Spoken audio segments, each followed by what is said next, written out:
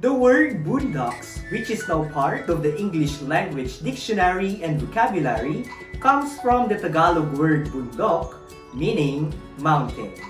Catch Aral TarlakHenyo every Monday through Friday from 8:30 a.m. to 5:30 p.m. over Radyo Pilipino DCTC 828 and streamed live on Facebook page and YouTube channel of RTV Tarlac, Channel 26. I am Jeremiah Gahutan, your English teacher broadcaster. Let's learn English together only here on Aral TarlakHenyo.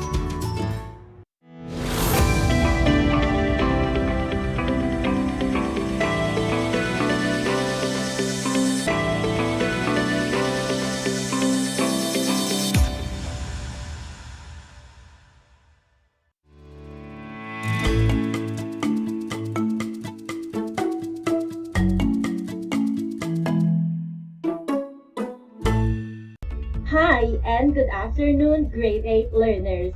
Welcome to Aral TarlakHenyo here on RTV Tarlac, Channel 26. Simulcast over DCTC 828 Radio Filipino Tarlac, RTV Channel 26 Facebook Live, and Converge Cable TV Channel 100. I am Teacher Sheena Marie I. Ordonio, your teacher broadcaster for English 8, broadcasting live here at Balawang National High School, Paniki West District, Tarlac. I am extremely happy to be your guide in today's learning session. Join me for a fun and interesting lesson in English 8. As we begin our lesson, please make sure you are seated in a comfortable position, away from noise and distraction, so that you can listen and watch clearly. Take your learning activity sheet, pen, and paper with you. You may take and record important notes and ideas as we go through our lesson.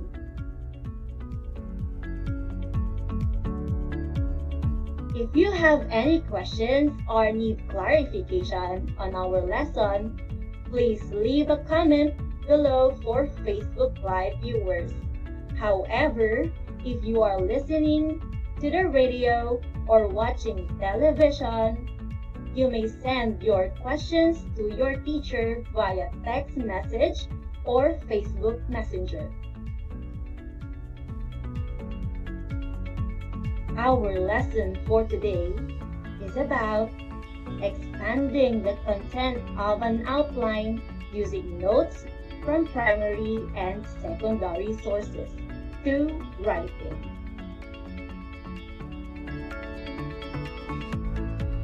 At the end of this 25-minute learning process, you are expected to organize ideas in an outline, expand an outline into paragraph using notes from secondary and primary sources. I know that you are excited to learn about the topic, but before we move further, check your knowledge on the topic you're about to learn. Let us recall. Write P if the material is an example of primary source and S if it is a secondary source. Write your answer on a separate sheet of paper. Let's start. Number 1.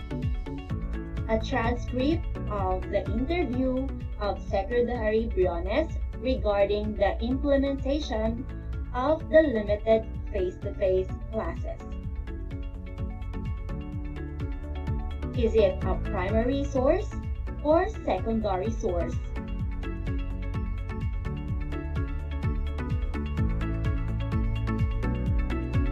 That is correct. It is primary source. The answer is B.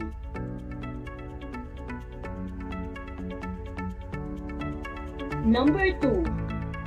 The Diary of Dr. Jose P. Rizal. The Diary of Dr. Jose P. Rizal. What kind of source is it? If your answer is primary source, good job! That is correct. It is P.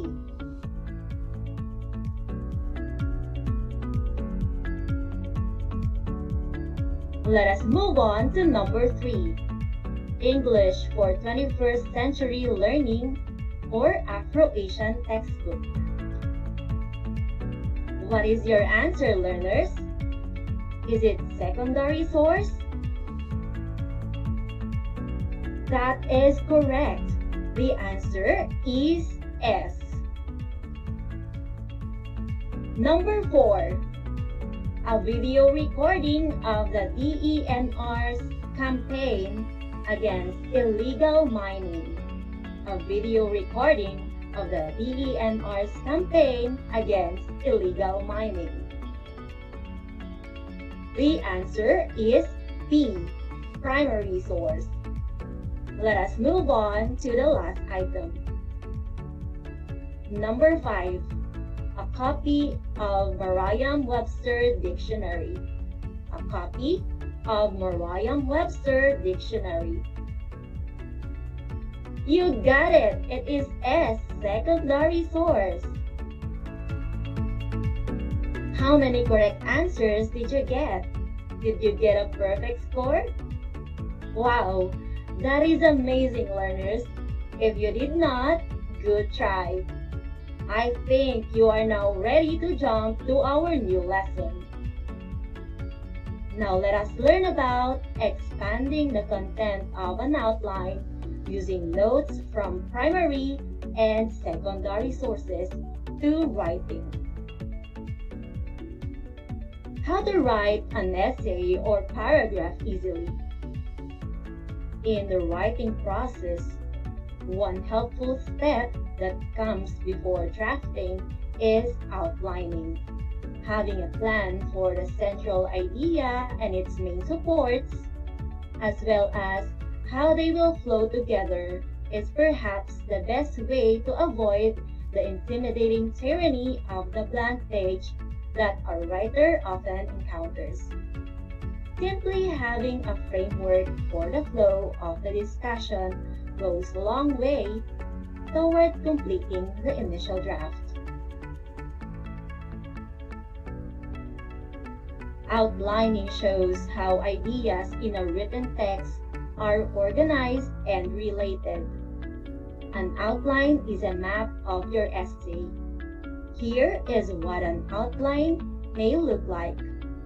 The indentation helps clarify how the ideas are related. This is an example of a common outline. An outline has 3 main parts. The introduction as your main point 1, the body as the main point 2, and conclusion as the third main point. Under each main point, we have minor points to support the main point or idea. There are 3 kinds of outline. A word outline organizes the ideas using single words on each level of the outline. A phrase outline uses phrases, and a sentence outline uses sentences. In expanding an outline, add information that support and strengthen your main topic. You can cite specific examples in this part of your paragraph. You can use primary and secondary sources to support your main points. Primary source is a record made by people who saw or took part in an event. It provides first-hand experiences. Examples: autobiography, letters, diaries, speeches, photographs, and interview. Secondary source is a record of an event by someone who did not take part in the event. It is often based on primary sources. Examples: reviews, research papers, journals or journal articles, summaries, encyclopedia, dictionaries, biographies, and textbooks. Let us try to expand this word and phrase outline. Notice that it is written in a list of words and phrases. The topic sentence is birds as insect controllers. Main point 1, how birds help. Minor point A, have a high metabolism rate. Minor point B, eat nearly twice weight. Main point 2, how environment helps. Minor point A, vegetation. Minor point B, water. Main point 3 or conclusion. Birds are essential part in the biodiversity. Now let us expand the outline that we read. Birds as insect controllers. Main point 1, birds eat insects. Minor point A, the birds have high metabolism rate. Minor point B, the birds eat almost twice their own weight.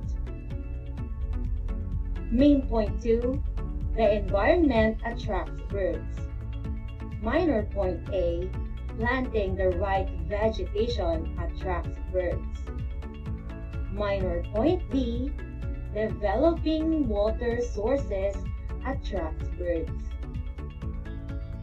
Main point 3 or conclusion. Birds are essential part in maintaining balance in the biodiversity. This is now a sentence outline looks like. From a simple word and phrase outline, we have expanded it into a sentence outline by providing additional information that we got from primary or secondary sources. Did you understand our lesson? I guess you did. Now that you know what is an outline and how to expand it, let us apply what you have learned. Get ready with your pen and paper. You may also comment down your answer. Let us begin. For Activity 1, support it. Choose the appropriate supporting detail for the given main point. There can be 2 or more supporting details for each main point. Write the letter of your answer on a separate sheet of paper. Choose the appropriate supporting detail for the given main point. There can be 2 or more supporting details for each main point. Write the letter of your answer on a separate sheet of paper. Are you ready? Then let us start. Since COVID-19 outbreak, education has been hit hard. Since COVID-19 outbreak, education has been hit hard. What is the appropriate supporting detail or minor point for this main point? A. Schools have been deeply impacted. B. Children suffer from hunger. C. Many families were affected.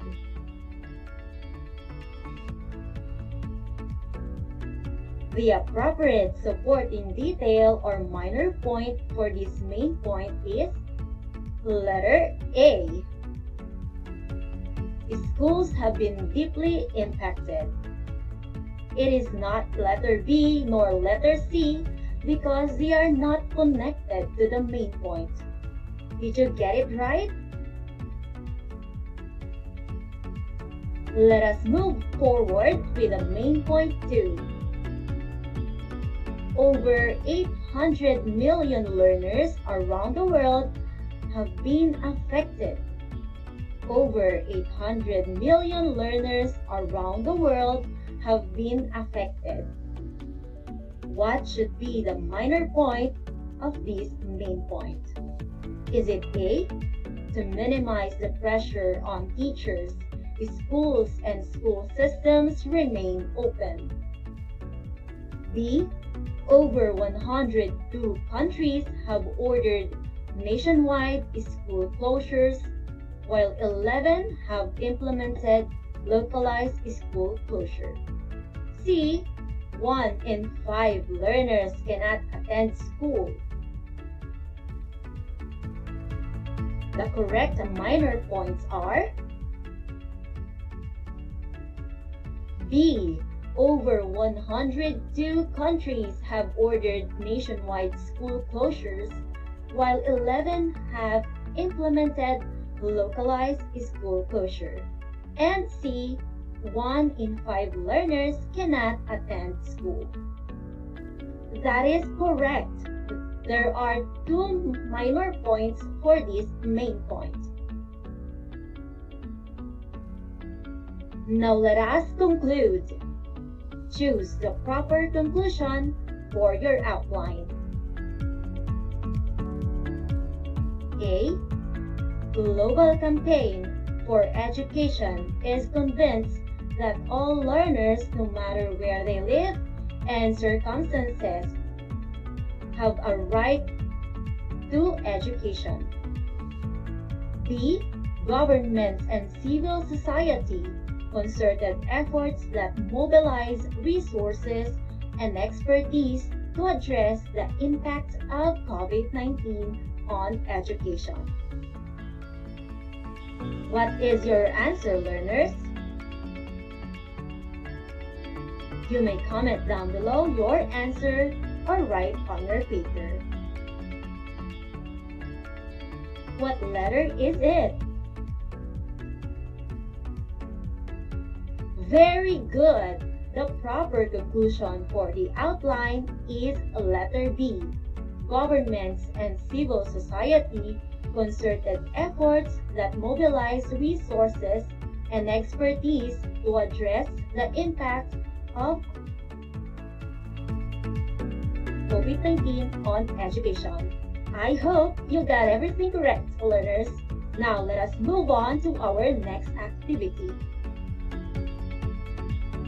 Tell whether each detail is expanded or not.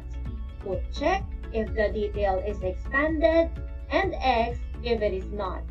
Do it on a separate sheet of paper. Our topic sentence is Nelson Mandela made a big impact in South Africa's history. Let us start. Is this expanded or not? Nelson Mandela was the first Black president. The answer is X. This is not expanded. The idea is not complete. Let us move forward to letter C. During his presidency, Mandela also worked to protect South Africa's economy from collapse. During his presidency, Mandela also worked to protect South Africa's economy from collapse. Is this expanded or not? You got it right. This is expanded. It is a complete sentence. Letter D. he was awarded the Nobel Peace Prize together with President F.W. de Klerk for their efforts to dismantle the apartheid system.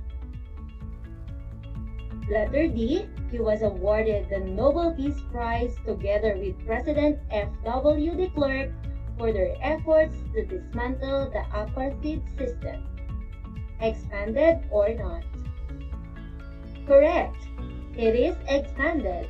There are additional information added to it. Let us proceed to letter E. He directed a campaign of peaceful, non-violent defiance against the South African government and its racist policies. That is right. This is expanded. It is a complete sentence and there are additional information added to it. I hope you are able to identify which is expanded and not. Before we proceed to our post-listening activity, let us wrap up what we have learned today. Always remember, writing an outline helps you create a paragraph or essay easily. The three kinds of outline are word outline, phrase outline, and sentence outline. To expand outlines, we can get help from primary or secondary sources. Now I think you are ready for our post-listening activity. You can do this activity after listening or viewing this lesson. Expand the outline below using either primary or secondary sources. Then write a paragraph based from your expanded outline. Write your answers on your answer sheet. Your topic sentence is Mental Health Awareness Among Teenagers. Main point 1, Factors Affecting Teenagers' Mental Health. Write 3 supporting details or 3 minor points for this main point. Factor 1, Factor 2, and Factor 3. Main point 2, Effects of these factors to teenagers' mental health. Write 3 minor points. Effect 1, Effect 2, and Effect 3. For your conclusion, interventions and solutions addressing teenagers' mental health problems. You will be graded by the following criteria. For content, 4 points. Organization, 3 points. Mechanics and grammar, 3 points. A total of 10 points. You may submit your answer sheet to your teacher. Before we end, I'd like to remind you of a quote by Confucius. Learning without thinking is a labor loss, and thinking without learning is an intellectual death. And we have reached the end of the learning session, grade 8 learners. I hope you have learned a lot and may you be able to use it. Once again, you are tuned in at Aral TarlakHenyo here on RTV Tarlac, Channel 26, simulcast over DZTC 828 Radio Filipino Tarlac, RTV Channel 26, Facebook Live, and on Converge Cable TV Channel 100. Again, this is your teacher broadcaster, Teacher Sheena Marie I. Ordonio. Thank you for being with me today. It was fun being with you, dear grade 8 learners. Until next time, learners, see you again.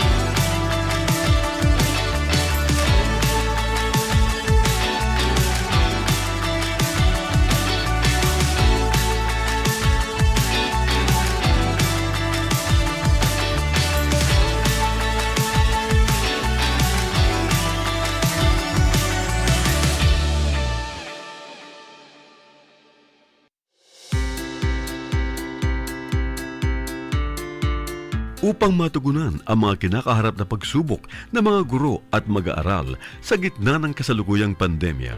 Nagsanib tulong sina Congressman Charlie Cojuangco ng unang distrito ng Tarlac, DEPED Region 3 Regional Director Dr. May B. Eclar at Tarlac Schools Division Superintendent Dr. Ronaldo Pozon para sa isang napapanahong proyekto na tinaguriang Project Shine, Aral TarlakHenyo. Ang mga mag-aaral ng Grade 4 at Grade 5, ganon din ang Grades 8 and 9 sa buong probinsya ng Tarlac, kasalukuyang sumasailalim sa radio-based instruction. Katuwang ang himpilang DZTZ 828 kHz AM at RTV Tarlac, Channel 26. Ang Tarlac po nangunguna po ngayon pagdating po sa radio-based instruction. Marami pong humahanga sa atin. I'm very happy this station, itong DCTC, could reach the whole of Region 3. Hindi natin alam. We are contributing. We are creating a very big dent in the history of Philippine education. And I am proud. I am here in Tarlac. This is the noble cause of education in which you and I, without you knowing it, we are bound to do.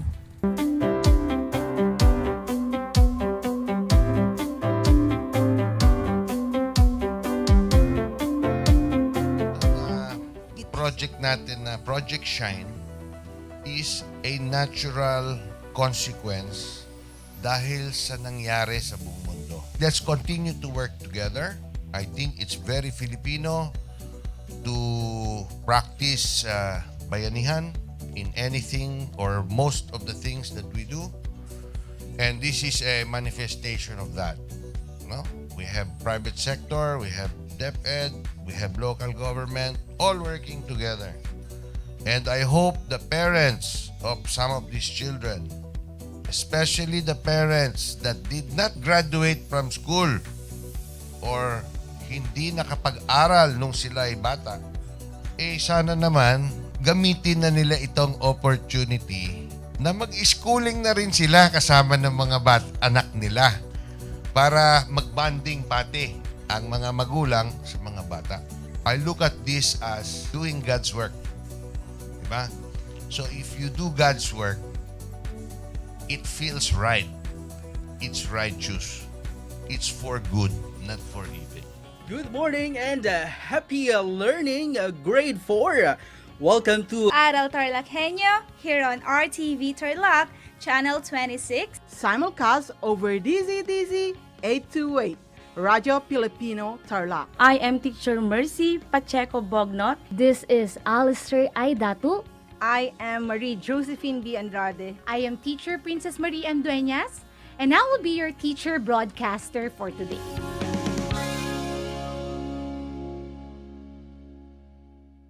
Alam niyo ba na ang gitnang Luzon ay tinaguri ang banga ng bigas ng bayan at kamalig ng palay ng Pilipinas dahil dito nagbumula ang malaking produksyon ng bigas sa ating bansa. Ito ay binubuo ng mga lalawigan ng Aurora, Bataan, Pampanga, Nueva Ecija, Zambales at Tarlac. Ugaliin nating manood ng Aral TarlakHenyo Lunes hanggang Biyernes alas 8:30 ng umaga hanggang alas 5:30 ng hapon. Ako si Binibining Pia Isrin Capiral, ang inyong teacher broadcaster sa Araling Panlipunan dito sa Project Shine Aral TarlakHenyo. Lagi nating tandaan ang pag-aaral ng Araling Panlipunan ay tungo sa daan ng pagiging makadiyos, makakalikasan, makatao at makabansa.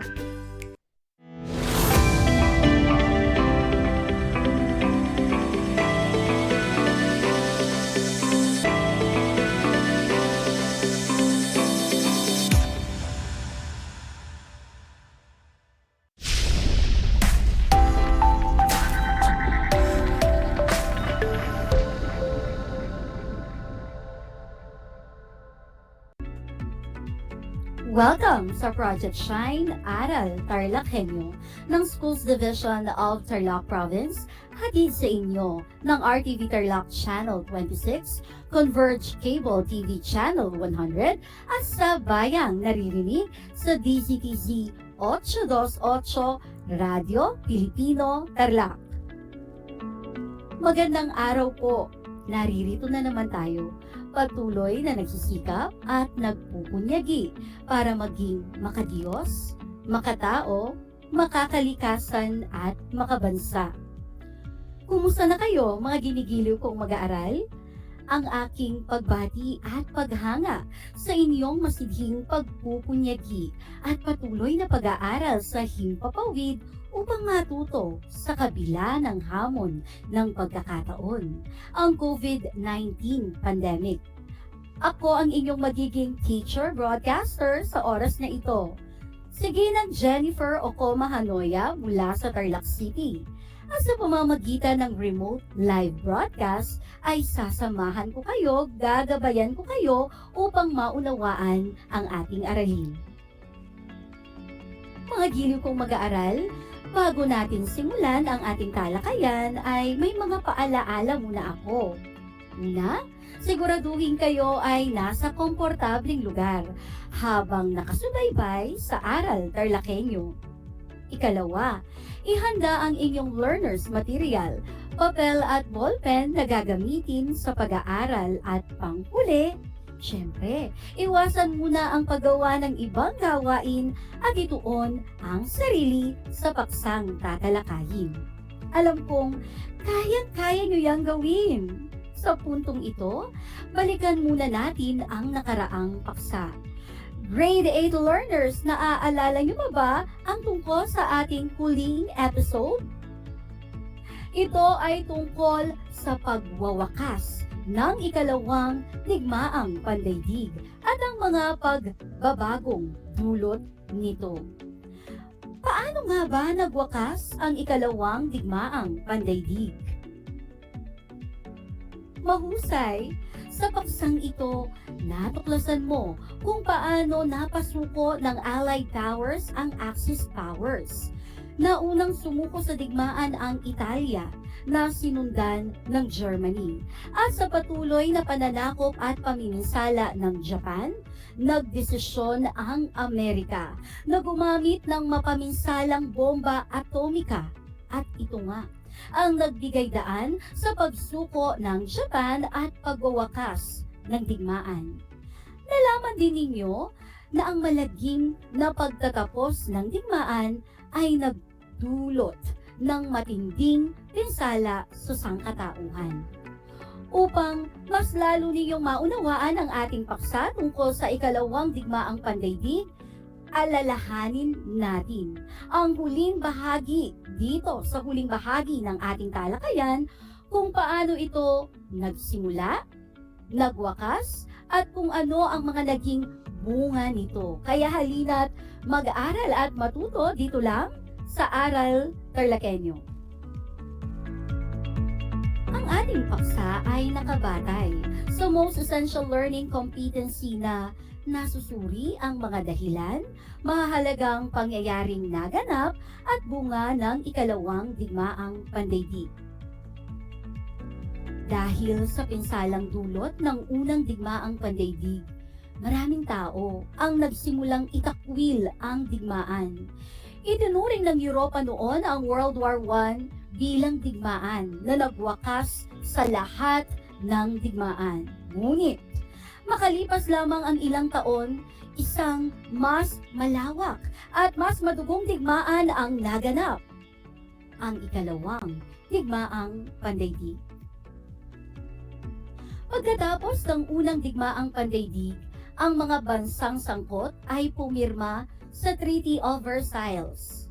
Ang kasunduang ito ay naglalayong parusahan at pahinain ang Germany upang maiwasan ang muling pananakop nito. Ang kasunduan sa Versailles ay nagdulot ng maraming sanctions sa Germany na nagbigay, nag-iwan ng malaking hinanakit dito. Sa unang bahagi ng ating aralin ay tinalakay natin ang mga sanhi ng ikalawang digmaang pandaigdig. Hali kayo, makinig kayo mabuti at isa-isahin natin muli ang mga sanhi ng ikalawang digmaang pandaigdig. Una, pag-aagaw ng Japan sa Manchuria. Pangalawa, pag-alis ng Germany sa Liga ng mga bansa. Pangatlo, pagsakop ng Italia sa Ethiopia. Pang-apat, ang digmaang sibil sa Spain.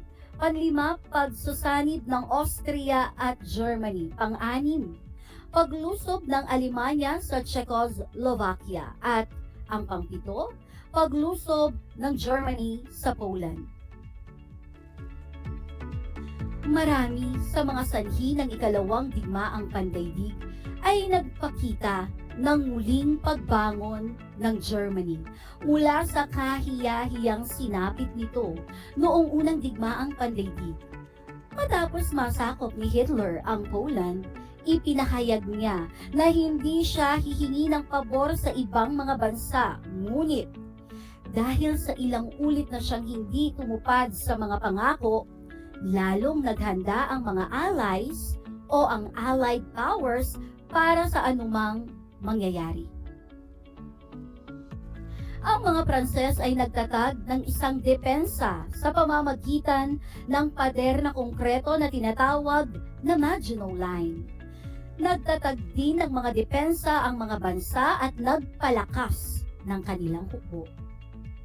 Ngunit mga gili kong mag-aaral, sa pagsiklab ng ikalawang digmaang pandaigdig, nangilabot ang mundo sa karahasan ni Hitler at ng puwersang Aleman.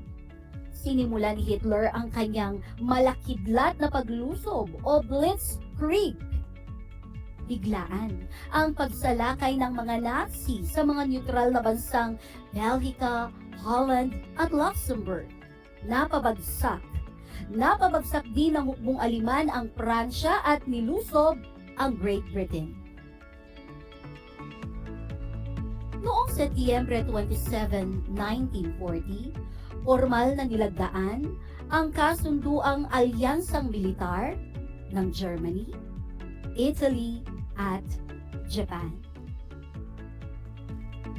Ang mga hukbong Aleman ni Hitler at ang hukbong Italiano ni Mussolini ang nanguna sa digmaan sa Europa, samantalang ang mga Hapones ay nanalanta sa Pasipiko. Ang Japanese Empire ay nagplanong sakupin ang mga bansa sa Timog Silangang Asya na kontrolado naman ng Amerika at Britanya. Napapalibutan ng mga karagatan ang mga lupaing ito at nangangahulugan ng maraming labanan sa karagatan.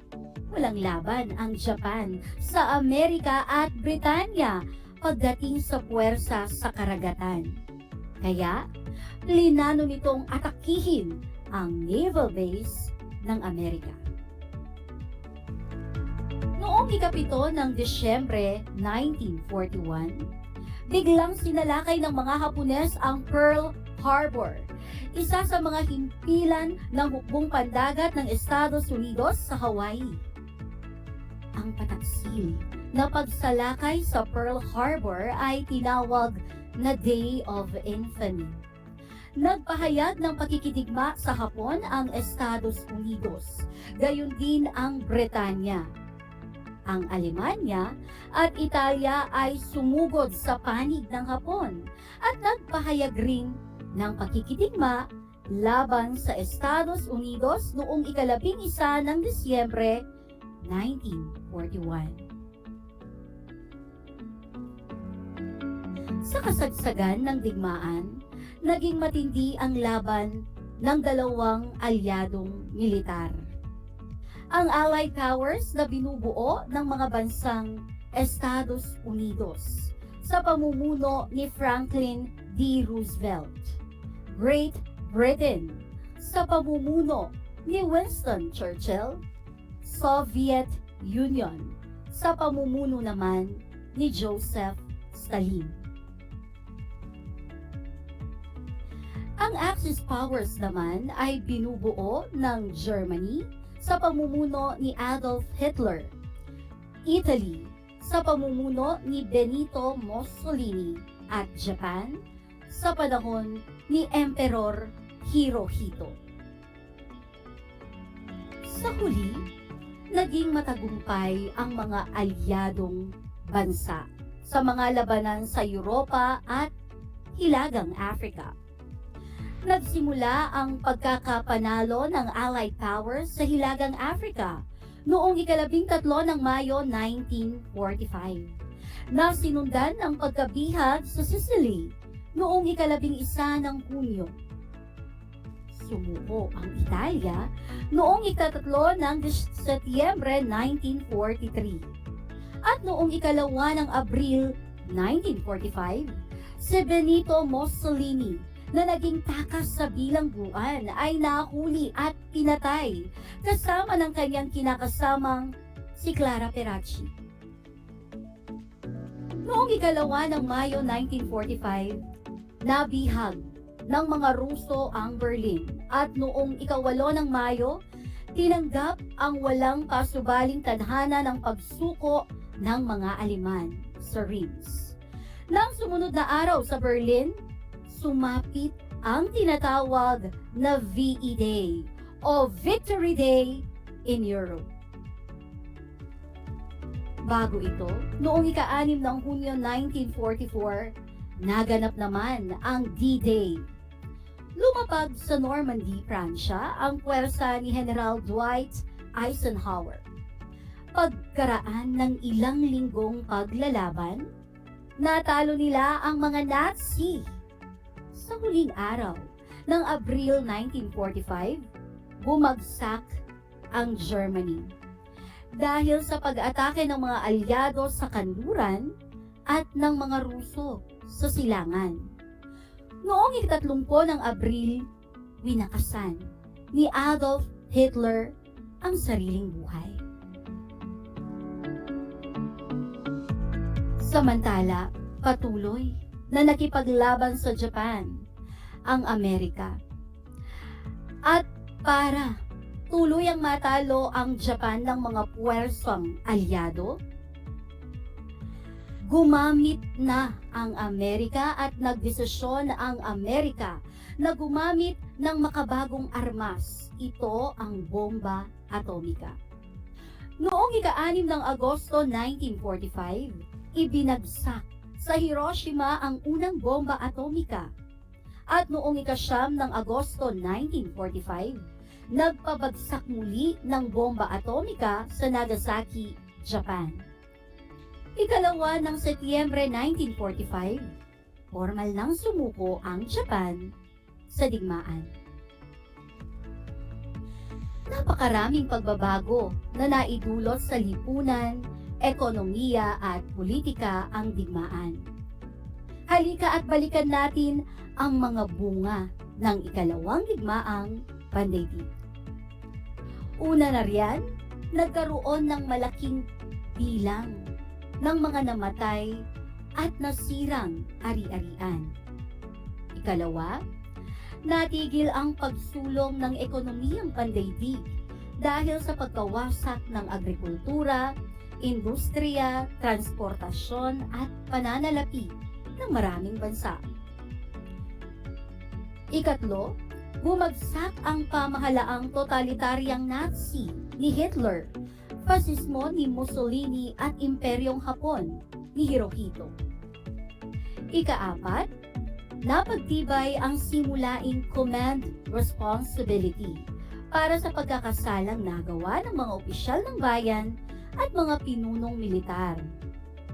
Ikalima, naging daan ito sa pagsilang ng malalayang bansa, ang silangang Germany, kanlurang Germany, nasyonalistang China, hulahang China, Pilipinas, Indonesia, Malaysia, Ceylon, India, Pakistan, Israel, Iran, Iraq, at marami pang mga bansa. Tumatak din sa kasaysayang pandaigdig na maraming Hudyo ang ipinapatay ng mga Nazi na kilala sa tawag na genocide.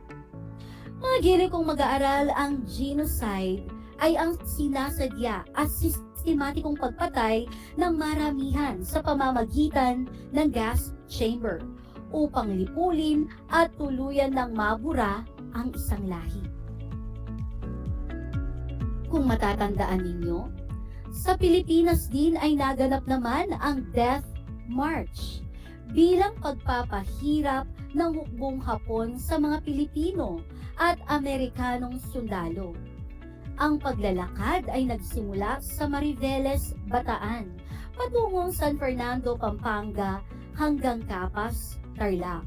Sa katunayan, makikita sa Capas, Tarlac ang isang monumento na itinayo bilang pagpupugay sa mga Pilipino at sundalong Amerikano na namatay noong Death March. Sa puntong ito, nais kong suriin ninyo ang naging bunga ng ikalawang digmaang pandaigdig sa pamamagitan ng isang gawain. Narito ang panuto. Basahin at unawaing mabuti ang bawat pangungusap. Piliin sa loob ng kahon ang titik na naglalarawan sa mga pagbabagong naganap matapos ang digmaan. Isulat ang letrang A kung ang pangungusap ay tumutukoy sa ekonomiya. Letrang B kung ang pagbabago ay nakasentro sa lipunan.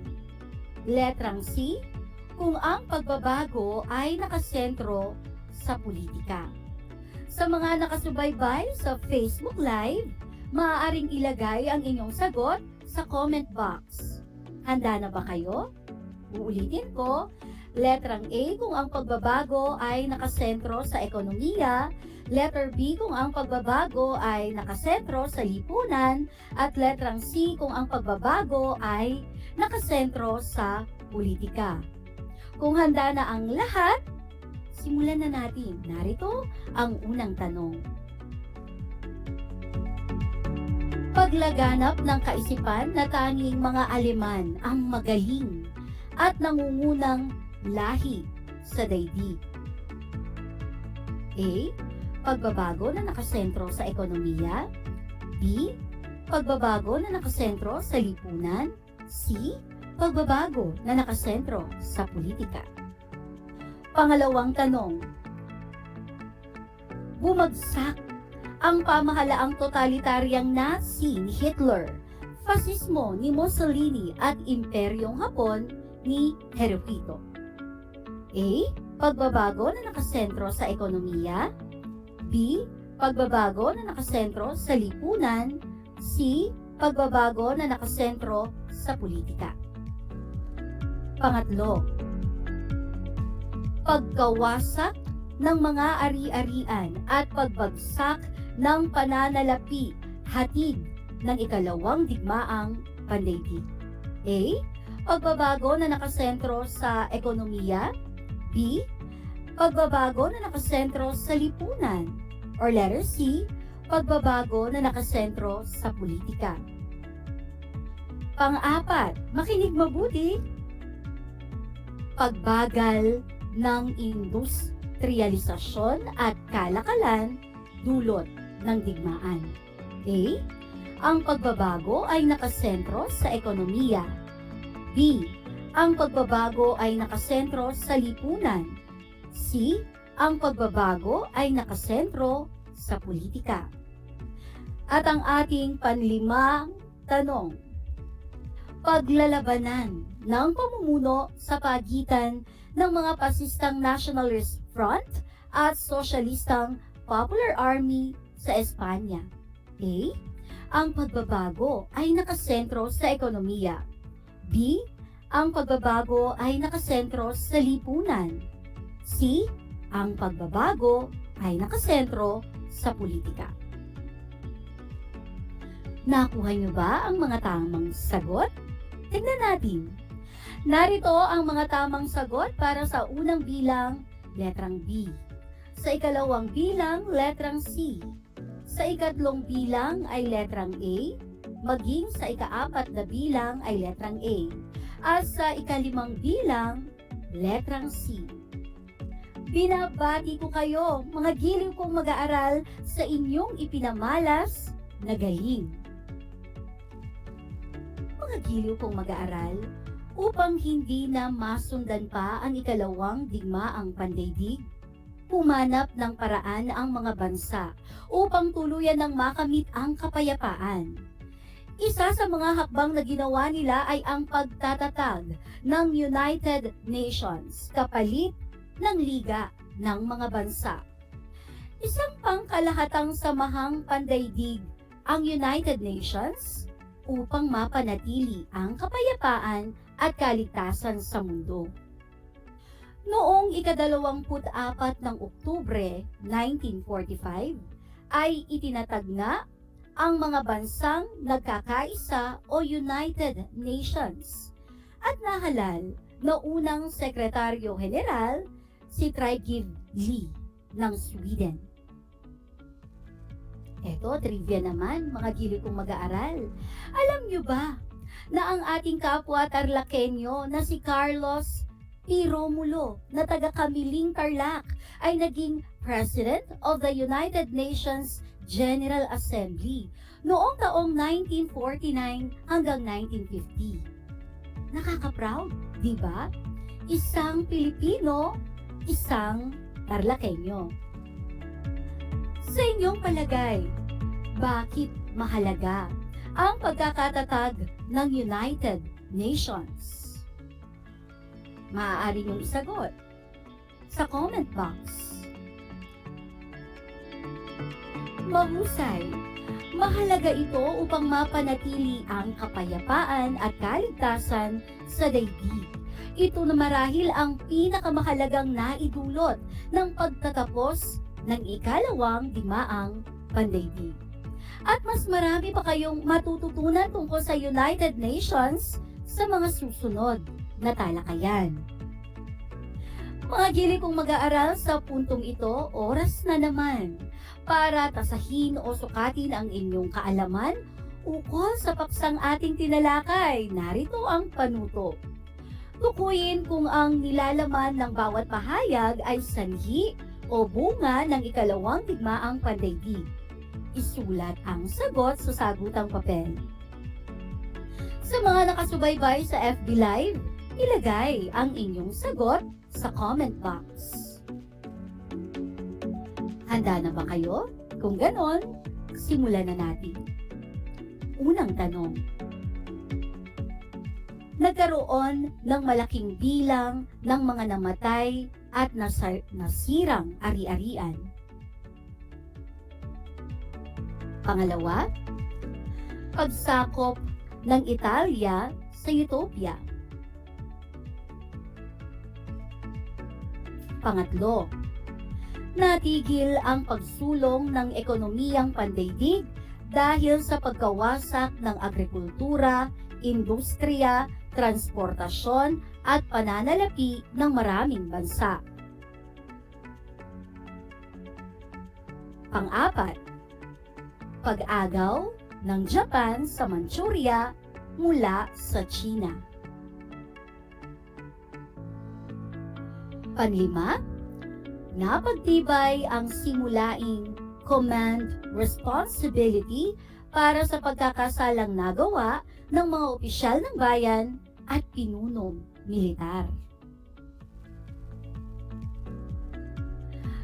Siguraduhing maging tapat sa pagwawasto ng inyong gawain. Narito ang mga tamang sagot. Sa unang bilang, bunga. Sa ikalawang bilang, sanhi. Sa ikatlong bilang, bunga. Sa ikaapat na bilang, sanhi. At sa ikalimang bilang, bunga. Marami ba kayong nakuhang tamang sagot? Mahusay! Natutuwa ako dahil naipakita ninyo ang inyong pakikinig sa ating naging aralin. Sa mga hindi naman nakakuha ng maraming tamang sagot, marami pa kayong pagkakataon para makabawi. Para sa takdang aralin, pagtitibayin mo ang iyong kaalaman tungkol sa paksa. Inaasahan kong critical mong masusuri ang mga konseptong napag-aralan tungkol sa mahahalagang pangyayari at mga epekto ng ikalawang digmaang pandaigdig. Kailangan mong sumulat ng isang sanaysay na naglalahad sa mga negatibo at positibong naidulot ng ikalawang digmaang pandaigdig. Kuna nito ng larawan. Ang gawain ay kuna ng larawan at ipadala sa Facebook Messenger account ng inyong guro sa Araling Panlipunan Grade 8. Sa mga walang access sa internet, maaaring ipasa ng iyong magulang o guardian ang iyong gawain sa oras at araw ng pagsusoli at pagkuha ng module. Siguraduhin pa rin syempre ang tamang pagsunod sa mga health protocols tulad ng pagsusuot ng face mask, paghuhugas ng kamay, at physical distancing. Tandaan na mahalaga ang pagsunod sa health protocols dahil ito ay para sa ating kaligtasan at kaligtasan ng ating kapwa. Isang leksyon na naman ang ating natapos talakayin. Upang mas maunawaan ninyo ang ating naging aralin ukol sa ikalawang digmaang pandaigdig, basahin ang inyong learner's material sa pahina 449 hanggang pahina 463. Inaasahan kong kayo'y natuto sa araw na ito sa Araling Panlipunan.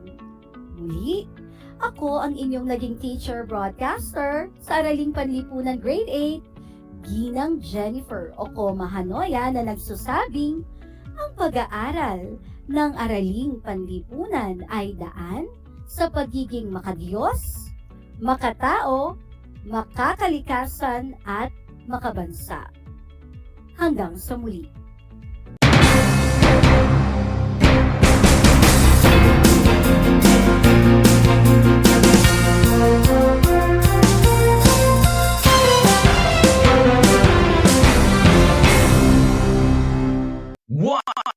One FM.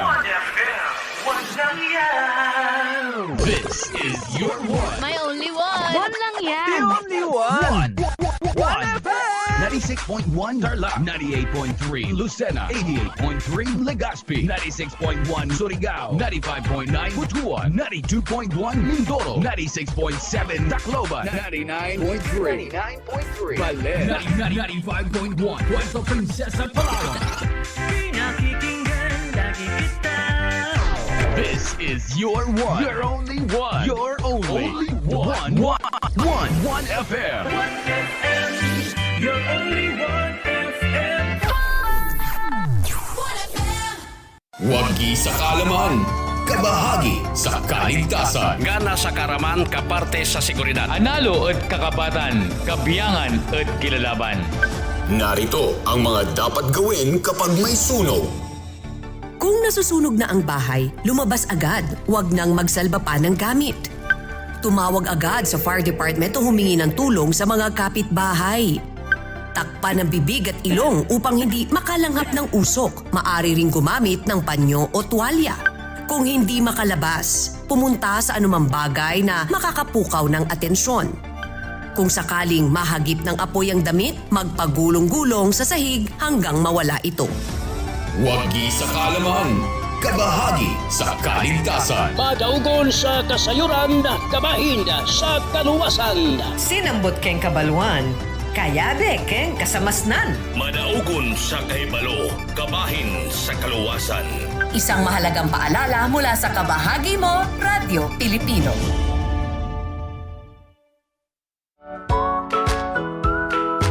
How are you today? Hello, everyone. Hello, learners of Tarlac. Good morning, Math Talino Grade 4 learners. Welcome to Aral TarlakHenyo here on RTV Tarlac Channel 26. Simulcast over DCTC Radio Filipino Tarlac. I'm Sir Glenn, your teacher broadcaster. Broadcasting live here at Paniki Tarlac. Remotely here in Concepcion, Tarlac. Live here at Barangay Pedro Elquines, Mayantok, Tarlac. Broadcasting live from Ramos National High School. Your anchor teacher today for grade 9 mathematics. Your partner in education this time of pandemic.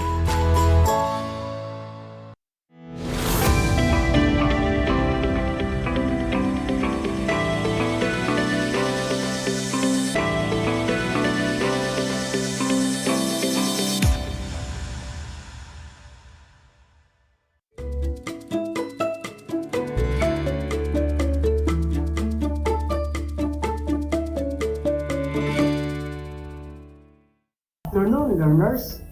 Welcome to Aral TarlakHenyo here on RTV Tarlac, Channel 26. Simulcast over DZTC 828 AM, Radio Filipino Tarlac. I am Berlin C. Alcaide, your teacher, broadcaster for TLE, Grade 8. Broadcasting live here in Maniki, Tarlac. I am so happy that you are tuned in with your new favorite School on the Air through radio and television. This is Project Shine, Aral TarlakHenyo. How are you, my dear learners?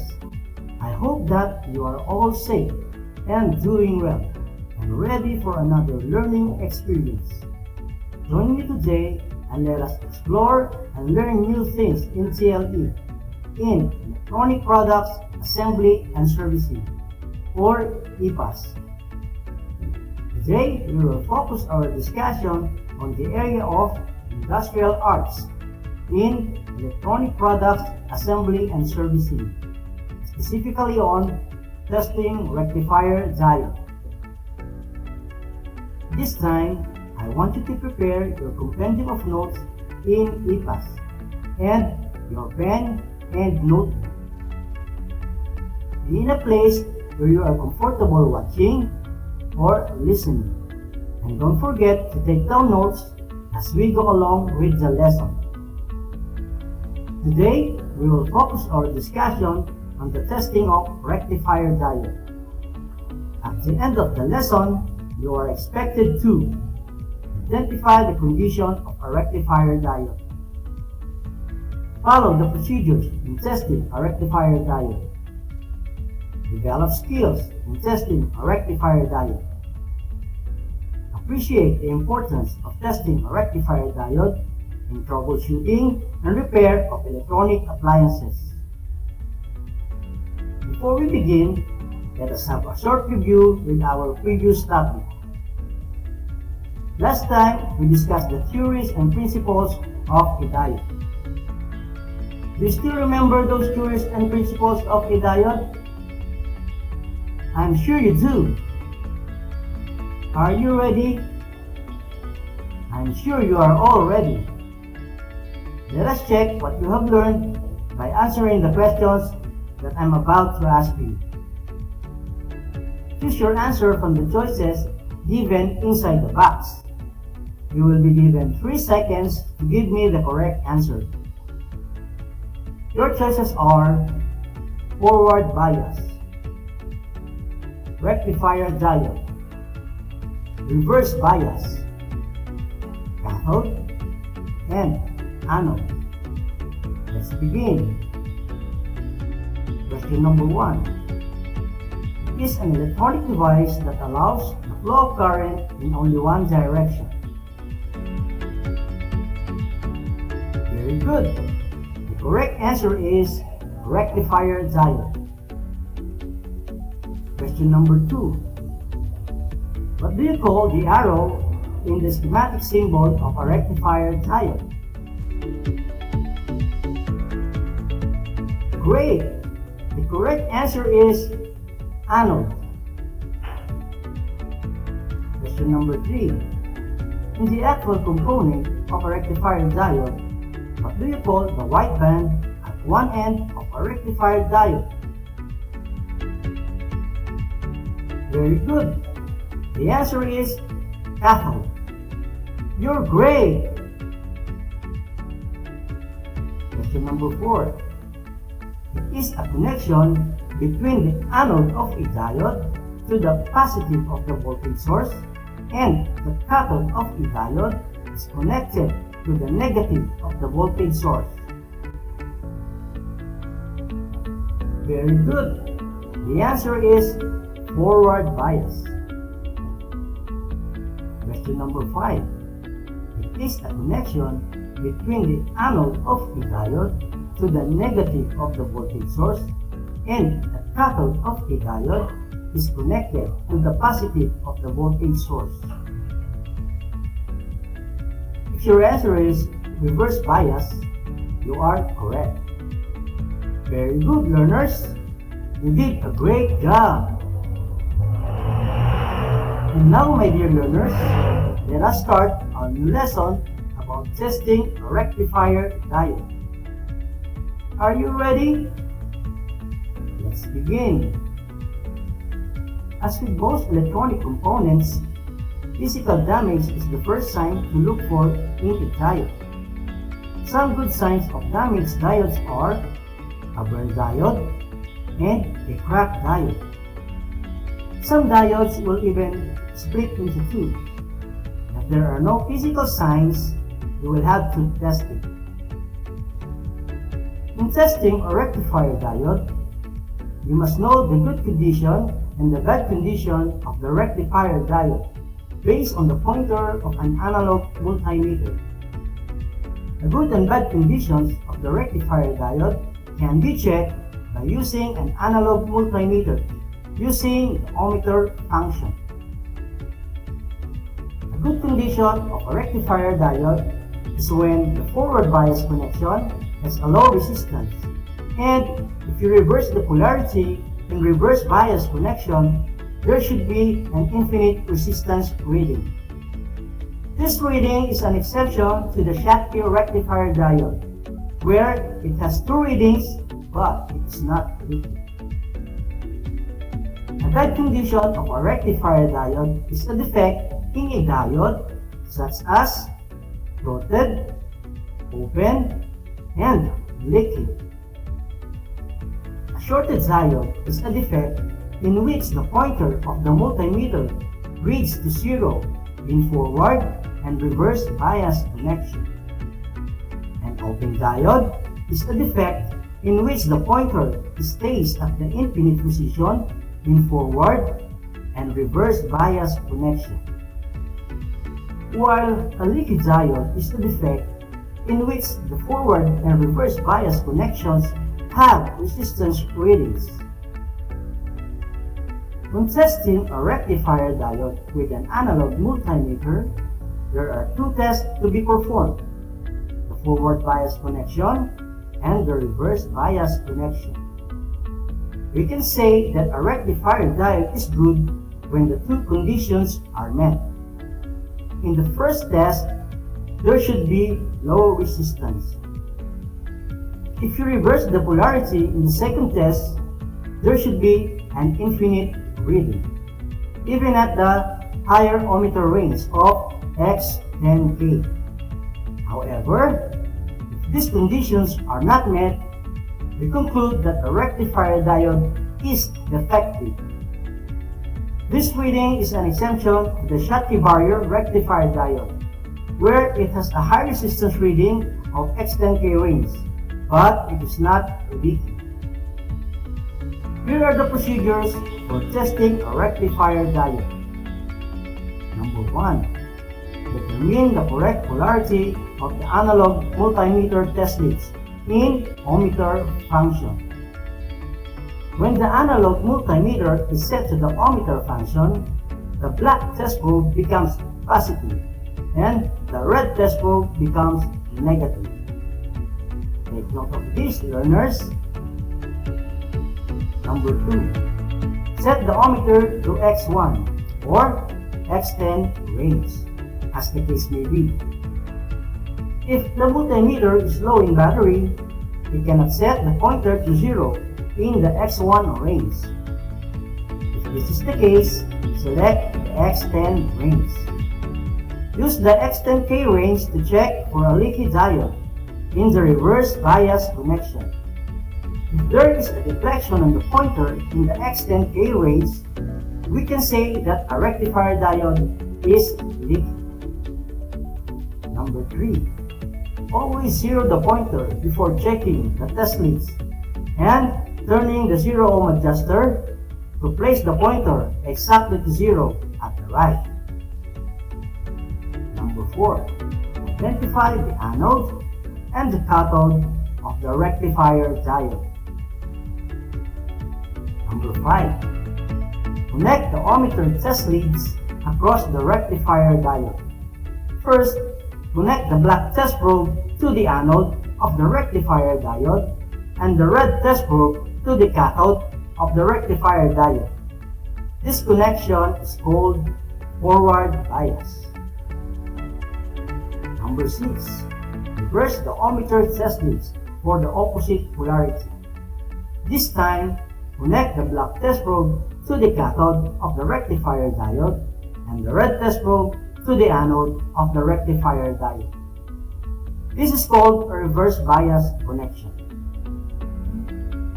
To enhance your knowledge in testing a rectifier diode, you are about to watch a video on how to test a rectifier diode by using an analog multimeter. In the face-to-face classes, this is the activity that you're going to do in your performance test. However, if you have an analog multimeter and a rectifier diode at home, you can also do this activity with your parents' guidance. This will help you develop your skills in testing a rectifier diode. Alright, let us all watch this.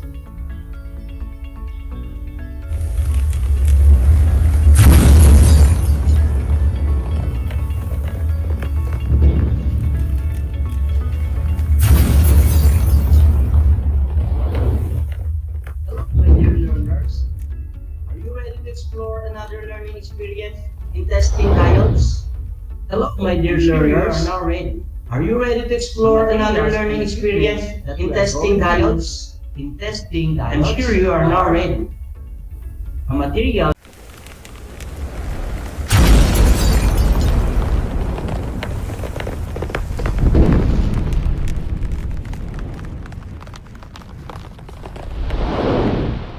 Hello, my dear learners. Are you ready to explore another learning experience in testing diodes? I'm sure you are now ready. The materials and equipment that we are going to use in testing diodes are sorted diodes and an analog multimeter. Let's begin checking a good rectifier diode 1N4001.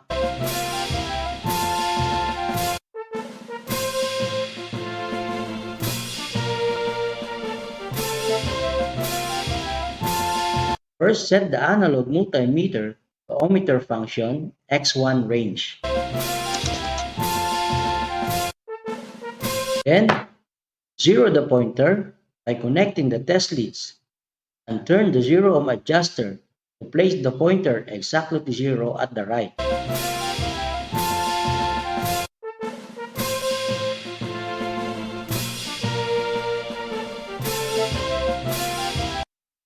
First test, forward bias connection. Connect the black test probe to the anode of the diode and the red test probe to the cathode of the diode.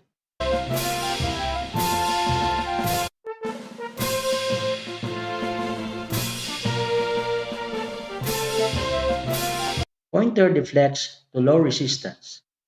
This reading is okay for a good rectifier diode. Second test, reverse bias connection. Connect the black test probe to the cathode of the diode and the red test probe to the anode of the diode.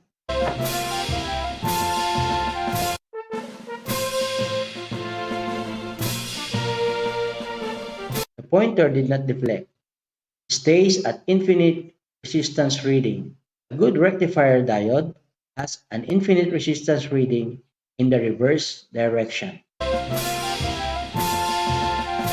Even if we have a good reading in ohmmeter X1 range, doesn't mean that the rectifier diode is good. The final test is to set your analog multimeter to ohmmeter function X10K range. Then set the pointer by connecting the test leads. Turn the zero ohm adjuster to place the pointer exactly to zero at the right.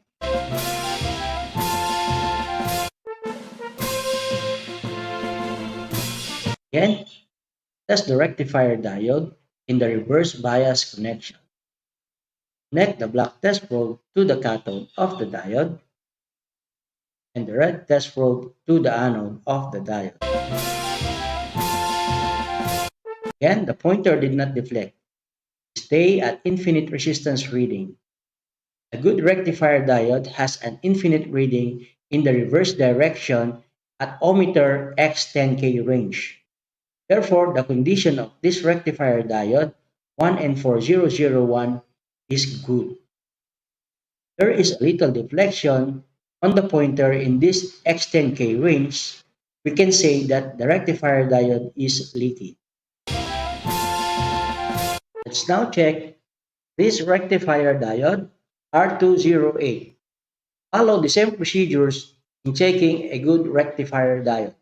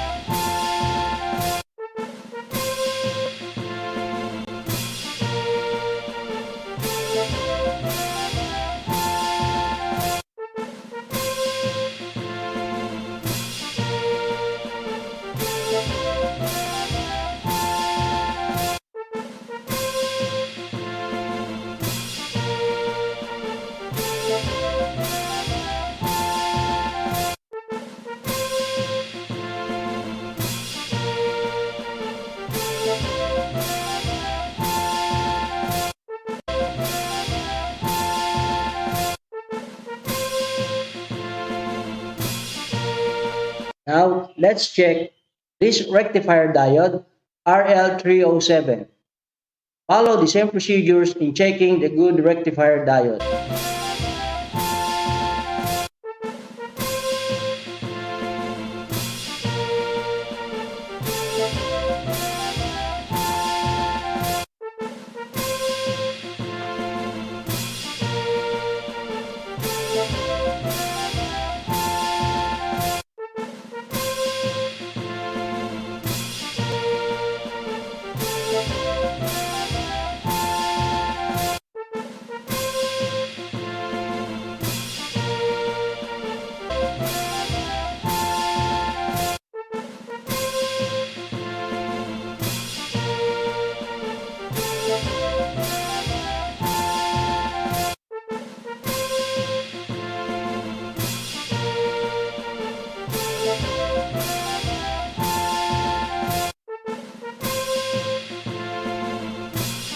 Let's test this rectifier diode 1N5402.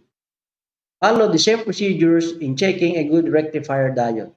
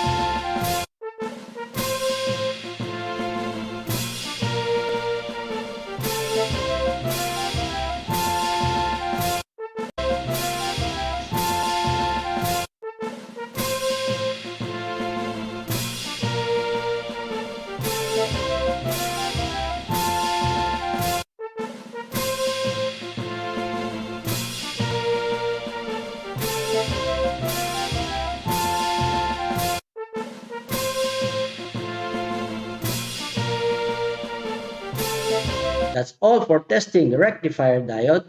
I hope you learned a lot from this video. Don't forget to turn off your analog multimeter after using it. If you have an analog multimeter and rectifier diode at home, you can practice Follow the procedures in checking a rectifier diode. This will develop your skills in checking a rectifier diode. And always remember, practice makes perfect. Until next time, bye! Now, my dear learners, kindly get a piece of paper and pen. Let us find out if you learned our lesson this afternoon. This is a multiple choice quiz. You have to select the correct answer by writing the letter of your choice on a clean sheet of paper. You will be given 3 seconds to write your answer. Are you ready? Let's begin. Number 1. A good rectifier diode must have a reading of A. 0 reading in forward and reverse bias connection. B. Infinite reading in forward and reverse bias connection. C. Both have resistance to forward and reverse bias connection. D. Low resistance reading in forward bias connection and infinite reading in reverse bias connection. Number 2. A good condition of a diode that has a 0 reading in forward and reverse bias connection is A. Good. B. Open. C. Shorted. D. Leaky. Number 3. It is a condition of a diode that has an infinite reading in forward and reverse bias connection. A. Good. B. Open. C. Shorted. D. Leaky. Number 4. It is a condition of a diode that has a resistance reading in forward and reverse bias connection. A. Good. B. Open. C. Shorted. D. Leaky. Number 5. The following are the procedures in testing a diode, except A. Determine the correct polarity of the ohmmeter test leads. B. Set the ohmmeter to X1 or X10 range. C. Always zero the pointer before checking. D. Test the diode only in forward bias connection. Let us now check your answers. For number 1, the correct answer is letter D. Low resistance reading in forward bias connection and infinite reading in reverse bias connection. Number 2, letter C, shorted. Number 3, letter B, open. Number 4, letter D, leaky. And for number 5, letter D, test the diode only in forward bias connection. For those who got a perfect score, congratulations, you are excellent. For those who got 4 and 3, very good. And for those who got 2 and below, please read, study harder, and refer to your compendium of notes. Alright, that's all for today. I hope you enjoyed and learned about our on-the-air live discussion. This is Project Shine, Aral TarlakHenyo, brought to you by the Department of Education, Division of Tarlac Province, in cooperation with DZTC 828 AM station. I would like to end up by saying, in TLE, we aim for knowledge, skills, and progress. I am Berlin C. Alcaide, your teacher, broadcaster for TLE Grade 8. Until next time, Bye!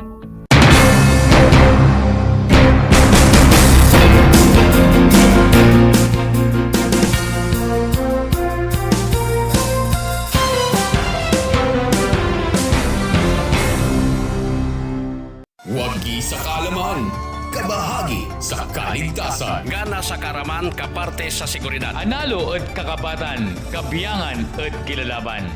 Narito ang mga dapat gawin kapag may sunog. Kung nasusunog na ang bahay, lumabas agad. Huwag nang magsalba pa ng gamit. Tumawag agad sa fire department o humingi ng tulong sa mga kapitbahay. Takpan ng bibig at ilong upang hindi makalanghap ng usok. Maari ring gumamit ng panyo o tuwalya. Kung hindi makalabas, pumunta sa anumang bagay na makakapukaw ng atensyon. Kung sakaling mahagip ng apoy ang damit, magpagulong-gulong sa sahig hanggang mawala ito.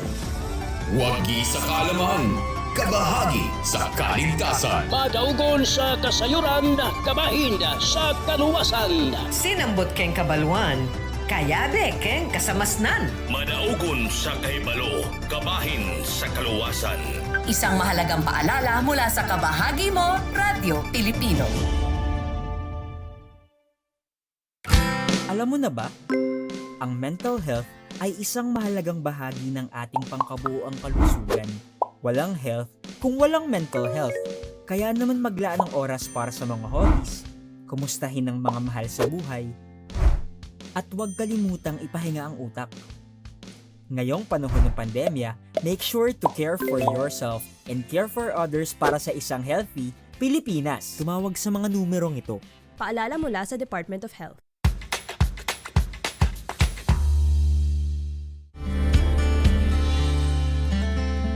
Alam niyo ba na ang Pilipinas ay mayroong 7,641 islands? Mula sa bilang na 7,107 islands, nadagdagan ito ng 534 na isla noong 2017. Tanging 2,000 lamang sa mga islang ito ang natitirhan. Alam niyo na! Yan ang mga isla sa Pilipinas.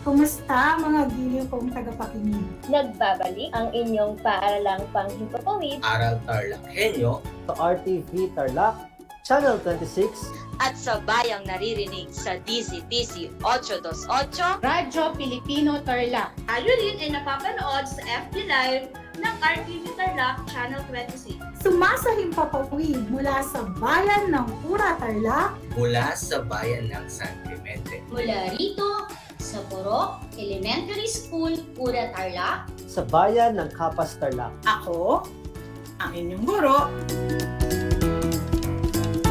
na maghahatid sa inyo ng makabuluhang pagtalakay sa ating aralin.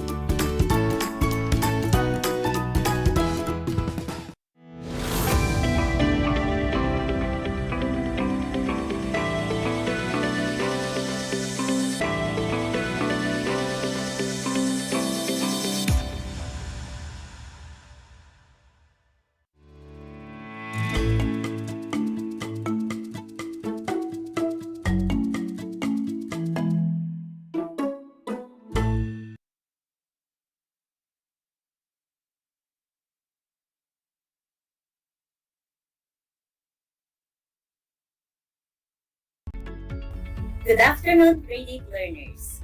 Welcome to Aral TarlakHenyo here on RTV Tarlac Channel 26. simulcast over DCTC, Radyo Pilipino Tarlac. I am Abigail Domingo Giam, your teacher broadcaster in Arts Grade 8, streaming live at Victoria Tarlac. Join me for another 25 minutes of fun-filled learning experience. Before we start our today's discussion, make sure that you are in the most comfortable place while tuning in into our live stream and television. Also, make sure that you have a copy of your learning activity sheet in Arts Grade 8. Finally, you can write your answer or you may ask questions by typing in the comment section in our live stream on Facebook. Today's discussion is continuation of the lesson about selected festivals and theatrical forms celebrated all over the Asian region. To check if you still remember our previous lesson, answer this activity. Are you ready? Let's begin. Question number 1. It is the traditional theater art form in China. It is combination of music, vocal performance, pantomime, dance, and acrobatics. What is your answer? Correct. The answer is Beijing or Peking Opera. Number 2. It is a form of traditional Japanese drama with highly stylized song, mime, and dance, and performed only by male actors. That is right. The answer is Kabuki. Number 3. This performance is without a doubt the best-known Indonesian wayang. Correct. The answer is wayang kulit. Number 4. It was one form of public entertainment in the south of Thailand. It is still very popular at village, temple fairs, and celebrations such as marriages. You are correct. The answer is na. Lastly, number 5. What are the two kinds of nang? You got it right. The two kinds of nangs are nang talong and nang yai. Did you get all correct answers? Very good. I'm glad that you still remember our previous lessons. It seems that you are now ready for our new lesson. Remember our learning task for today. At the end of the lesson, you are expected to identify selected festivals and theatrical forms celebrated all over the Asian region. Number 2, compare and appreciate the similarities, differences, and uniqueness of the selected festivals and theatrical form celebrated in Asia. Now, let's proceed. To check your prior knowledge for this topic, let us now have a short test. As different festival and theatrical forms are shown, you need to identify which countries are they celebrated. Write your answer on a separate sheet of paper, or you may type on the comment section of our Facebook live stream. You will be given 5 seconds to answer.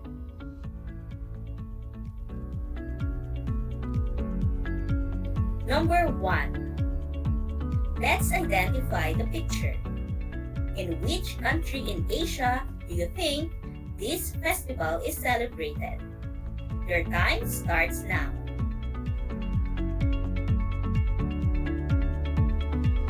Time is up. Let's reveal the answer. Correct. That is Chinese New Year and it is celebrated in China. Number 2. In which country in Asia do you think this festival is celebrated?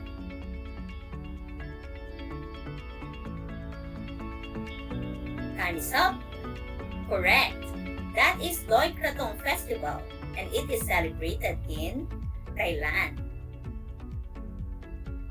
And lastly, in which country in Asia do you think this festival is celebrated?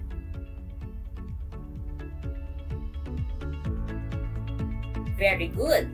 That is Taiko Drum Festival, and that is celebrated in Japan.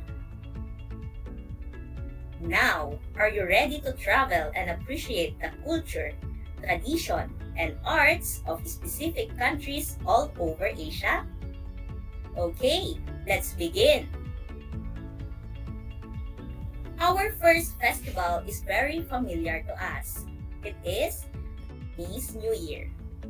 Chinese New Year is the longest and most important festivity in the Chinese calendar. The origin of Chinese New Year is itself centuries old and gained significance because of several myths and traditions.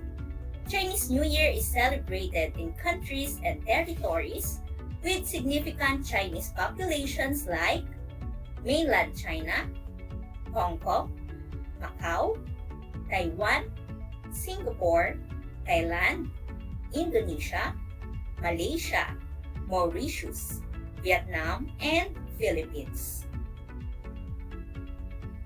Chinese New Year, also known as Lunar New Year, is the grandest festival in China, with a 7-day-long holiday as the most colorful annual event. The traditional Chinese New Year celebration lasts longer, up to 2 weeks, and the climax arrives around the Lunar New Year's Eve. The festival date is in January or February, around the Chinese solar term, the beginning of spring. So, it is also named the Spring Festival. Unlike the Universal New Year observed on January 1st, Chinese New Year is never on a fixed date. The dates vary according to Chinese lunar calendar, but generally fall on a day between January 21st and 20th day of February in the Gregorian calendar. China's custom and traditions concerning the celebration of the Chinese New Year. People will pour out their money to buy presents, decoration, material, food, and clothing. Thoroughly cleanse the house in order to sweep away any ill fortune and to make way for good incoming luck. Windows and doors will be decorated with red color paper cuts and couplets with popular themes of good fortune or happiness, wealth, and longevity. On the eve of Chinese New Year, supper is a feast with families. Food will include such items as pigs, ducks, chicken, and sweet delicacies. The family will end the night with firecrackers. Children greet their parents early in the morning by wishing them a healthy and happy New Year, and receive money in red paper envelopes. The Chinese New Year tradition is to reconcile, forget all hatred, and sincerely wish peace and happiness for everyone. Dragon dance is a form of traditional dance and performance in Chinese culture. Like the lion dance, it is most often seen in a festive celebration. Many Chinese people often use the term descendants of the dragon as a sign of ethnic identity. The Emperor of China usually used the dragon as a symbol of imperial power and strength. The dragon dance is a highlight of Chinese New Year celebrations held worldwide in Chinatowns around the world. The dragon symbolizes power, strength, and good luck. The dance team mimics supposed movements of the river spirit in a flowing rise and fall manner. The movements in performance traditionally symbolize historical roles of dragons, demonstrating power and dignity. Dragons are believed to bring good luck to people, which is reflected in their qualities that include great power, dignity, fertility, wisdom, and prosperity. The appearance of dragon is both frightening and bold, but it has a benevolent disposition.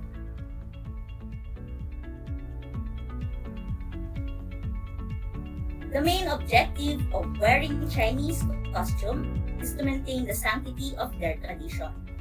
They get haircuts and makeovers so that they are fully welcome the new year in a brand new style. Traditionally, women wear the cheongsams and kipaos, while the men wear the mandarin colored shirts with the Chinese dragon symbols, and traditional kung fu suits and coats. Children wear dragon costumes and the kung fu suits too. Props are dragon and lion puppets, Chinese fans, Chinese lanterns, Chinese umbrellas, tambourines, and firecrackers.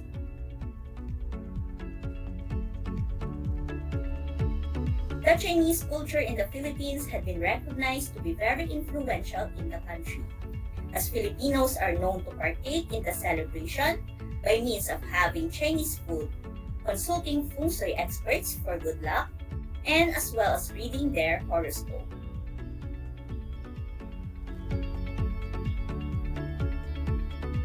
Now, let's move to the next festival that is celebrated in Japan, the Taiko Drum Festival. Taiko is an ancient Japanese form of percussion using large drums. The drums range in size from roughly a snare drum or shime to drums as large as a car or the odaiko. The most common drum size is the chudaiko, which is the size of a wine barrel. One of taiko's most defining aspects is its dynamic playing style. Taiko is playing loud, hard, and fast, and involves a lot of choreographed movement, which many identify with Japanese martial arts. In taiko drumming, the performers are not merely using the drum as an instrument. They are aiming to form a connection between the drum and themselves. A good example of a professional taiko drumming troupe is the Kodo. They are based in Sado Island, Japan, and they had a big role in popularizing taiko drumming both in Japan and abroad. They regularly tour in Japan, Europe, and the United States to perform. Their name Kodo conveys two meanings. First is a heartbeat, the primal source of all rhythm. And the second is children, as a reflection of Kodo's desire to play their drums with the heart of a child. The drummer is called uchite. You can see different kinds of drum during the Kodo performance, other and traditional Japanese instruments such as fyu and shamisen appears in the stage. Also, traditional dance and vocal performance are part of it. Kodo members are very talented before they compose for their performance. The Kodo performances normally last for 1 hour and 40 minutes. The costume in taiko performance are happy coats over black with white calligraphy, a baggy sleeve short cotton jacket, tied with a sash around the waist. It is usually plain in color, typically blue or black, with a symbol printed on the lapels and on the back. Hachimaki, a white headband, tabi shoes with a big toe separated, and also we have the odaiko, big drum, kosuke, medium drum, and shime, small drum.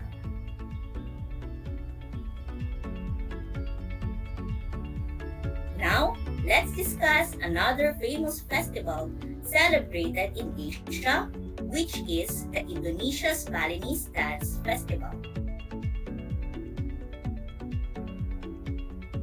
In the early 15th century, the art culture of Bali changed when artists fled from Java.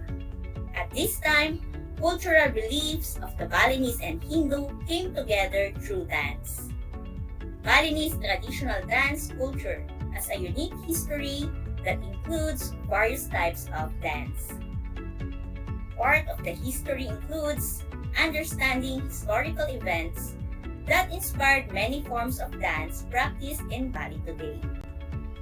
Before Bali adopted various forms of dance, people identify with the culture today and before the adoption of Hindu religion. People use dance as a way to fend off evil spirits through dance rituals.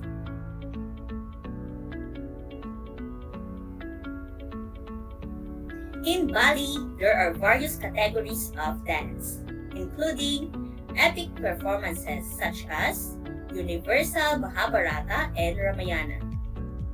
Certain ceremonies at village temples feature a special performance of a dance drama, a battle between mythical characters Rangda, the witch representing evil, and Barong, the lion or dragon, representing good. Bali dancers learn the craft as a children from their mothers as soon as they are born. In the womb, they are played the Balinese music and are taught to dance with their hands before they can walk. Official training as a Bali dancer starts as young as 7. In Balinese dance, the movement is closely associated with the rhythms produced by gamelan, a musical ensemble specific to Java and Bali. Multiple levels of articulation in the face, eyes, hands, arms, hips, and feet are coordinated to reflect layers of percussive sounds. The number of codified hand positions and gestures, the mudras, is higher in India than in Java or Bali. Hand positions and gestures are nonetheless as important in Javanese and Balinese dance as in India. Whether in India, Indonesia, or Cambodia, hands have a typically ornamental role and emphasize the dance's delicate intricacy.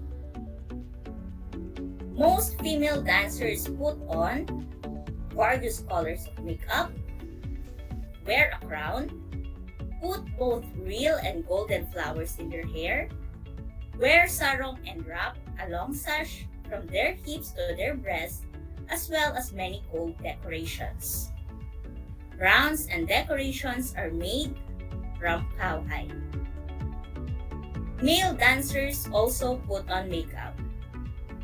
Men use more red color for their eye and cheeks, and their eyebrows are colored to enhance their masculinity. Men wear a mask when they dance topping dance. They wear a crown and put on a cloak or many pieces of these clothes around their body. They carry a sword on their shoulders. There are various types of Balinese dance based on the history and culture of Indonesia. These are religious dances performed in places throughout Bali and Indonesia.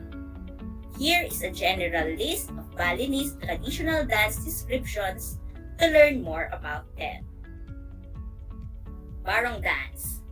It features a fight between good and evil as it features a lord of the forest and a witch whose spirits compete in darkness. It is a story of a Balinese village protector. Frog dance. It features frog-like moves inspired by a Balinese fairy tale of a frog and a princess. George dance. The dance features movements which involves shaking of the hips. Dancers may dance with an audience member. Also referred to as a social society dance. It has a long history of being a form of dance in Bali. Kasak dance, performed by chanting males. It is sometimes referred to as a fire dance because it is accompanied by praise. Legong dance. The dance tells the story of a king who finds a lost maiden and holds her captive. It features complex movement of fingers, feet, and facial expressions. Topeng dance. Topeng is a paper or wooden mask, and dancers wear this mask and tell ancient stories through dance. The performance is a drama based on stories with heroines or tales from early kingdoms and often takes place as a most large ceremonies in temples in Bali. The Ramayana ballet features a contemporary dance filled with 30-piece bronze ensemble, gong kepiar orchestra. The music is emotional as it tells a story of adventure and sorrow through the voice of a female singer. Let's move to the next festival we are going to explore, the Sky Lantern Festival in Thailand. The Sky Lantern Festival of Thailand is held not just in this country but also in China, Taiwan, and other neighboring countries. This event is about the launching of lanterns, which are small hot air balloons. Each release of a sky lantern is a petition, small prayer, or good wishes of a person who released the lantern. This event is held on the full moon of the 12th month in the traditional Thai lunar calendar. In the Western calendar, this usually falls in November. Here are some samples of different meanings of releasing sky lanterns. Number 1, it sends a person's bad luck and misfortune away into the air, especially if it disappears from view before the fire goes out. Number 2, people say a short prayer before launching the lantern. Sometimes they will also write their address in the lantern. Anyone who later finds the lantern can then claim money from the sender. In this way, the good fortune is shared. Number 3, it is considered good luck to release a sky lantern. And many Thais believe there are symbols of problems and worries floating away. And lastly, it is an act of veneration to Pragad Julamani by sending air balloon lanterns into the high sky. The Chiang Mai area has been the scene of mass sky lantern release. Another famous festival celebrated in Thailand is Loy Krathong. The Loy Krathong festival in Thailand is the event that you should not miss. Krathong is a term which refers to a piece of banana trunk decorated with flowers, banana leaves, candle, and incense sticks. The word loy means to float in the Thailand language. When put together, those two terms simply mean floating banana trunk festival. Today, locals created kratongs with the base of baked bread so that they can provide food for the fish on the ponds or river. Many of the locals will be excited to help tourists to make their own kratongs, but you can also purchase elaborate, pre-made lanterns. The banks of the river are lined with people crouched down saying prayers and making wishes before pushing their lanterns out in the water. Many Thais say releasing the lantern is a way to send their problems away. Class, are you still enjoying our exploration of festivals and theatrical forms in China, Japan, Indonesia, and Thailand? Okay, very good. Now, let's have an assessment to your learning for today's lesson. You can write your answer on the chat box or on a clean sheet of paper and send it to your MAPE teacher. Are you ready? Okay, let's begin. Question number 1. It is a festival in Thailand to honor the goddess of water. I repeat, it is a festival in Thailand to honor the goddess of water? The answer is correct. Loy Krathong. Question number 2. What thing do the tides release in the sky to send away the bad luck or misfortune? What thing do the tides release in the sky to send away the bad luck or misfortune? Very good. The answer is sky lantern. Question number 3. What is the traditional Chinese dance that is usually seen during the Chinese New Year celebration? You got it right. The answer is dragon dance. Question number 4. What do you call the Japanese drumming festival? I will repeat. What do you call the Japanese drumming style? Very good. The correct answer is Taiko Drum Festival. Last question. What is the instrument that produced the rhythm in the Balinese dance? What is the instrument that produced the rhythm in the Balinese dance? Correct.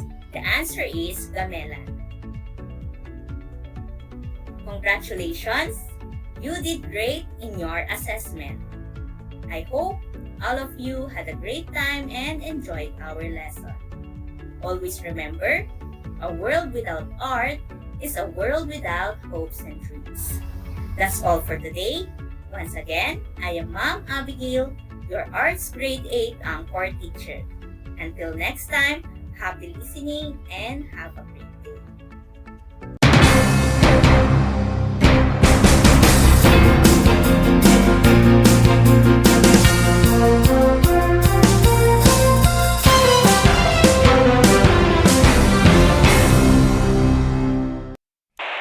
Bahagi mo Radyo Pilipino saan mang bahagi ng Pilipinas, saan mang bahagi ng mundo, anumang uri ng pamumuhay, kabahagi mo Radyo Pilipino. Radyo Pilipino sumasahimpapawid sa DWPR 1296 Dagupan, DZTC 828 Tarlac, DZLT 1188 Lucena, DZYM 1539 Mindoro, DWRL 1080 Legazpi, DWRN 657 Naga, DYRB 540 Cebu, DYRL 1035 Bacolod, DYRN 1134 Dumaguete, DXCO 1044 Cagayan de Oro, DXGS 765 General Santos, DXOC 1494 Ozamis, DXOW 981 Davao at Radio Filipino Podcast Center Manila. Ito ang kabahagi mo Radyo Pilipino, napapakinggan on air and online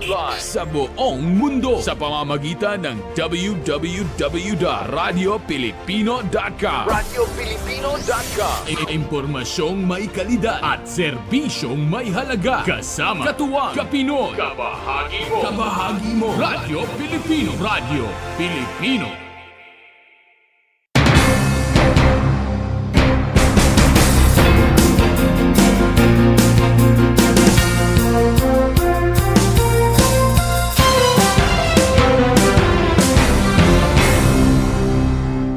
The word boondocks, which is now part of the English Language Dictionary and Vocabulary, comes from the Tagalog word bundok, meaning mountain. Catch Aral TarlakHenyo every Monday through Friday from 8:30 a.m. to 5:30 p.m. over Radyo Pilipino DCTC 828 and streamed live on the Facebook page and YouTube channel of RTV Tarlac, Channel 26. I am Jeremiah Gahutan, your English teacher broadcaster. Let's learn English together only here on Aral TarlakHenyo.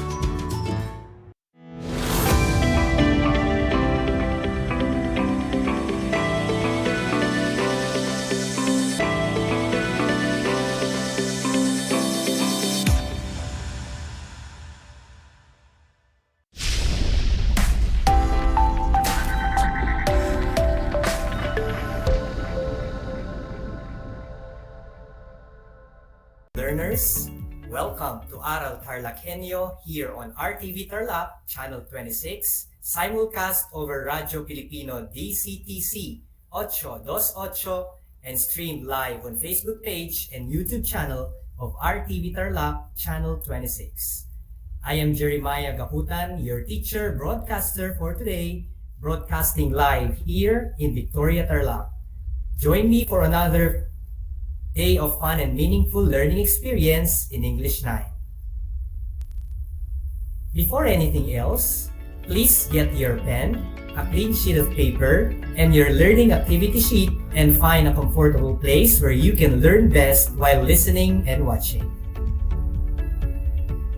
As we start our learning journey this afternoon, it is but important to look on the parts of your learning activity sheet, so you may scan the pages as we go over them.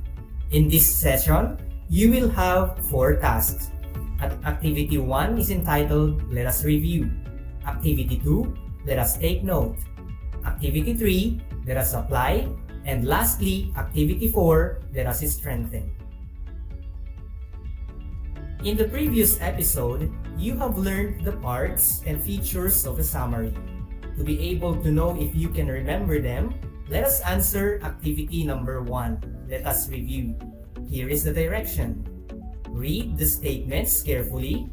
Identify what is described by completing the missing letters to form the correct word.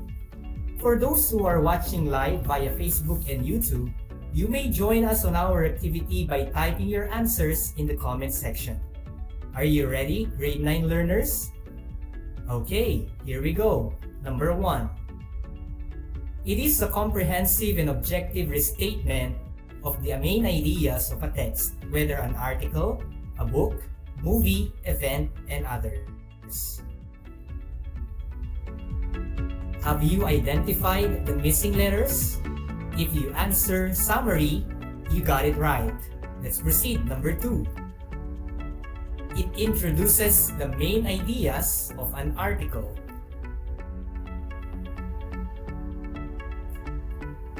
What is your answer?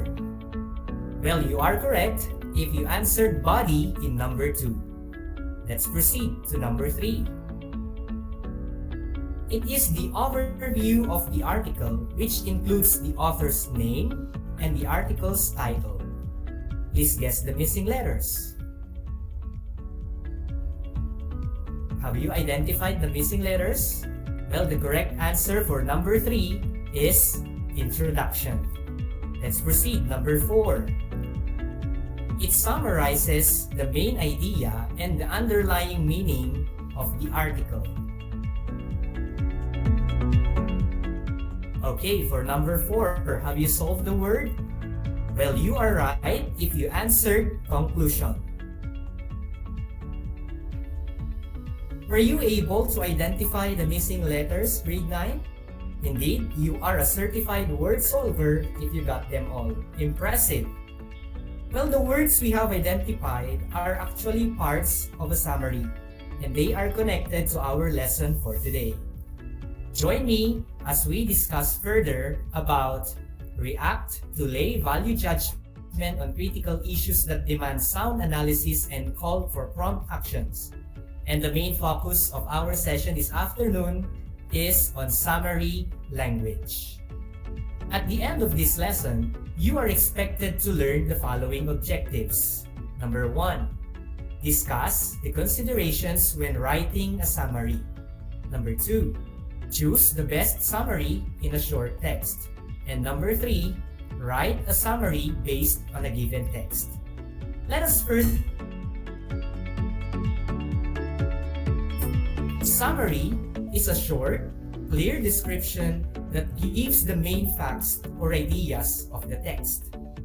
Well, writing a summary is not an easy task. It involves a lot of considerations. You might ask me, how should I start a summary? The first thing to a well-crafted and good summary is to read and be familiar of the original text. While reading, it is also important to know the main idea or the most important idea of the paragraph. After looking for the main idea, You must also determine and note the supporting points that are essential in your summary. And finally, you need to put them in your own words. But remember, it's essential to paraphrase the author's ideas to avoid plagiarism. Now that you know how to start, you might also ask me the question, how long a summary is? According to courses.lumenlearning.com, a summary should be 1/3 of the original text. So for example, if a text is 3 pages long, you can summarize it in 1 page, and in the case of a 3-paragraph text, you may summarize or shorten it into 1 paragraph. After knowing the length of your summary, what are then the steps to follow when writing a summary? Well, you have to follow 4 steps. Let's try to identify them. Step number 1. You should outline the text.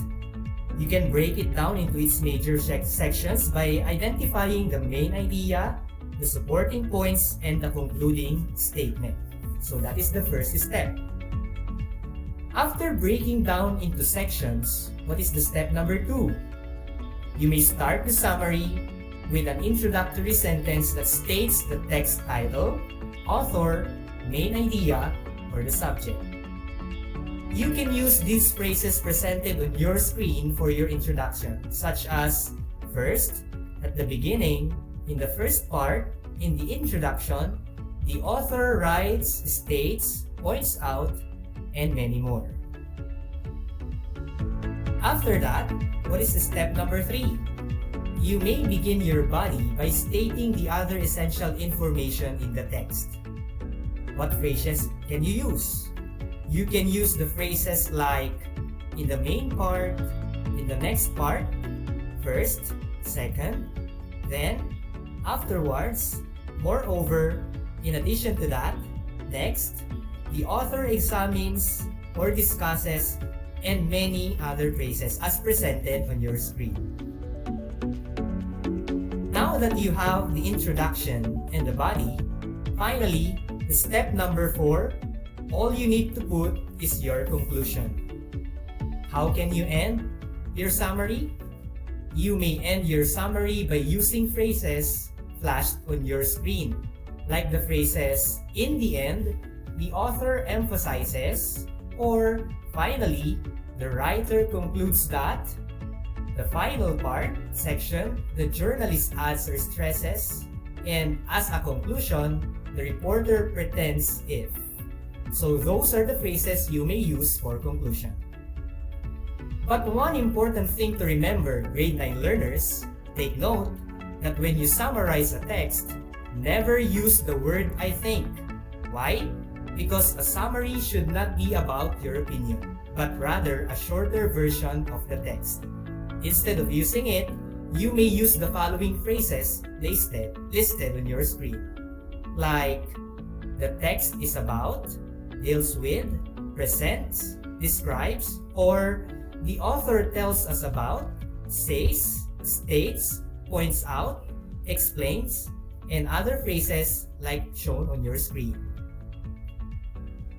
Let us now take a look in this example. Let us try to summarize the short passage entitled, Depression, Not a Joke. Let me read first the short passage. While reading, remember the steps I gave you a while ago. Before summarizing it, please look for the main idea and the essential details that you may include in the summary. Listen as I read it. All of us may feel a little sad and pessimistic sometimes. However, if we feel these emotions all the time, it is not anymore a simple sadness. It is already a sign of depression. Depression must be taken seriously since it can lead to suicides. What should we do if we see the above symptoms in our family?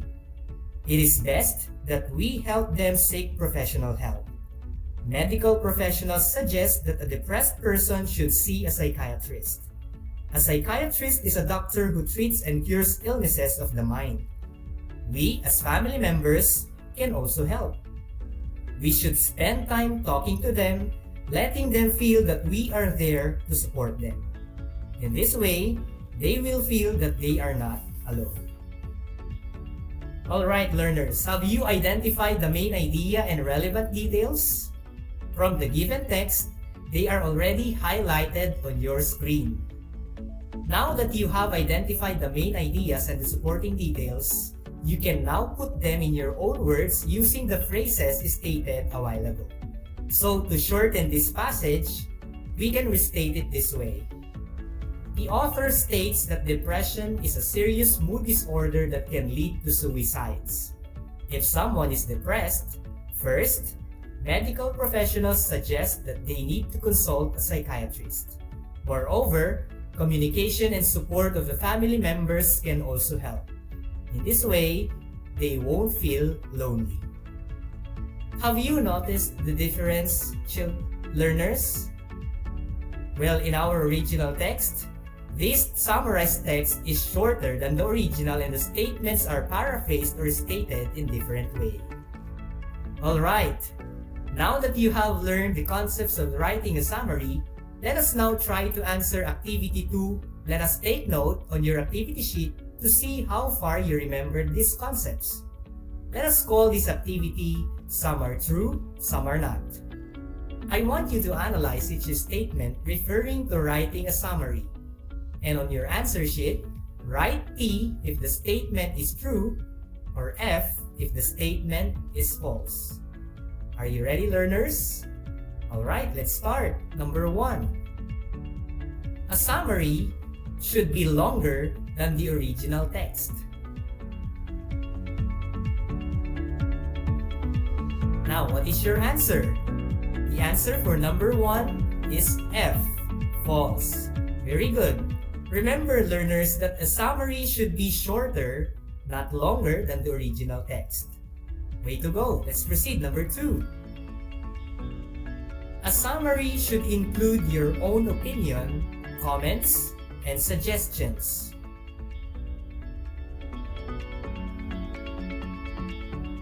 Okay, what is your answer for number 2?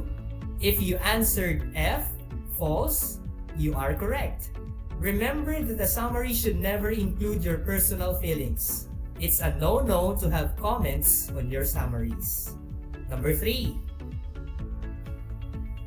In writing a summary, you should determine the main idea first before writing.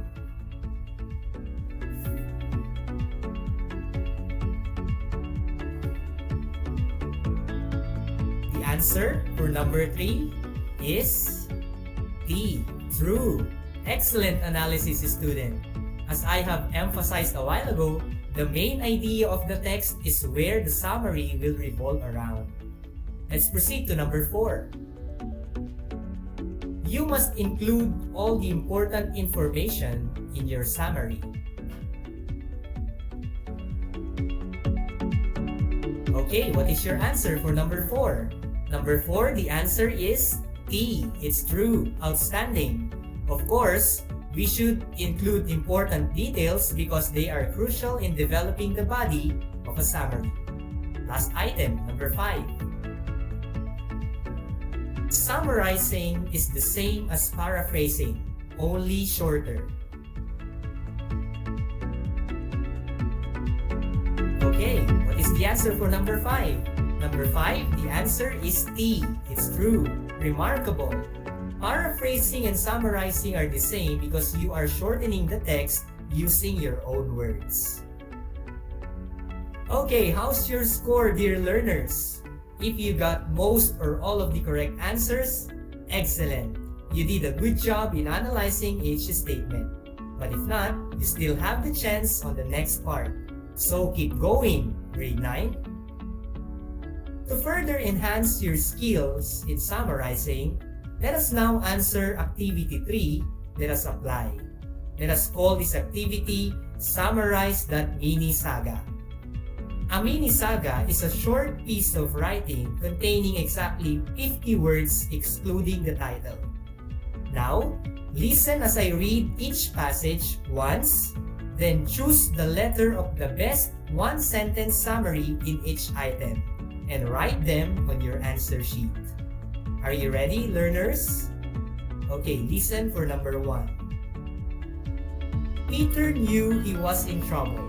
His teacher had warned him that if he was late again, he would be in big trouble. He ran all the way to school without stopping. When he arrived, he was shocked to find the gates were locked. Then he realized it was Saturday. Now, which is the best summary? Letter A. The author states that if Peter will be late again, he would be punished. Letter B. The author states that Peter is always late. Letter C. The author states that if you are late, you will be in trouble. Or letter D. The author states that Peter should learn how to be punctual.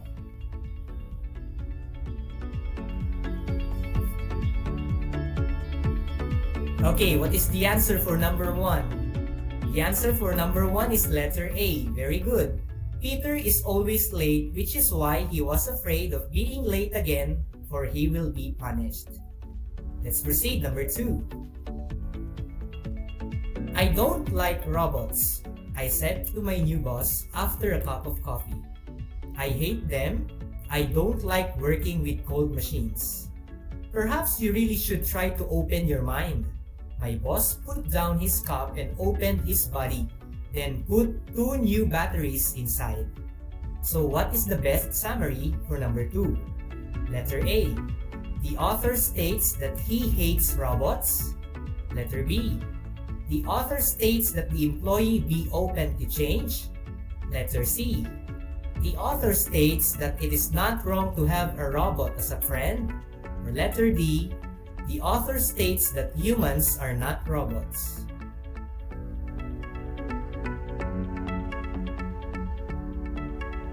Okay, what is your answer, dear learners? Number 2, the answer is letter B. Excellent. The author wants the reader to realize that the employee should embrace robots because he himself is one. Let's proceed. Number 3. The boy who lived in the countryside came home from the university. He wanted to give his parents a big surprise. At the door, he found his family cold and cheerless. To support him with his studies, his parents sold all their cattle and led a very poor and simple life. Now, which is the best summary? Letter A. The author points out that the family gave up so much that they can't even afford to smile. Letter B. The author points out that the family is not happy that their son came home. Letter C. The author points out that the family is unhappy because they sold all their cattle. Or letter D. The author points out that the family lost in a gamble.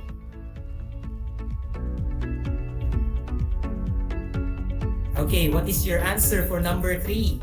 If you answered letter A, you are correct.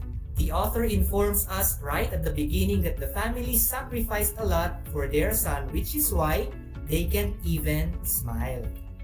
Okay, number 4. 4 friends went on a journey. After walking, they found a place to rest and eat. Each said they would do something. One said, I've prepared a meal. Another said, I'll start a fire. The third said, I'll build a shelter. While the fourth said, I'm ready to eat.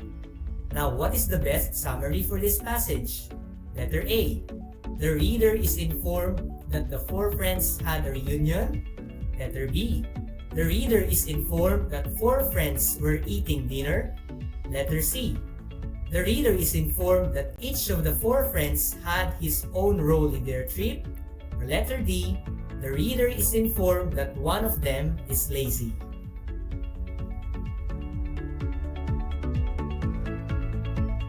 Okay, what is your answer for number 4? If you answered letter C, you're right. The reader is informed that each of the 4 friends had his own role in their trip. Let's proceed to the last item, number 5. A man works outside and earns money. His wife works inside the house as a housewife. The man usually orders her to do something and his wife fulfills it. However, The wife controls his pocket money. He cannot take a strong attitude toward his wife when he wants money. Now, which is the best summary for this passage? Letter A. The author explains that the husband is afraid of his wife. Letter B. The author explains that the husband trusts his wife on their budget. Letter C. The author explains that the husband is tired of his wife. Or letter D. The author explains that the husband doesn't need money.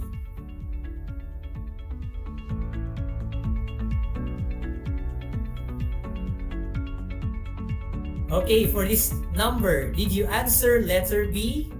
If yes, excellent. The author explains that the husband trusts his wife on their budget. Okay, were you able to get all the answers correctly, learners? Whatever your scores are, I commend you for your active participation in all the activities of our session today. I hope you learned a lot. Now for your last activity, please answer activity 4 on your activity sheet, and it is entitled Let Us Strengthen.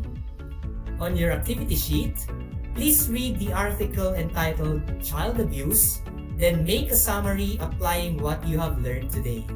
You have there the draft on what are you going to put in your summary. Don't worry, for you may do this activity after this episode.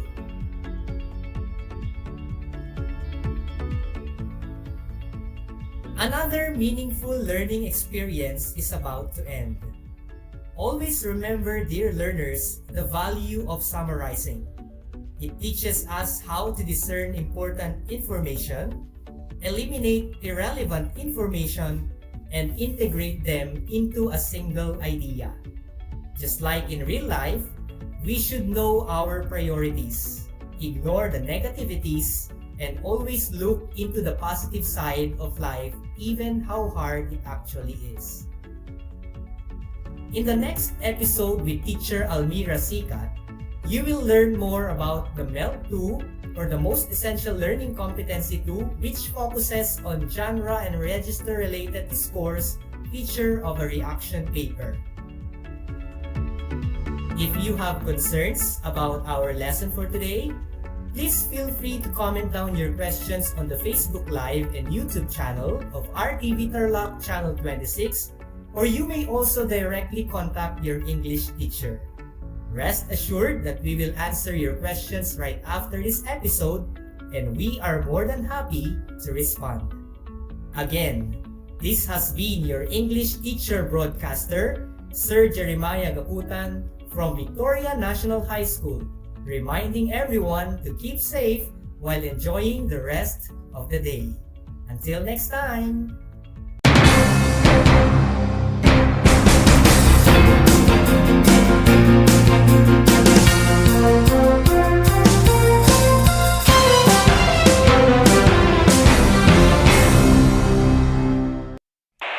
Bahagi mo Radyo Pilipino saan mang bahagi ng Pilipinas, saan mang bahagi ng mundo, anumang uri ng pamumuhay. Ito ang Kabahagi Mo Radyo Pilipino, napapakinggan on air and online sa buong mundo sa pamamagitan ng www.radiopilipino.com. Impormasyong may kalidad at serbisyong may halaga, kasama katuwang, kapinoy, kabahagi mo Radyo Pilipino, Radyo Pilipino.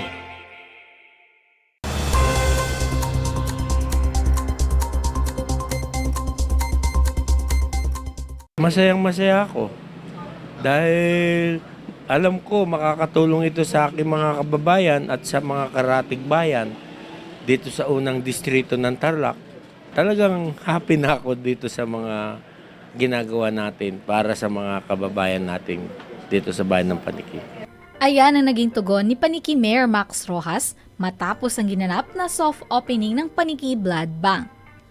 Bukod sa Blood Bank, mayroon pang ibang proyekto ang inihahanda nito at ni Vice Mayor Ben Rojas para sa kanilang nasasakupan. Kagaya nung ibinigay ng DOH yung Super Mega RHU na pag-ooperate na nitong buwan na ito, inintay lang namin na yung request ko sa Tarel ko para tuluyan ng magbukas yung super mega RHU ko doon sa lupang idinonate namin para doon itayo yung super mega RHU. Sa panayam kay Mr. June Paras ng Philippine Red Cross Tarlac, aniya, malaking bagay na mayroong sariling blood bank ang isang bayan. Well, napaka-importante kasi ang in line with the expansion program of the Philippine Red Cross as envisioned by our chairman, no less than Senator Richard Gordon, ang gusto niyang mangyari, ilapit ang dugo sa mga tao sa grassroots. So therefore, itong pagpatayo ng building dito ay kay Mayor Max. Napakahalaga nito kasi kaya nung kausapin namin si Mayor Max na magtatayo dito, agad-agad umuo siya. Kasi ganun ka-importante sa kanya yung blood bank dito sa ating bayan. Kaya ito, susuplayan niya ng dugo itong mga karatig bayan, hindi lang dito sa Paniki, maging sa karatig bayan ng 1st District. Dagdag pa nito, magiging madali na ang paglapit ng dugo sa mga nangangailangan sa bayan at sa karatig na lugar. For easy access, yan ang ating vision ng ating chairman si Senator Richard Gordon na mapalapit ang dugo sa mga taong bayan. Kasabay ng isinagawang soft opening ng blood bank ng bayan ay ang bloodletting activity kung saan ilan sa mga blood donors ang dumalo. Isa sa mga ito ay si Jacob Valdez na nakaugalingan ng mag-donate upang makatulong sa mga nangangailangan. Binanggit din nito na malaking bagay na mayroon ng sariling blood bank ang bayan. Mas okay po, mas convenient na po kasi mas malapit na yung pupuntahan nila pag may mga nangailangan dito na pasyente.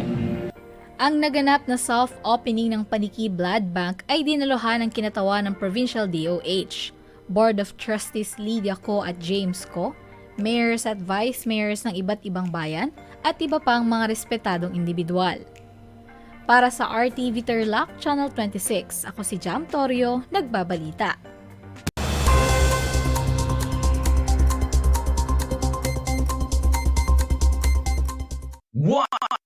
One FM. This is your one. My only one. One lang yan. The only one. One FM. 96.1 Tarlac, 98.3 Lucena, 88.3 Legazpi, 96.1 Surigao, 95.9 Butuan, 92.1 Mindoro, 96.7 Tacloban, 99.3 Baler, 95.1 Puerto Princesa, Palawan.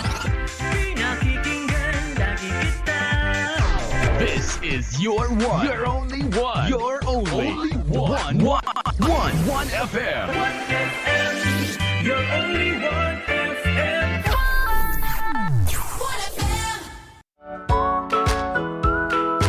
How are you today? Hello, everyone. Hello, learners of Tarlac. Good morning, Math Talino Grade 4 learners. Welcome to Aral TarlakHenyo here on RTV Tarlac Channel 26. Simulcast over DCTC Radio Filipino Tarlac. I'm Sir Glenn, your teacher broadcaster. Broadcasting live here at Paniki Tarlac. Remotely here in Concepcion, Tarlac. Live here at Barangay Pedro Elquines, Mayantok, Tarlac. Broadcasting live from Ramos National High School. Your anchor teacher today for grade 9 mathematics. Your partner in education this time of pandemic. Alam niyo ba na ang gitnang Luzon ay tinaguri ang banga ng bigas ng bayan o kamalig ng palay ng Pilipinas dahil dito nagmumula ang malaking produksyon ng bigas sa ating bansa. Ito ay binubuo ng mga lalawigan ng Aurora, Bataan, Pampanga, Nueva Ecija, Zambales at Tarlac. Ugaliin nating manood ng Aral TarlakHenyo Lunes hanggang Biyernes alas 8:30 ng umaga hanggang alas 5:30 ng hapon. Ako si Binibining Pia Isrin Capiral, ang inyong teacher broadcaster sa Araling Panlipunan dito sa Project Shine Aral TarlakHenyo. Lagi nating tandaan ang pag-aaral ng Araling Panlipunan ay tungo sa daan ng pagiging makadiyos, makakalikasan, makatao at makabansa.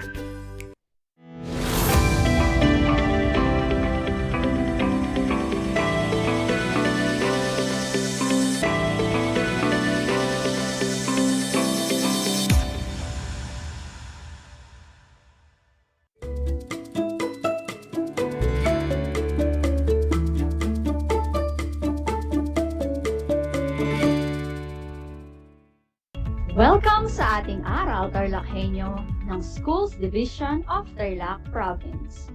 Hatid sa inyo ng RTV Tarlac Channel 26 at ng DZTZ 828, Radyo Pilipino Tarlac. Isang malusog at ligtas na hapon, kabataang TarlakHenyo. Narito na naman tayo, nagsisikap at nagpupunyagi na maging makadiyos, makatao, makakalikasan at makabansa.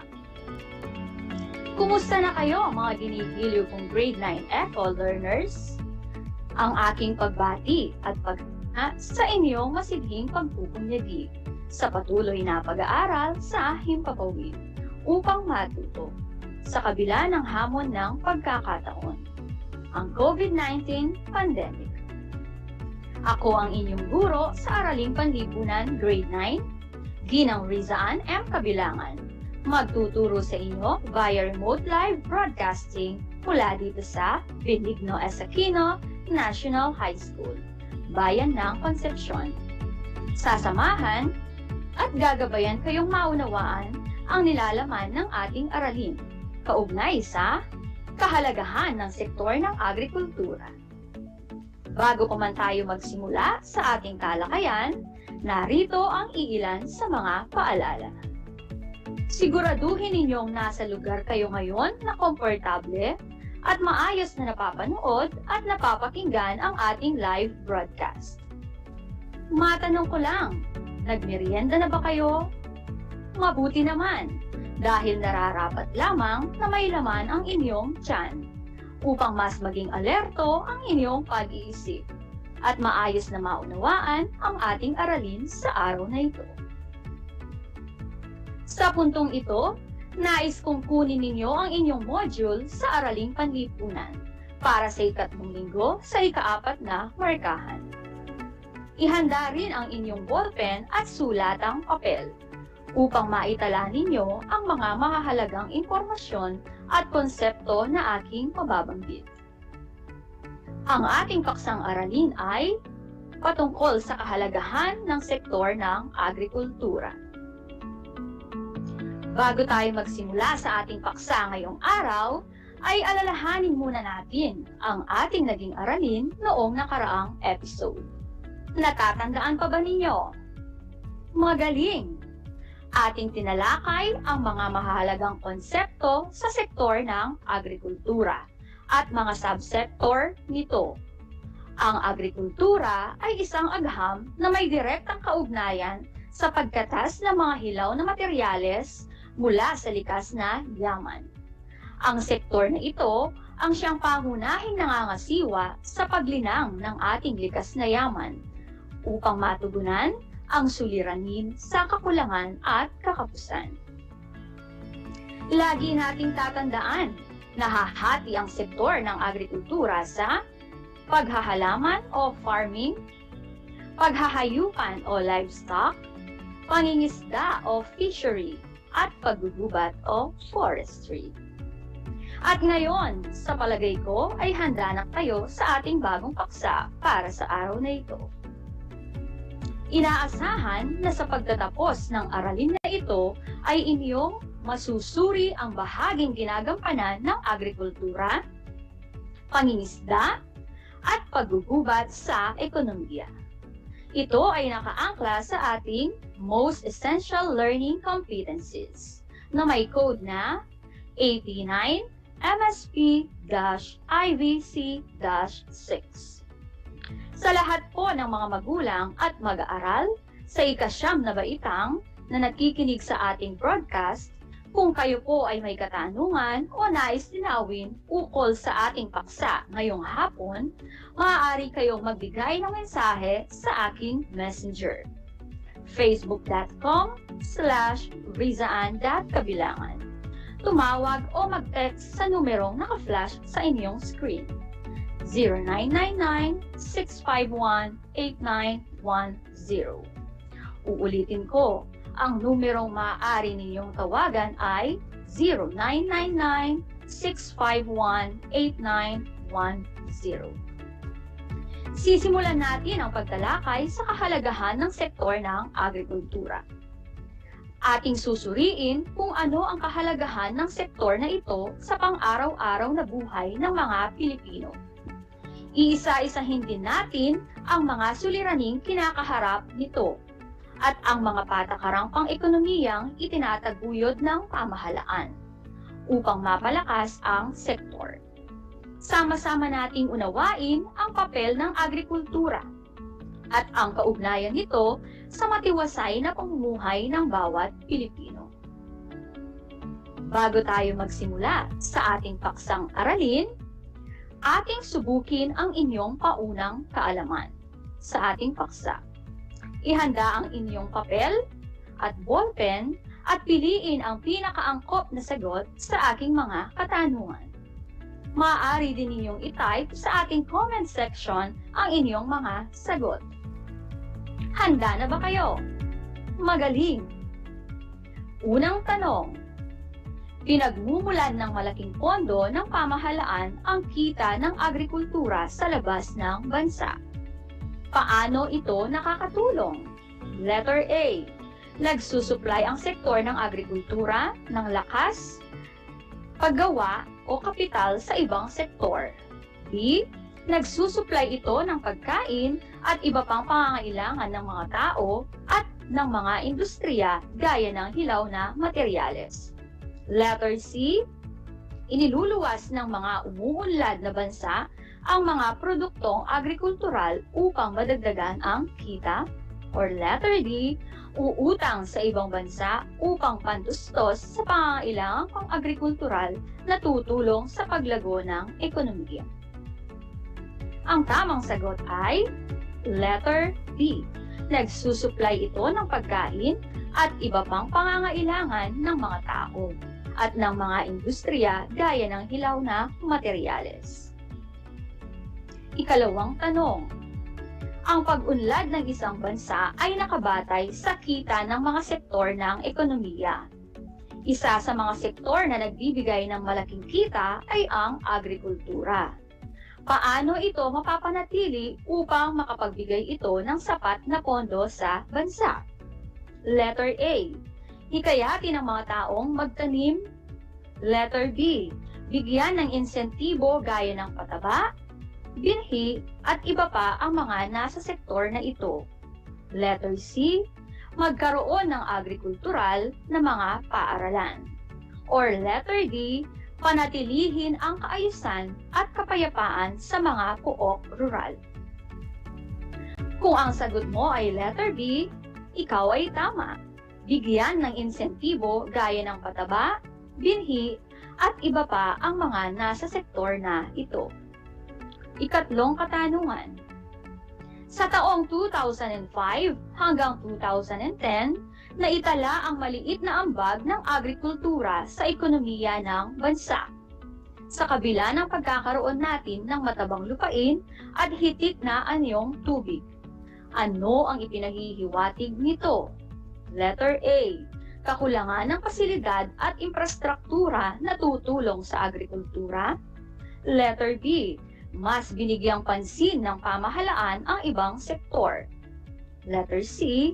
Kulang ang suporta na tinatanggap ng mga nasa sektor ng agrikultura. Or letter D. Pinayagang makapasok ang mga banyagang produkto. Letter E. Informal na sektor. Ang tamang kasagutan ay letter A. Kakulangan ng pasilidad at infrastruktura na tutulong sa agrikultura. Ikaapat na tanong. Ang Pilipinas ay tanyag na agrikultural na bansa. Ano ang dapat gawin sa sektor ng agrikultura upang umunlad ito? Letter A. Dagdagan ang pondo ng agrikultural na sektor. B. Ipagmalaki ang mga taong namamahala rito. Letter C. Komprehensibong pamamahagi ng lupa sa mga magsasaka. Or letter D. Iboto ang mga taong may malasakit sa sektor ng agrikultura. Ang tamang sagot ay letter C. Komprehensibong pamamahagi ng lupa sa mga magsasaka. Ikalimang tanong.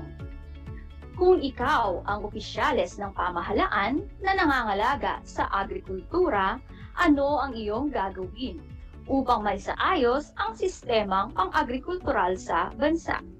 Letter A. Gagawing prioridad ang sektor ng agrikultura na nagbibigay ng malaking kita. Letter B. Popondohan ang nasabing sektor. C.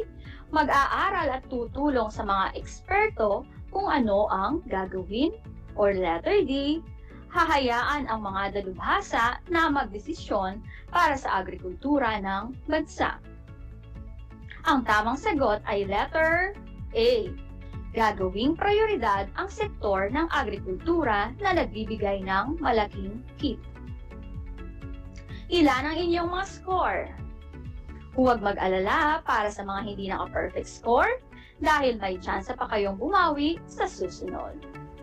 Samantala, tayo nang magsimula sa ating talakayan. Halina't simulan natin ang ating aralin tungkol sa kahalagahan ng sektor ng agrikultura. Ang pag-unlad ng isang bansa ay nakabatay sa laki at taas ng kita ng mga sektor ng ekonomiya. Mahalagang mapagtuunan ng pansin ng pamahalaan ang lahat ng sektor, particular ang agrikultura, sapagkat dito nagmumula ang mga pagkain na tumutugon sa pangangailangan ng mga mamamayan. Dahil dito, ang agrikultura ay nararapat na bigyang pansin upang mapalakas at maging katuwang ng pamahalaan sa pagkamit ng kaunlaran ayon sa mga sumusunod na kahalagahan. Una, ang agrikultura ay pangunahing pinagmumulan ng pagkain.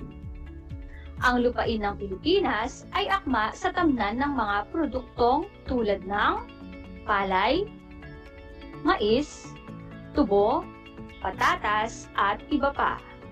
Mayroong ding inaaning mga prutas tulad ng mangga, pinya, kopra at saging. Mainam din ang temperatura dito bilang lokasyon sa pag-aalaga ng mga hayop na ginagamit sa pang-araw-araw na pangangailangan ng mga tao. Mayroong ding sapat na mapagkukunan ng mga pagkain mula sa katubigan. Ang agrikultura ay isang napakahalagang sektor sa bansa dahil ito ang pinagmumulan ng mga pagkain ng mga mamamayan. Pangalawa, pinagkukunan ng material para makabuo ng bagong produkto.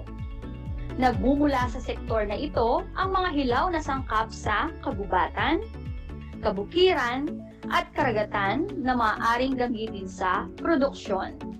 Halimbawa, ang puno na pinagmumulan ng goma ay gamit para sa paggawa ng gulong. Bulak at halamang mayaman sa hibla para sa tela at sinulid. Kahoy para sa muebles, dahon at ugat para naman sa pagkain, kemikal o gamot. Pangatlo, pinagkukunan ng kitang panlabas. Isang mahalagang pinagkukunan ng dolyar ng Pilipinas ay mula sa mga produktong agrikultural na naibebenta sa mga pandaigdigang pamilihan. Kabilang sa mga iniluluwas ng bansa na pinagmumulan ng dolyar ang kopra, hipon, prutas, abaka, at iba pang hilaw na sangkap na ginagamit sa pagbuo ng iba't ibang produkto. Pang-apat, nagbibigay ng trabaho sa mga Pilipino.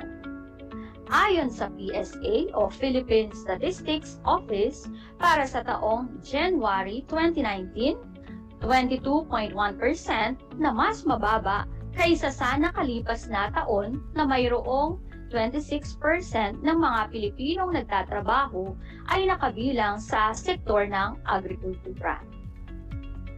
Panglima, pinagkukunan ng sobrang manggagawa mula sa sektor agrikultural patungo sa sektor ng industriya at paglilingkod. Sa patuloy na pag-unlad ng teknolohiya na ginagamit sa agrikultura at sa patuloy na pagliit ng mga lupain para sa mga pagtatanim dahil sa populasyon, Ang mga sobrang manggagawa ay pinakikinabangan ng sektor ng industriya at paglilingkod, batay sa laki ng demand sa mga ito. Sa pangkalahatan, ipinakikita nito na ang sektor ng agrikultura ay isang mahalagang tagapagtaguyod ng ekonomiya ng bansa. Katuwang nito ang pamahalaan sa pagpapalakas at pagtugon sa mga pangunahing pangangailangan ng mamamayan, mula sa mga pagkain hanggang sa mga sangkap ng produksyon. Ang kasiguraduhang sapat ang kalakasang pisikal at kasaganaan sa bawat tahanan ay maaaring may positibong epekto sa isang bansa. Samantala, kung hihigit sa pangangailangan ng bayan ang manggagawa, maaari itong maging mga produkto na ikakalakal sa labas ng bansa. Sa ngayon, ang sektor ay magiging isang matibay na sandigan ng bayan upang makamit ang inaasam na kaunlaran. At dito na muna nagtatapos ang ating talakayan patungkol sa kahalagahan ng sektor ng agrikultura. Pero, para makasiguro ako na kayo ay talagang nakinig at naunawaan ang ating talakayan, ay magkakaroon tayo ng maikling pagsusulit. Ihanda lamang ang inyong ballpen at satutang papel. Isulat niyo lamang ang PM kung ang tinutukoy na pahayag ay pinakamainam. At DM naman kung ang pahayag ay di mainam. Babasahin ko ang bawat pahayag ng 2 beses. Handa na ba kayo? Tara, simulan na natin. Number 1. Pagbibigay ng suporta sa manggagawa ng agrikultura.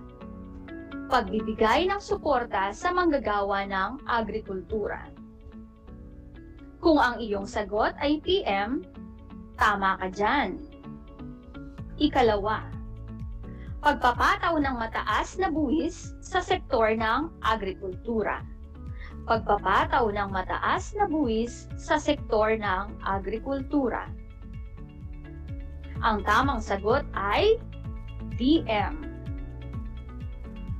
Number 3. Pagpapayaman sa ating karagatan at kagubatan. Pagpapayaman sa ating karagatan at kagubatan. Kung ang sinulat mo ay PM, ikaw ay magaling. Number 4. Prioridad ang pangangailangan ng lokal na pamilihan sa mga produktong agrikultural. Prioridad ang pangangailangan ng lokal na pamilihan sa mga produktong agrikultural. Ang sagot mo ba ay PM? Napakahusay mo. Number 5. Pagbabawas ng lupain para sa pagsasaka. Pagbabawas ng lupain para sa pagsasaka. Kung ang sagot mo ay DM, ikaw ay correct ulit. Sa ating susunod na talakayan, aalamin natin ang mga suliranin sa sektor ng agrikultura. Ngunit bago yon, sagutin ang gawain sa pahina 12 ng inyong module na may pamagat na Concept Web at sagutin ang mga nakahandang katanungan. Nasa ibaba din ng ilustrasyon ang rubric upang kayo ay magabayan sa inyong gagawing pagpapaliwanag. Maaari ninyong kunan ng larawan gamit ang inyong cellphone, ang inyong gawain at isumite ito sa Facebook Messenger ng inyong guro sa Araling Panlipunan. Sa mga walang access sa internet, maaaring ipasa ang inyong ginawang activity sa inyong paaralan sa itatakdang pagsauli at pagkuha ng module. Bago tayo magtapos sa ating episode ngayong hapon, ay ating panuorin ang awit ng ating mga bayaning magsasaka mula sa komposisyon ng duo na Buklod.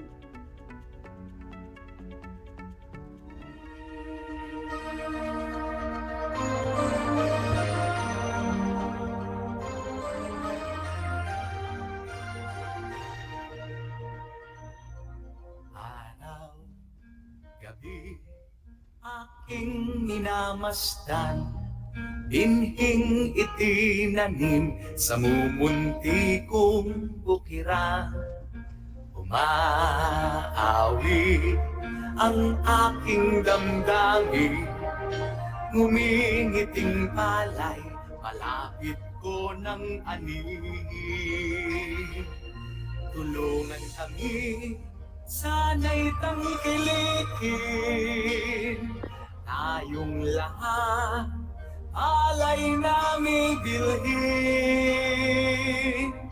Bawat butil, dugot, pawis, alay namin, ang dalangin ko naway inyong dinggin.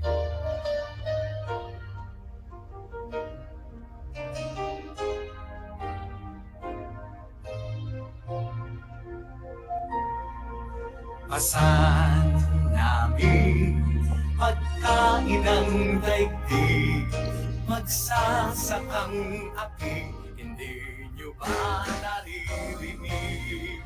Buhay namin di tulad sa iba, paraisong bukid ang tangi naming ginawa.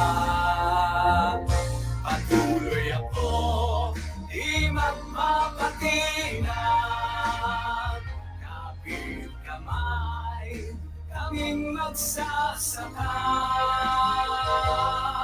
Bigyan kami ng kahit konting pag-asa, ang pangarap ko'y aning masagana. Tulungan kami, sana'y tangkilikin, tayong lahat, palay namin bilhin. Bawat butil, dugot, awis, alay namin, ay dalangin ko naway inyong dinggin.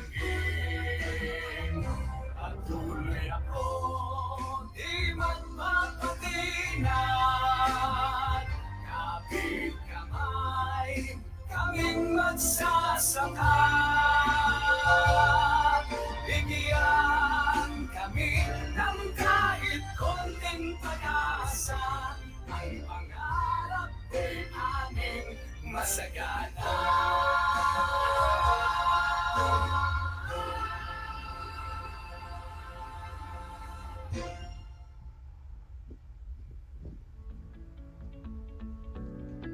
Inaasahan ko na kayo natuto sa ating talakayan sa araw na ito.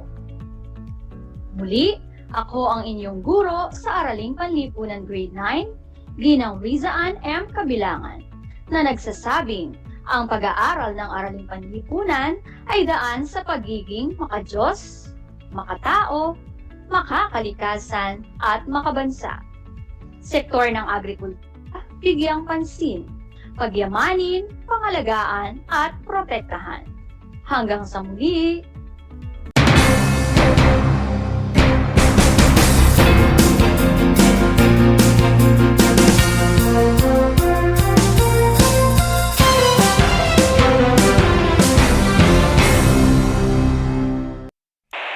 Bahagi mo Radyo Pilipino saan mang bahagi ng Pilipinas, saan mang bahagi ng mundo, anumang uri ng pamumuhay. Ito ang Kabahagi Mo Radyo Pilipino, napapakinggan on air and online sa buong mundo sa pamamagitan ng www.radiopilipino.com. Impormasyong may kalidad at serbisyong may halaga, kasama katuwang Kapinoy. Kabahagi Mo Radyo Pilipino. Radyo Pilipino.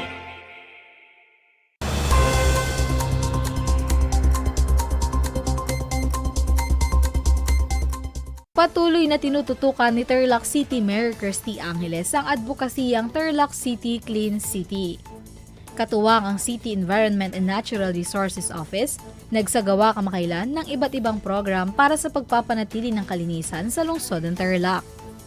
Ilan sa mga programang ito ay ang mga sumusunod: Ecological Solid Waste Management sa Asturias Elementary School, maintaining ground cleanliness sa RUA Market surrounding at Ninoy Aquino Boulevard, Barangay San Nicolas, vegetation control at clearing operation sa iba't ibang lugar sa lungsod ng Tarlac at iba pang mga aktibidad na nakasentro sa pagpapanatili ng kalinisan sa lungsod. Hinihikayat naman ng lahat na makiisa sa advokasiyang ito sa pagpapanatili ng kalinisan at kaayusan sa lungsod ng Tarlac.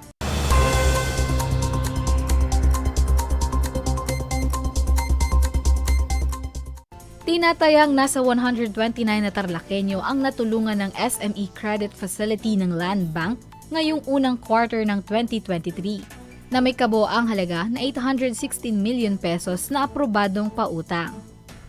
Ayon kay Land Bank Tarlac Lending Center Head Demetrio Espiritu III, ang SME Credit Facility ay programang pautang para sa mga micro, small and medium enterprises o MSMEs upang tulungan sila sa pagsisimula o pagpapalago ng kanilang negosyo, kung saan 80% ng kabuoang halaga ng proyekto ang inaalok sa mga interesadong umutang, habang 20% naman ang kanilang magiging equity.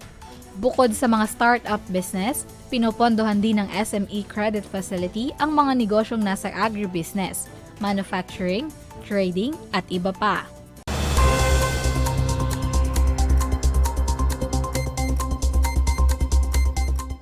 Ang Tarlac State University ay nakapag-produce ng 3 top-notcher sa March 2023 Licensure Examination for Professional Teachers, ayon sa mga resulta na inalabas ng Professional Regulation Commission o PRC. Nasungkit ni Roosevelt T. Tabag at Ricardo S. Punzalan ang pangalawa at pang-8 pwesto para sa secondary level, habang nasungkit naman ni Kyla E. Adams ang ika-6 na pwesto para sa elementary level. Base sa institutional performance, nakapagtala ang TSU ng mas mataas na percentage kumpara sa national passing rates. Sa elementary level, ang universidad ay nakapagtala ng 81.85% passing rate para sa mga first-time takers at 71.43% para sa institutional passing rate. Ang national passing percentage ay 40.77%. Samantala, ang passing rate para sa first-time takers sa secondary level ay 69.76%. Ang institutional passing rate ay 61.83%, habang ang national passing rate ay 46.85%.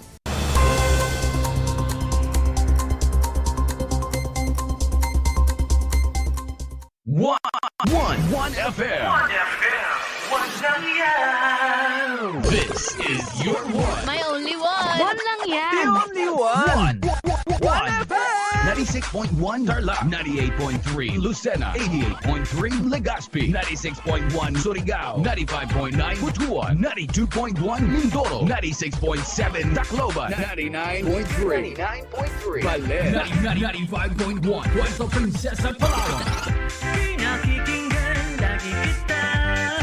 This is your one. Your only one. Your only one. One FM. One FM.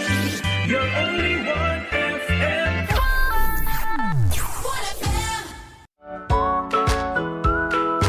How are you today? Hello, everyone. Hello, learners of Tarlac. Good morning, Math Talino Grade 4 learners! Welcome to Aral TarlakHenyo Here on RTV Tarlac Channel 26. Simulcast over DCTC. Radyo Pilipino Tarlac. I'm Sir Glenn, your teacher broadcaster. Broadcasting live here at Paniki Tarlac. Remotely here in Concepcion, Tarlac. Live here at Barangay Pedro Elquines, Mayantok, Tarlac. Broadcasting live from Ramos National High School. Your anchor teacher today for grade 9 mathematics. your partner in education this time of pandemic.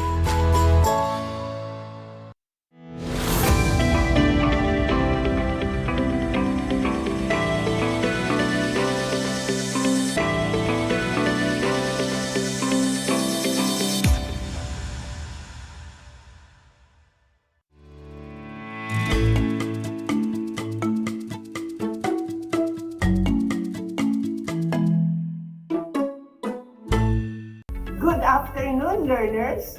Welcome to Aral TarlakHenyo, here on RTV Tarlac Channel 26, simulcast over DCTC Radio Filipino Tarlac, I am Francis B. Milagrito, your teacher broadcaster for TLE Grade 9.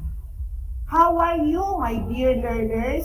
I hope that you are all safe and doing well and ready to another experience.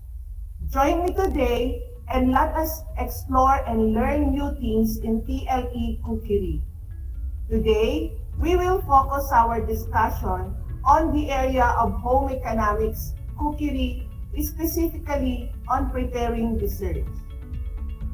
This time, I want you to prepare your compendium of notes in cookery, as well as your pen and notebook. Be in a place where you are comfortable watching or listening. And don't forget to take down notes as we go along with the lesson. Today, we will focus our discussion on how to prepare desserts. At the end of the lesson, you are expected to identify the different classifications of desserts, preparing desserts, and appreciate the importance of desserts in our daily meal. Before we begin, let us have a short review on our previous topic. Last time, we discussed about the tools, utensils, and equipment used in preparing desserts. We have also learned how to use each tool and equipment properly. Do you still remember those tools and equipment? Great! Let us name some of them by having a simple exercise. I will give you scrambled words, and what you need to do is arrange these words to form a words that is being described by the given statement and its picture. You will be given 5 seconds to give me the correct answers. Let's begin. Number 1, it is a hollow dish where ingredients for baking are mixed. Very good. The correct answer is mixing bowl. Number 2, it is a kitchen tool used for applying gentle heat on the stove top. It is useful for delicate tasks like making Hollandaise sauce, melting chocolate, and custard. Very good. The correct answer is double boiler. Number 3, it is a cutting device for ingredients like scissors. If your answer is kitchen shear, that is correct. Number 4, it is a rubber or silicone tools to blend or scrape the food from the bowl. You are correct. The answer is rubber scraper. And number 5, it is a tool used for stirring sauces and for mixing ingredients in cooking. Very good. The answer is wooden spoon. Congratulations! You did a great job. And now, my dear learners, let us start our new lesson on how to prepare desserts. Are you ready to learn how to prepare dessert? Great! Let us now begin by defining what dessert is. Dessert is usually sweet course or dish. It is served at the end of the meal. Their presence on the menu makes us feel satisfied after a meal and compensates for low blood pressure. The desire to improve your mood by ingesting sugar can also be a factor.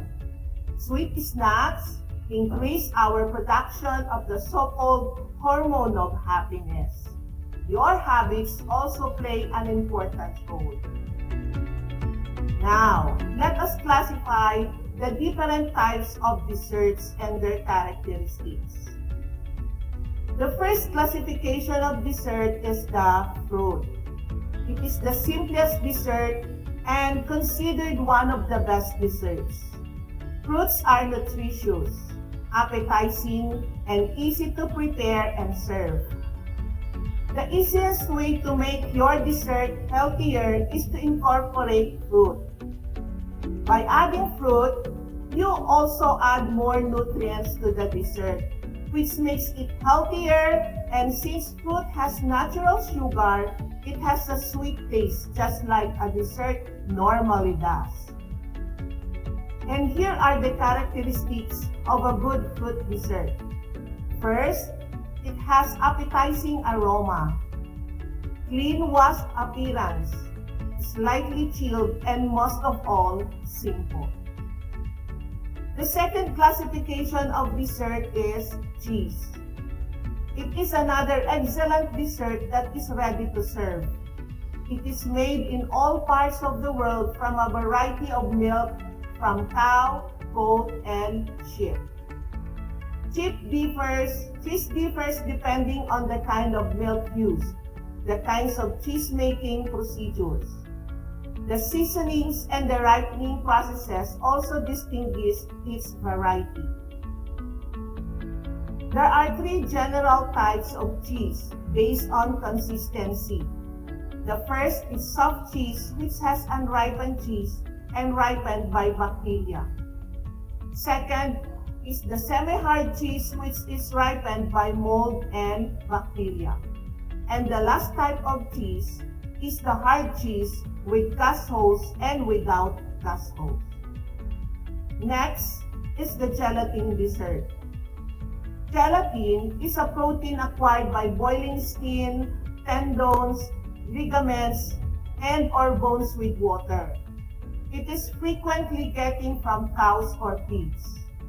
Gelatin is not vegan, though there is a product called agar-agar that is occasionally marketed as gelatin. However, it is vegan. It is derived from a kind of seaweed. Gelatin is marketed in two forms. First, the unsweetened granular type that must be softened in water before use. Second is the fruit gelatin, to which flavor, color, and sugar have already been added. Custard is another classification of dessert. It is culinary preparation made by blending eggs with milk or cream. It is thickened by the coagulation of the egg proteins, which is achieved by gently heating the custard in some way. There are two types of custard, the baked custard and the soft custard. Baked custard is not stirred during the baking process, thus giving a more solid texture. Baked custard contains whole eggs, which causes the dish to solidify to a gel, flan, or creme caramel. The characteristic of baked custard are the following: firmness of shape, smooth, tender texture, rich and creamy consistency, and excellent flavor. Soft custard is also known as stirred custard. It is stirred while being cooked over low heat or in a double boiler to a smooth, creamy, and thickened fluid consistency. The recipe is then refrigerated, where it will continue to thicken more. The characteristics of soft custard are the following: velvety smooth texture, rich flavor, and it has pudding consistency of heavy creams. Another classification of dessert is pudding. It is a type of food that can be both a dessert and a savory dish. The term pudding is said to come from the French word boudin, originally from the Latin butillus, which means small sausage, referring to covered meats used in medieval European puddings. The original pudding was prepared by combination of assorted ingredients with a grain product, or another binder such as butter, flour, cereal, and eggs, resulting into a solid mass. It's usually baked and steamed. And here are the characteristics of pudding. It is a sweet milk-based dessert, relatively simple to prepare and vary with sauces. It has attractive appearance, excellent consistency, well-blended flavor, firmness of shape, and an accompanying sauce to add interest. Puddings are classified as cornstarch pudding or blancmange, rice pudding, and the bread pudding. Next is the fruit cobblers. Fruit cobblers are fruit dessert baked with biscuit-style topping. It is called a cobbler because its top crust is not smooth, like a pie crust, but rather cobbled and coarse. It is usually dropped or spooned over the fruit, then baked.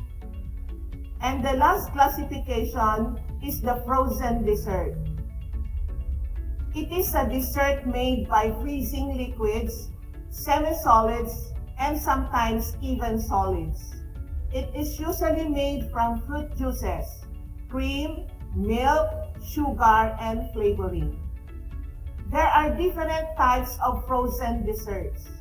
First is the ice cream.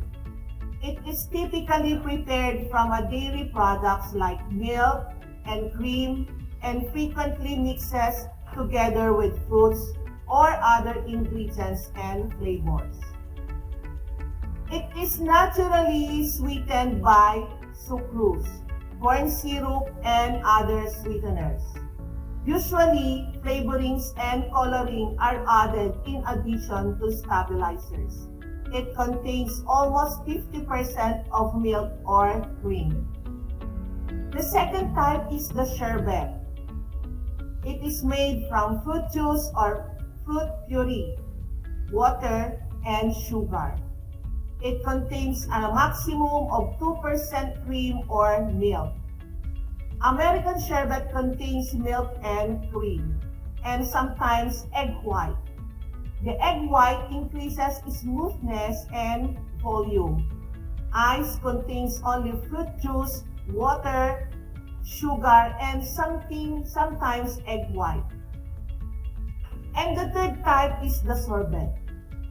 Sorbet, it is a frozen dessert which is also called Italian ice or water ice. It is made from sugar-sweetened water with flavoring, typically fruit juice, fruit puree, wine, liquor, or honey. Generally, sorbets do not contain dairy ingredients. Now, let me ask you, can you give me an example of health benefits that can get from dessert? Yes, that's right. We can get different health benefits from desserts like nutrients. It improves our weight control. It increases our production of the so-called hormone of happiness. And it compensates low blood sugar. And now, my dear learners, for you to understand better on how to prepare dessert, we are going to make a delicious banana pudding. Are you excited? Okay, but before that, let us find out what is banana pudding. Banana pudding is a type of traditional pudding made from banana slices mixed with custard. Now, are you ready? Let us begin. First thing to do is prepare all the utensils, equipment, and materials needed in preparing banana pudding. Make sure that the working area is clean and sanitized. Let us now watch the video of preparing banana custard.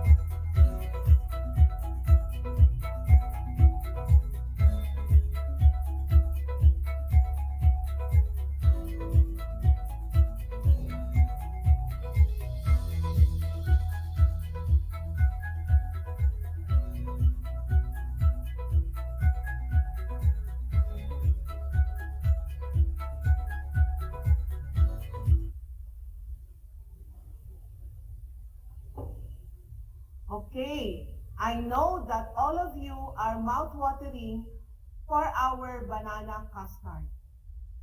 And now, my dear learners, kindly get a piece of paper and pen.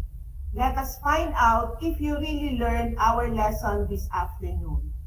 This is a multiple choice quiz. All you have to do is to select the correct answer by writing the letter of your choice on a clean sheet of paper. I will read the questions. You will be given 3 seconds to answer each question. Are you ready? Let's begin. Number 1, it is the simplest and one of the best dessert. It is nutritious, appetizing, and easy to prepare and serve. A. Fruits. B. Cheese. C. Puddings. Number 2, a type of frozen dessert which contains almost 50% of milk or cream. A. Sherbet. B. Ice cream. C. Sorbet. It is characteristically denotes a sweet milk-based dessert similar in consistency to egg-based custard or mousse. A. Fruit cobblers. B. Gelatin dessert. C. Pudding.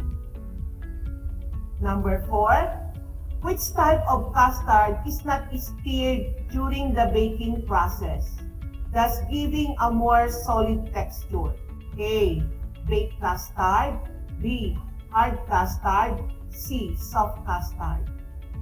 And number 5, it is another excellent dessert that is ready to serve. It is made up of milk from cow, goat, and sheep. A. Cheese. B. Pudding. C. Custard. Now, let us check your answer. Here are the answers. For number 1, the correct answer is A. Fruits. Number 2, B. Ice cream. Number 3, C. Pudding. Number 4, A. Baked custard. And for number 5, A. Cheese. Okay, count the number of the correct answers. For those who got a perfect score, congratulations! You did a great job. For those who got 3 and 4, very good. And for those who got 2 and below, please study harder, read more, and refer to your compendium of notes.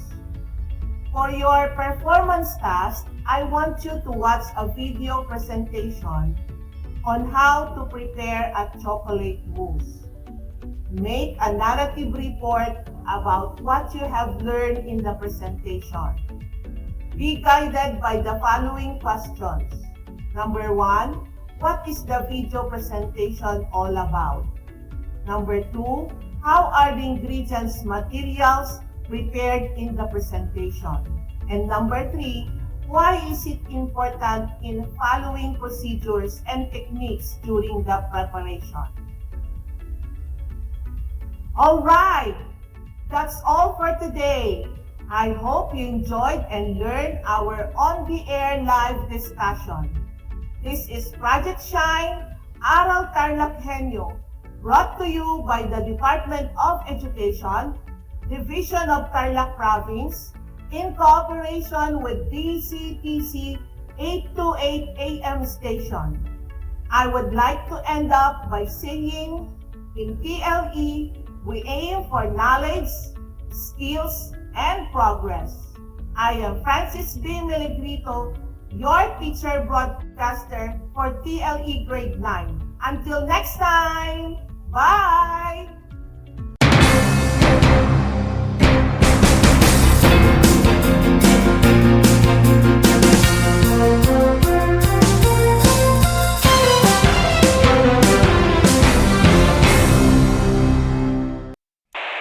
Bahagi mo Radyo Pilipino saan man mang bahagi ng Pilipinas, saan mang bahagi ng mundo, anumang uri ng pamumuhay.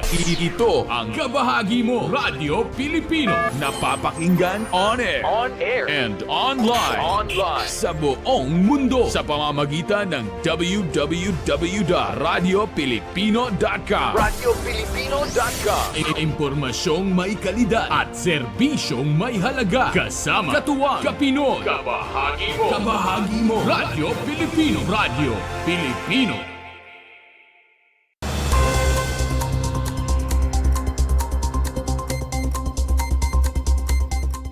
Muling namahagi ng tulong pinansyal si Senator Amy Marcos sa mga benepisyaryo ng Assistance to Individuals in Crisis Situation o AICS katuwang ang Department of Social Welfare and Development sa bayan ng Victoria, Santa Ignacia at Moncada, Tarlac. Tinatayag na sa 3,000 na benepisyaryo ang nakatanggap ng tulong pinansyal na nagkakahalaga ng 3,000 piso.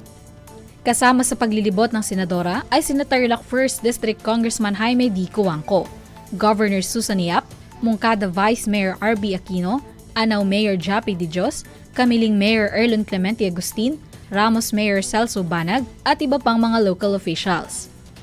Matatandaan na ilang beses nang bumisita ang senador sa probinsya ng Tarlac upang mamahagi ng tulong pinansyal sa mga benepisyaryo ng AICS.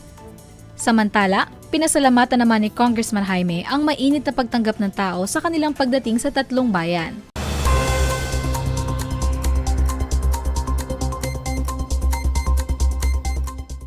Umabot sa 1,154 na Tarlakhenyo ang naging benepisyaryo ng Land Bank sa ilalim ng Agricultural Competitiveness Enhancement Fund o ACEF Blending Program. Ang nasabing programa ay pautang ng nasabing bangko na siyang pag-aari ng Estado na nagdalayong matulungan ng mga magsasaka, mangingisda at micro and small enterprises na nakatuon sa agrikultura. Ayon kay Land Bank Tarlac Lending Center Head Demetrio Espiritu III, ang ACEF ay tumutugon sa mga pangangailangang pampuhunan ng mga magsasaka, kasama na rito ang pambili ng mga makinarya at post-harvest facilities upang lalong mapataas ang dami at kalidad ng mga produkto. Kabilang sa mga kwalipikadong umutang ay ang mga magsasakang nagtatanim sa bukid na hindi lalampas sa 5 ektarya ang laki ng lupang sinasaka, mga nag-aalaga ng hayop na hindi lalampas sa 1,000 poultry layer o 5,000 broilers ang alagang manok, 10 sow level o 20 na fatteners kung nag-aalaga naman ng baboy, 10 fatteners o 5 breeders kung nag-aalaga ng baka, at 50 kung nag-aalaga ng kambing. Dagdag pa rito, pwede ring humiram ang mga mangingisda na may bangkang may kapasidad sa 3 tonelada o di kaya ay may fish cage na hindi lalampas ang laki sa 400 metro kwadrado, at mga micro and small enterprises na mayroong mga ari-ariang hindi hihigit sa 15 million pesos ang kabuoang halaga. Ilan sa mga proyekto na sakop ng ACEF ay ang mga pambili ng farm inputs tulad ng binhi o abono, makinarya at kagamitan tulad ng bangka para sa pangingisda at pagpapatayo ng gusali gaya ng manukan at babuyan. Ayon sa datos ng Land Bank, tinatayang nasa 105.5 million na ang halaga ng naaprubahan na loan sa lalawigan ng Tarlac para sa unang quarter ng taon. Nag-organisa kamakailan ng Department of Trade and Industry o DTI Tarlac ng isang skills training ukol sa pagsisimula ng negosyo at confectionery making para sa mga 4-piece beneficiaries mula sa San Jose, Tarlac. Tinatayag na sa 21 na 4-piece beneficiaries mula sa Barangay Moriones at Villa Aglipay ang lumahok sa aktibidad. Ang isinagawang aktibidad ay naisakatuparan dahil sa pakikipagtulungan sa Municipal Social Welfare and Development Office ng San Jose. Ipinaliwanag ni Business Councilor Jean Aquino sa aktibidad ang kahalagahan ng pagpasok sa negosyo, mga rewards at risk ng pagnenegosyo, business opportunities, proseso ng pagrerehistro ng negosyo at mga benepisyo na binibigay ng negosyo center. Samantala, itinuro naman ni Mr. Danilo Gacusan sa mga benepisyaryo ang paggawa ng buko pandan, jackfruit pulboron, pastillas, makapuno candy, peanut brittle at squash yema. Umabot sa 1,154 na Tarlakhenyo ang naging benepisyaryo ng Land Bank sa ilalim ng Agricultural Competitiveness Enhancement Fund o ACEF Blending Program. Ang nasabing programa ay pautang ng nasabing bangko na siyang pag-aari ng Estado na nagdalayong matulungan ng mga magsasaka, mangingisda at micro and small enterprises na nakatuon sa agrikultura. Ayon kay Land Bank Tarlac Lending Center Head Demetrio Espiritu III, ang ACEF ay tumutugon sa mga pangangailangang pampuhunan ng mga magsasaka, kasama na rito ang pambili ng mga makinarya at post-harvest facilities upang lalong mapataas ang dami at kalidad ng mga produkto. Kabilang sa mga kwalipikadong umutang ay ang mga magsasakang nagtatanim sa bukid na hindi lalampas sa 5 ektarya ang laki ng lupang sinasaka. Mga nag-aalaga ng hayop na hindi lalampas sa 1,000 poultry layer o 5,000 broilers ang alagang manok. 10 sow level o 20 na fatteners kung nag-aalaga naman ng baboy. 10 fatteners o 5 breeders kung nag-aalaga ng baka at 50 kung nag-aalaga ng kambing. Dagdag pa rito, pwede ring humiram ang mga mangingisda na may bangkang may kapasidad sa 3 tonelada o di kaya ay may fish cage na hindi lalampas ang laki sa 400 metro kwadrado at mga micro and small enterprises na mayroong mga ari-ariang hindi hihigit sa 15 million pesos ang kabuoang halaga. Ilan sa mga proyekto na sakop ng ACEF ay ang mga pambili ng farm inputs tulad ng binhi o abono, makinarya at kagamitan tulad ng bangka para sa pangingisda at pagpapatayo ng gusali gaya ng manukan at babuyan. Ayon sa datos ng Land Bank, tinatayang nasa 105.5 million na ang halaga ng naaprubahan na loan sa lalawigan ng Tarlac para sa unang quarter ng taon. Kumusta mga giliw kong tagapakinig? Nagbabalik ang inyong paaralang panghimpapawid Aral TarlakHenyo sa RTV Tarlac, Channel 26 at sa bayang naririnig sa DCTC 828 Radyo Pilipino Tarlac. Tayo rin ay napapanood sa FB Live ng RTV Tarlac Channel 26. Sumasahimpapawid mula sa bayan ng Pura Tarlac, mula sa bayan ng San Clemente, Mula rito sa Purok Elementary School, Pura Tarlac, sa bayan ng Kapas Tarlac. Ako, ang inyong guro, na maghahatid sa inyo ng makabuluhang pagtalakay sa ating aralin.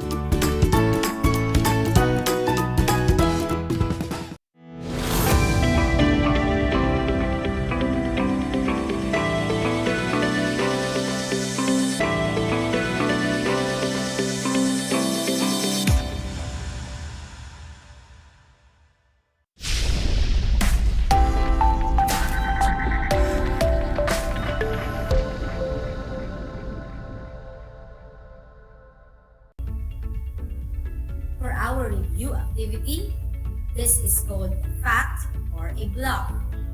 I have prepared 3 questions about history of theatrical forms and their evolutions. If this statement is correct, the answer is fact. If it is not correct, so the answer is bluff. Are you all set? Okay, let's begin. For number 1, in Greece, tragedy was the most admired type of play. Is it a fact or a bluff? Very good. The answer is fact. The theater of ancient Greece consisted of 3 types of drama: tragedy, comedy, and the satyr play. Tragedy was the most admired type of play. For number 2, comedy plays were not popular in the Roman theater from 350 to 250 BC, and women were not allowed to perform on stage. Is it a fact or a bluff? Great! The answer is bluff. Comedy plays were popular in the Roman theater, and women were allowed to perform on stage.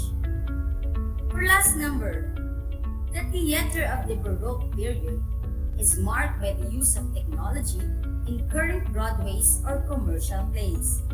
Is it a fact or a bluff? Very good. It is a fact. The use of theatrical technologies in the Baroque period may be seen in the films Fadel and Farinelli and in the different stage productions of Orpheus by Claudio Monteverdi. Well done, learners! You were able to recall your previous lessons. So this time, let us continue our lesson. Are you ready? Let's get started and talk about Greek classical play, Oedipus Rex, Renaissance play or opera, Romeo and Juliet, and romantic opera, we have Carmen. Let's start with Greek classical play. Let's have another activity. In a piece of paper, I want you to arrange the following jumbled letters to answer the question. Ready? Okay, for number 1, an ancient Greek tragedian. If your answer is Sophocles, you got it right. Sophocles is an ancient Greek tragedian. For number 2, it is a contemporary playwright. If your answer is Aeschylus and Euripides, great! Sophocles' contemporary playwrights were Aeschylus and Euripides. Sophocles wrote 123 plays, but only 7 have survived in a complete form. These are Ajax, Antigone, The Women of Trachis, Oedipus the King, Electra, Philoctetes, Oedipus at Colonus. For number 3, famous tragedies of Sophocles.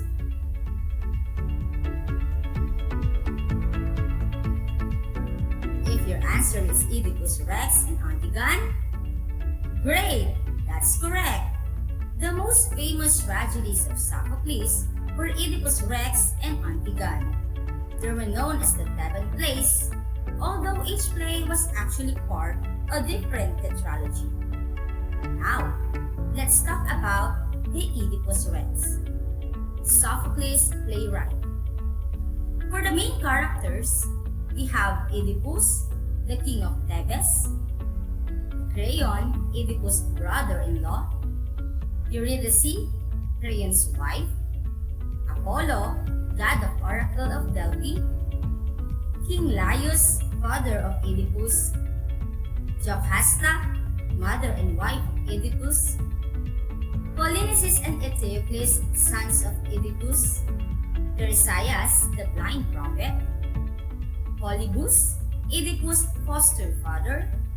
We have Nero, Oedipus' foster mother, Antigone and Ismene, the daughters of Oedipus, Hymen, Antigone's lover, and last, Sphinx, the half-human, half-lion that symbolizes blood and misfortune.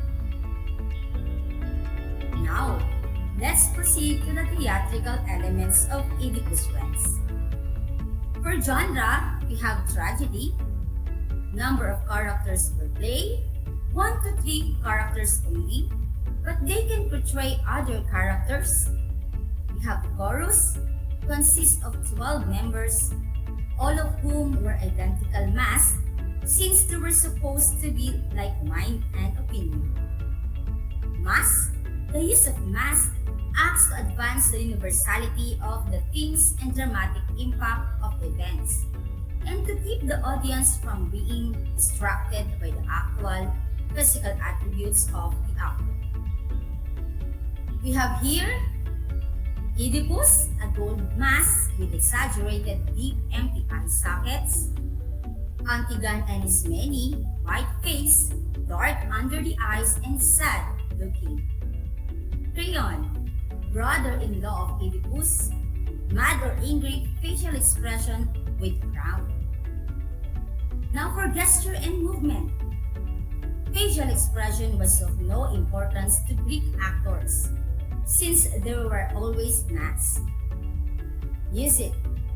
Sophocles also used the chorus at the beginning of the play to help tell the audience the given circumstances of the play. Choruses did a lot of lamenting of terrible events. For staging, the Fantinon's facade has the design of Ionic order columns with cornice and moldings on the top, and elevated by staff are 5-step risers at the center and has a platform in front near the audience. Costume. Men wore loose floor-length poncho with plaited shoulder, while females wore draped robes. Now let's proceed to Renaissance. We have here Romeo and Juliet by William Shakespeare. But who is William Shakespeare? Shakespeare was born and baptized on April 26, 1564, and died on April 23, 1616. Shakespeare was born and brought up in Stratford-upon-Avon. He was an English poet and playwright, widely known as the greatest writer in English language and the world's dramatist. He's been also known as the Bard of Avon. His existing works consist about 38 plays, 154 sonnets, and 2 long narrative poems. He appears to have retired to Stratford upon around 1613 at the age of 49, where he died 3 years later. With the exemption of Romeo and Juliet, Shakespeare's most famous tragedy and one of the world's most enduring love stories. Now, let's talk about the theatrical elements of Romeo and Juliet. Staging. The stage itself was divided into 3 levels. A main stage area with doors at the rear and a curtain area at the back for discovery scenes. An upper canopied area called heaven for balcony scenes. And an area under the stage called hell, which could be accessed through trapdoor in the stage. The performance during Renaissance period took place during the day, and the open-plan theater allowed for the use of natural light. Since there could be no dramatic lighting and there was an art production, or what we call scenery and props, audiences relied on the actors' lines, dialogue, movements, and stage directions to tell the time of day and year, same as the location, the mood, and the weather. Props. Props in display may be vary depending on the scene or act the learners are going to perform. Here are the list of props one may use for the play. For the characters of Romeo and Juliet, we have first the Montagues family. Romeo, sole heir to the Montague fortune. Lord Montague, Romeo's father. Lady Montague, Romeo's mother. Benvolio, Romeo's cousin. We have Balthasar, Romeo's faithful servant, and Abraham, Montague's servant. For the Capulets family, we have Juliet, the sole heir to the Capulet fortune. Lord Capulet, Juliet's father. Lady Capulet, Juliet's mother. Tybalt, Juliet's cousin. The nurse, Juliet's faithful nurse. Peter, Capulet's servant. Samson, Capulet's servant, and Gregory, Capulet's servant. For the other characters, we have Friar Lawrence, friend and advisor of Romeo and Juliet. Mercutio, Romeo's best friend. Prince or Princess Kingsman. Prince Escalus, we have Prince of Verona. Paris, loves Juliet. Rosalind, Romeo's first love, who never actually appears in the play. Friar John, Friar Lawrence's friend and apothecary, Romeo's acquaintance in Matthew. For the costumes, the costumes are based on the style and design of dresses worn during the Renaissance period. Before we proceed to the romantic opera, let's do this activity to check if you understand the topic we discussed about Renaissance play or opera. I know you are all excited, so let's start. The title of this activity is Pick Me. You have to choose the letter of the correct answer in just 3 seconds time. Okay, let's start. For number 1, Romeo and Juliet was created during blank. A. Ancient period. B. Baroque period. C. Renaissance period. Or D. Romantic period. Write your answer in 3, 2, 1. If your answer is letter C, Renaissance period, then you got it. For number 2, Romeo and Juliet tragedy was written by blank. A. Christopher Marlowe. B. Georges Bizet. C. Victor Hugo. Or D. William Shakespeare. Write your answer in 3, 2, 1. If your answer is letter D, William Shakespeare, then you are correct. For number 3, he is the cousin of Juliet. A. Tybalt. B. Romeo. C. Benvolio. Or D. Mercutio. Write your answer in 3, 2, 1. If your answer is letter A, Tybalt, you got it. For number 4, she is the first love of Romeo.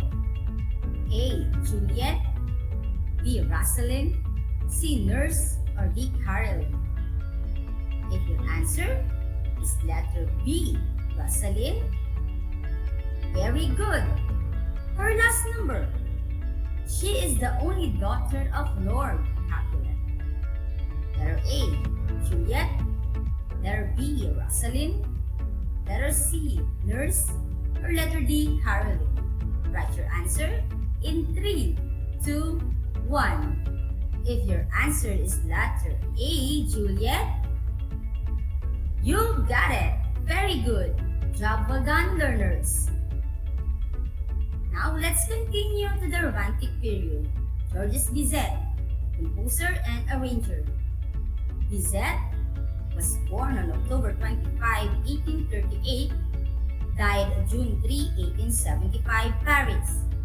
Bizet was the only child of adult Armand Bizet, formerly a hairdresser and later became a singer and composer, and Amy Marie Louis Leopoldine Josephine del Sorte, a pianist. He entered the Paris Conservatory of Music a fortnight before his 10th birthday.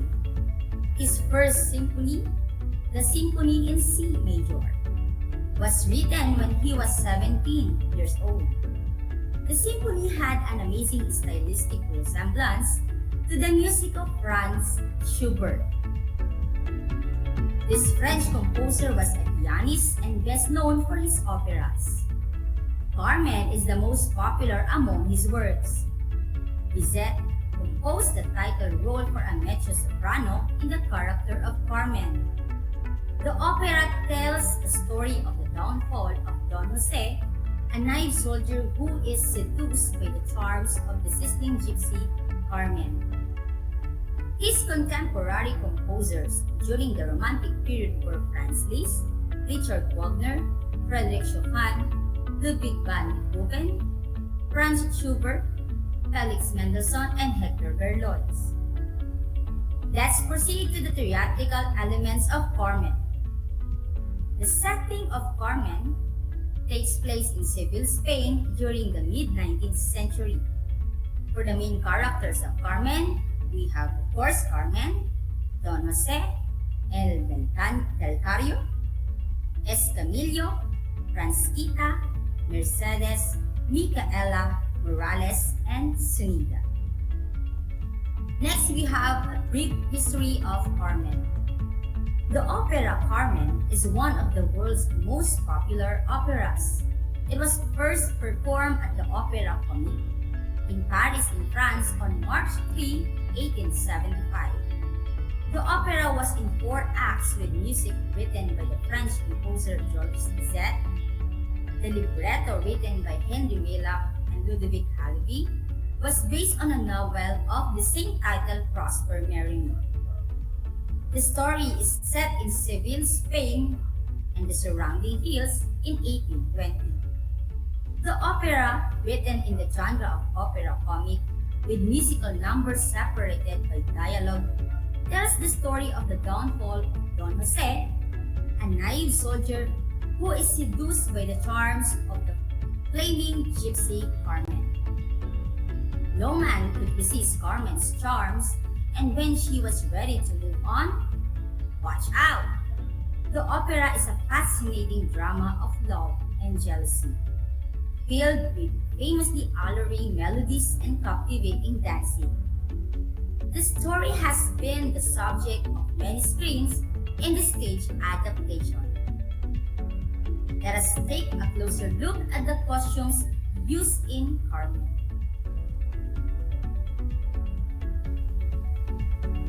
There you have it, my dear learners. You have come to know the different Western classical plays and opera.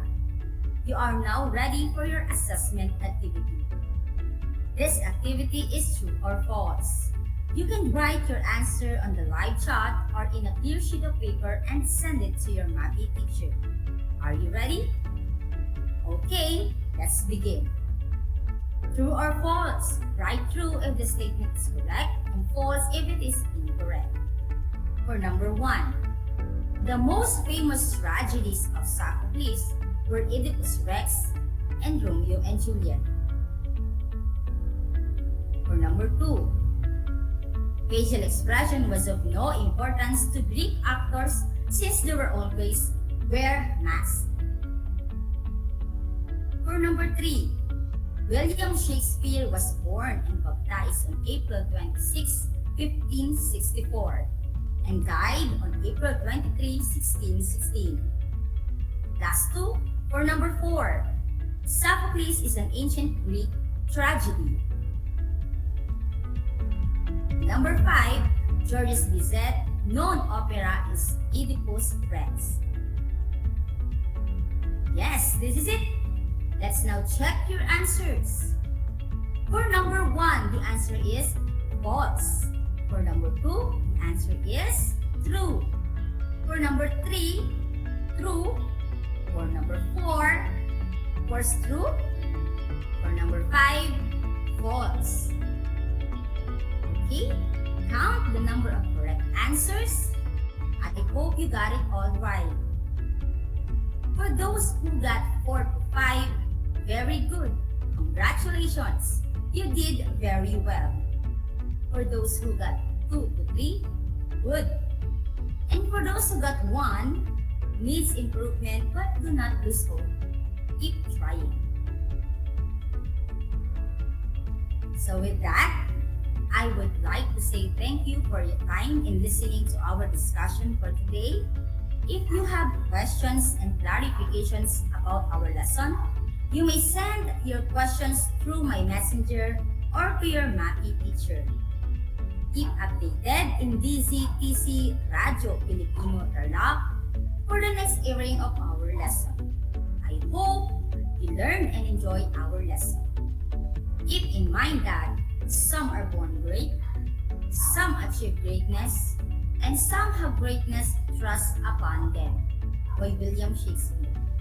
I am Jasmine G. Kapun, your Arts Night Anchor teacher for today. Until next time, and keep safe, everyone.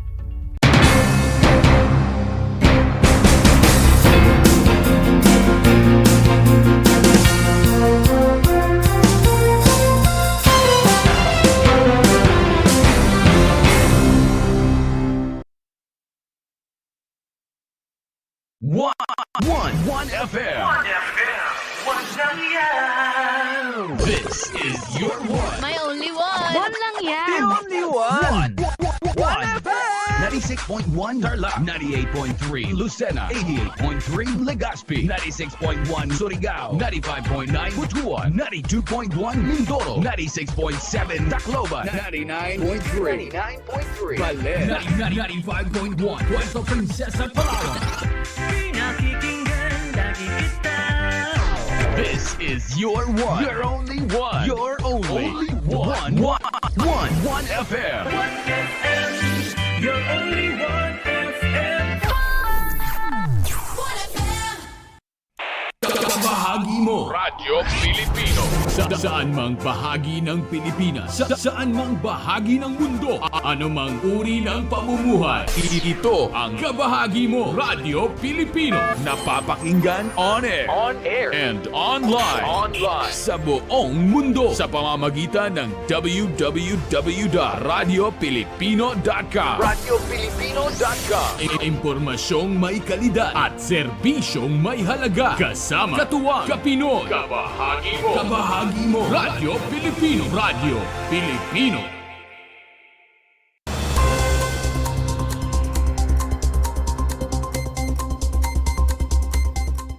Central Luzon Goat and Sheep Conference 2023 matagumpay na ginanap sa lungsod ng Tarlac. Nagtipon-tipon kamakailan ang mga farmers na mga kambing at tupa upang makilahok sa ginanap na 2 araw na Central Luzon Goat and Sheep Conference sa Kaisa Convention Hall kamakailan. Ayon kay Dr. Noel Suliman, City Veterinarian ng Tarlac City, ang aktibidad ay isang malawakang aktibidad para sa mga farmers, katuwang ang iba't ibang ahensya, organisasyon, universidad at mga LGUs. So ang nangyari dito, the whole of Central Luzon, the Federation invited the whole of Central Luzon to come together, no, para ma-develop yung programa, no, for goats and sheep and help the people of the countryside, no, through the local government units. Binanggit din ito ang naging kontribusyon ni Tarlac City Mayor Christy Angeles. Isa lang naman ang gusto nating mangyari dito, no? To develop programs for the farmers. Kasi 98% ng mga kambing at tupa sa bansa nasa kamay ng mga ordinaryo at saka maliliit na magsasaka na sila yung gusto nating tulungan, no? So, ang kagandahan nito, Tarlac City provide for an enabling environment para mabuo ito lahat. So, thank you Mayor Christy Angeles for opening your arms to make this national event possible, no? So marami tayong smallhold farmers na nagpunta dito ngayong araw na to, and I think all of them are going home na masaya kasi busog na busog sila sa kaalaman at busog na busog sila doon sa mga plano na pwedeng matupad. Dagdag pa nito, bukod sa Goat and Sheep Conference, patuloy ang pagsasagawa ng Farmers Livestock School on Goat and Enterprise Management kung saan tinatalakay at pinipresenta sa mga farmers ang mga makabagong teknolohiya na makakatulong sa kanila. Mayroong 13 indoor exhibitors at 15 animal outdoor exhibitors ang nagpakita ng kani-kanilang mga produkto at alaga. Samantala, kasabay ng matagumpay na Goat and Sheep Conference, isinagawa ang Rabbit Meat Cook Fest upang kilalanin ang kauna-unahang master chef ng lungsod. 15 na mga restaurants ang nabigyan ng pagkakataon upang lumahok at magtagisa ng galing sa pagluluto ng rabbit meat sa loob ng 90 minutes. Matagumpay na nagwagi at tinanghal ng kauna-unahang MasterChef Rabbit Meat 2023 champion ang APAG. Ang Goat and Sheep Conference at Rabbit Meat Cook Fest ay parte ng selebrasyon ng 25th Tarlac City Charter Anniversary na may layuning magbigay ng kaalaman at kasiyahan sa mga Tarlakhenyo. Para sa RTV Tarlac, Channel 26, ako si Jam Torio, nagbabalita.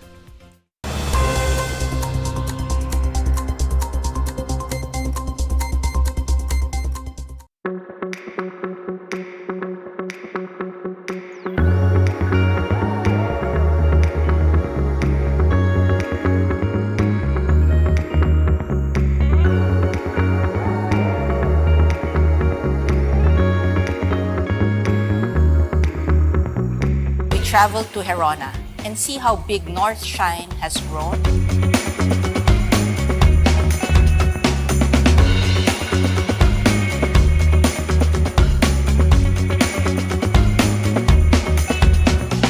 Doon nga ho sa bayan ho namin, nakilala ho kami dahil sa North Shine. Nakita man yun, dati ho, parol capital ho kami dati ng Tarlac.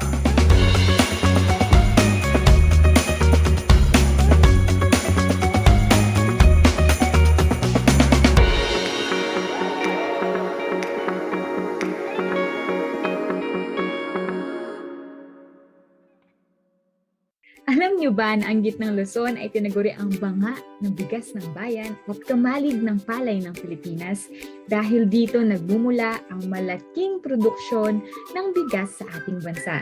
Ito ay binubuo ng mga lalawigan ng Aurora, Bataan, Pampanga, Nueva Ecija, Zambales at Tarlac. Ugaliin nating manood ng Aral TarlakHenyo Lunes hanggang Biyernes alas 8:30 ng umaga hanggang alas 5:30 ng hapon. Ako si Binibining Pia Isrin Capiral, ang inyong teacher broadcaster sa Araling Panlipunan dito sa Project Shine Aral TarlakHenyo.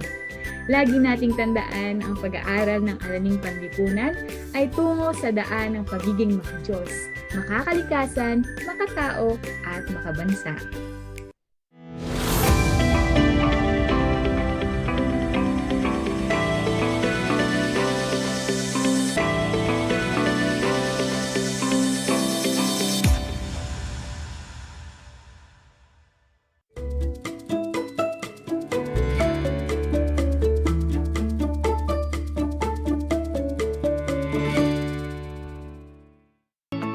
Magandang hapon po sa mga giliw nating taga-subaybay ng Project Shine, Aral TarlakHenyo, dito sa RTV Tarlac Channel 26 at sa bayang napakikinggan sa DZTC Radyo Pilipino 828 AM Radio at napapanood via Converge TV Channel 100, Facebook Live sa Facebook page ng RTV Tarlac Channel 26 at sa Facebook page ng DEPED Tarlac Province. Ako po ang inyong segment host, Jesusa Garcia, Head Teacher 3 sa Araling Panlipunan ng San Roque National High School at isa sa mga pilot teacher ng kasaysayang lokal ng Tarlac. Ngayong hapon, mapalad po tayong makakasama ang dalawa sa mga pinagkakapitagan at masugid na tagapagtaguyod ng kasaysayang lokal ng Tarlac. Unahin po nating batiin ang ating napakasipag na officer in charge ng AP Department ng Mababanaba National High School, President ng Division Association of Social Studies Leaders at kasalo enthusiast Mr. Harold G. Giam. Makakasama rin po natin ang mahusay na guro sa Araling Panlipunan ng Buenlag High School sa Herona, Tarlac, kasalo enthusiast Mr. Raymond P. Dagdag. Magandang hapon po Sir Harold at Sir Raymond. Maaari po kayo bumati sa ating mga manunood at tagapakinig. Sir Harold and Sir Raymond. Yes, Mami Susa.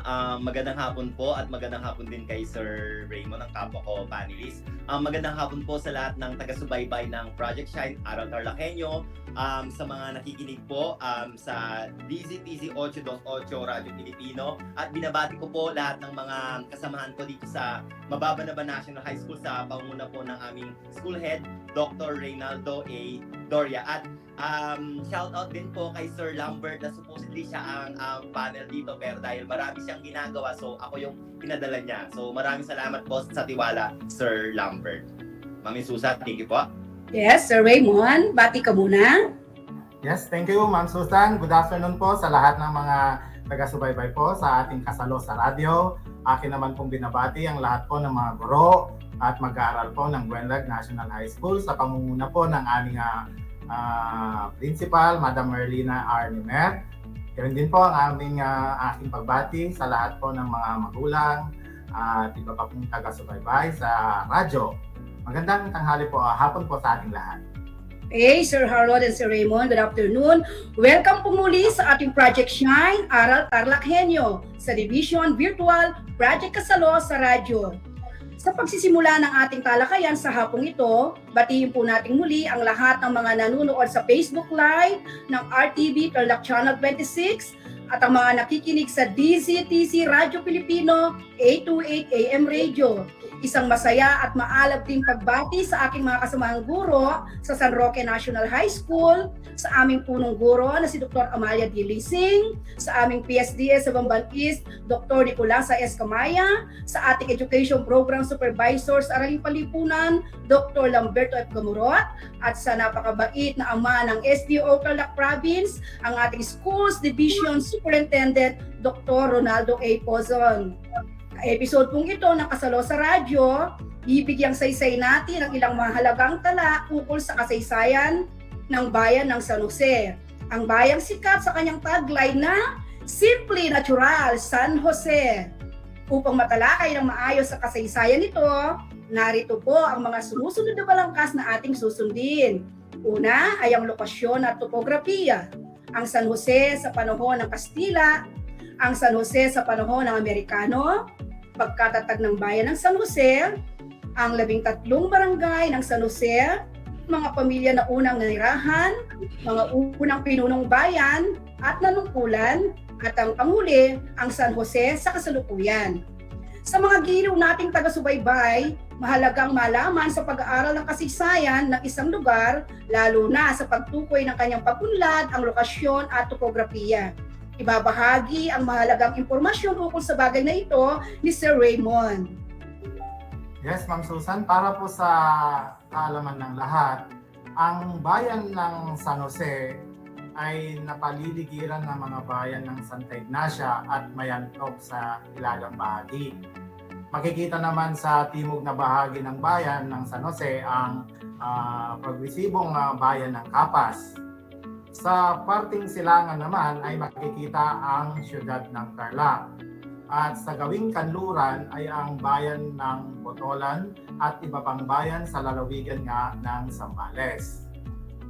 Ang San Jose, ang pinakamalaking bayan ng Tarlac ayon sa sukat ng lupain. Ito ay may kabuuang sukat na 65,110.26 na hektarya. At 38,000 sa bahaging ito ay mga lupang natatamnan. Samantalang ang nalalabing more or less 27,000 na hektarya ay binubuo naman ng mga kagubatan. Ito ay napaliligiran ng matatarik na burol, mga malalawak na kapatagan, at mga matatabang lambak.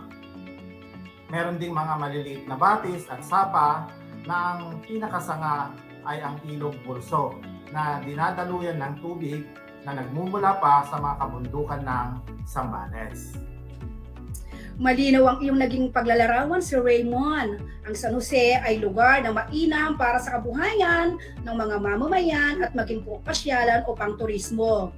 Tiyak ko na marami pang maibabahagi tungkol sa kasaysayan ng San Jose, ang napakasipag at mahusay na guro na si Sir Harold. Isasalaysay niya sa atin kung paano nagsimula ang bayan ng San Jose at ang kanilang pamumuhay noong panahon ng Kastila. And maraming salamat Ma'am Jesusa. So ngayon, tatalakayin natin ang San Jose sa panahon ng Kastila. Ito ay isang lugar na kung tawagin ng mga Ita or Aita na bulso. So nung dumating ang mga paring misyonero na tinatatag ito bilang Mission de Bulso upang palaganapin ang Kristyanismo sa mga katutubong Ita na lumikas sa puok na ito noong 1877. Dahil sa malaking populasyon, ito ay itinatag bilang isang ganap na nagsasariling bayan mula sa bayan ng O'Donnell na pinangalan ng Pueblo de Moriones noong ika-17 ng Mayo, 1878. Kung di ako nagkakamali, ang O'Donnell po ay nasa Capas, di ba Ma'am Jesusa? Yes, sir. Ang mga Ita o mga Aita ang unang nanirahan sa lugar na ito. Walang mga bahay na tinutuluyan at mga gumagala lamang sila. Gumagamit ng palaso at sibat sa pangangaso at matutulis na mga kahoy sa paghuhukay at pagbubungkal sa mga halamang ugat na makakain. Sa kalaunan, Ma'am Jesusa, sila ay natutong magtanim ng palay at mga gulay. Nagsasagawa din ng iba't ibang seremonya at pagdiriwang sa mga anito sa panahon ng pakikipaglaban, pagliligawan, pag-aasawa at pasasalamat pagkatapos ng ani. So ganun po yung naging panahon ng Kastila sa bayan ng San Jose. Maraming salamat, Sir Harold. Napakahusay ng iyong paglalahad sa mga impormasyon kung paano nagsimula ang bayan ng San Jose, maging ang kanilang pamumuhay noong panahon ng Kastila. Mula sa isang lugar na tinawag na Bulso ng mga Ita, naging Mission de Bulso ng mga paring misyoneryo at pinangalan ng Pueblo de Moriones noong ika-17 ng Mayo 1878. Sir Raymond, maaari mo bang ilahad ang mga ganapan sa panahon ng Amerikano sa bahagi ito ng ating lalawigan? Thank you, Ma'am Susan. Pagdating po nung panahon ng Amerikano, mula 1899 o 1900s. Ayon na rin sa kanilang tagubilin sa Komisyon ng Pilipinas ng 1902, meron silang inuutos noon na ang mga maliliit na bayan na hindi na kayang tustusan o gugulin o gastusin sa pamamalakad ng kanilang pamahalaan ay ibabalik sa dati nilang kalagayang baryo. So ang nabanggit ni Sir Harold kanina na Pueblo de Moriones ay naibalik ito sa isang baryo sa bayan ng Capas na ang kanyang dating unang bayan noong 1903. Kaya yung bayan ng San Jose ngayon ay naibalik muli noong 1903 nga sa dati niyang bahagi na ngayon ay bahagi ng Capas. So sa paglipas nga ng panahon, may mga tao sa kalapit na lugar na nanirahan dito. At sabi nga ni Sir Harold din kanina, ang mga Ita na unang tumira sa mga lugar sa San Jose ay tuluyan ng nanirahan sa mga kabundukan at kagubatan. Sa panahon naman ng himagsikan laban sa mga Kastila noong mga taong 1898, ang mga pook sa San Jose, dahil nga ito ay medyo nakakubli, ito ay naging taguan ng mga katipunero na pinamunuan noon ni General Francisco Macabulos. Yan nakikita niyo dyan sa picture, si General Francisco Macabulos ay ang tanyag na bayani ng Tarlac. Kasama rin niya sa mga nagkubli at naglagdi sa mga kubling lugar ng San Jose ay si Reverend Monsignor Gregorio Aglipay na founder nga o nagtatag ng relihiyong independyente sa Pilipinas. Kasama ang sikat na general na nagngangalang Artemio Recate. Maraming salamat Sir Raymond dahil sa napaliligiran pala ng malawak na kabubatan at matatarik na buron ang lugar na ito ay naging kublihan din pala ng mga katipunero sa panahon ng himagsikang Kastila-Amerikano. Nabanggit din na ang tinaguriang bayani ng Tarlac na si General Francisco S. Macabulos ay nagputa din dito. Sir Harold, alam ko po na marami pa kayong maibabahagi ukol sa pagkabuo ng bayan ng San Jose. Sir Harold? Yes, ma'am. So maliban sa tinalakay ni Sir Raymond sa napagkakatatag ng bayan ng San Jose, pagkaraan ng 87 taon o noong taong 1903 hanggang 1990, sa bisa ng Batas Republika bilang 6842, muli itong itinatag bilang isang nagsasariling bayan na pinangalanang Bayan ng San Jose noong ika-21 ng Abril 1990. Ang bayan ng San Jose ay panghuli o pang-18 bayan ng lalawigan ng Tarlac. Kaya nga, 'di ba, ito yung pinakabatang lalawigan, pinakabatang munisipalidad sa lalawigan ng Tarlac.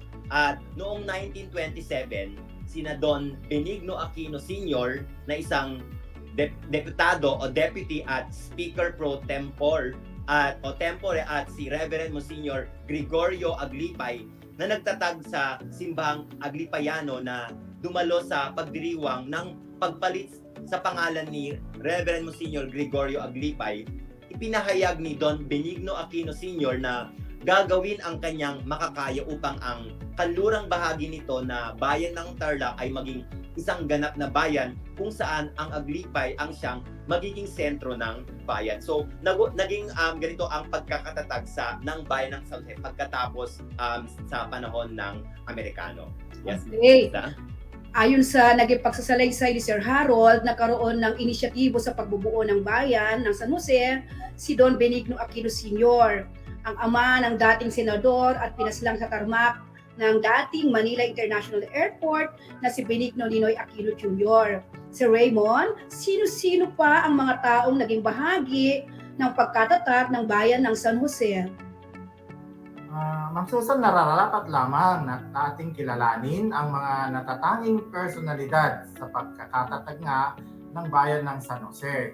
Gaya ng ibang bayan sa Tarlac, ang pagkakatatag ng mga ito ay iano natin sa mga taong nag-exert ng effort para bigyan ng pangalan ang iba't ibang bayan at ito ay itatag.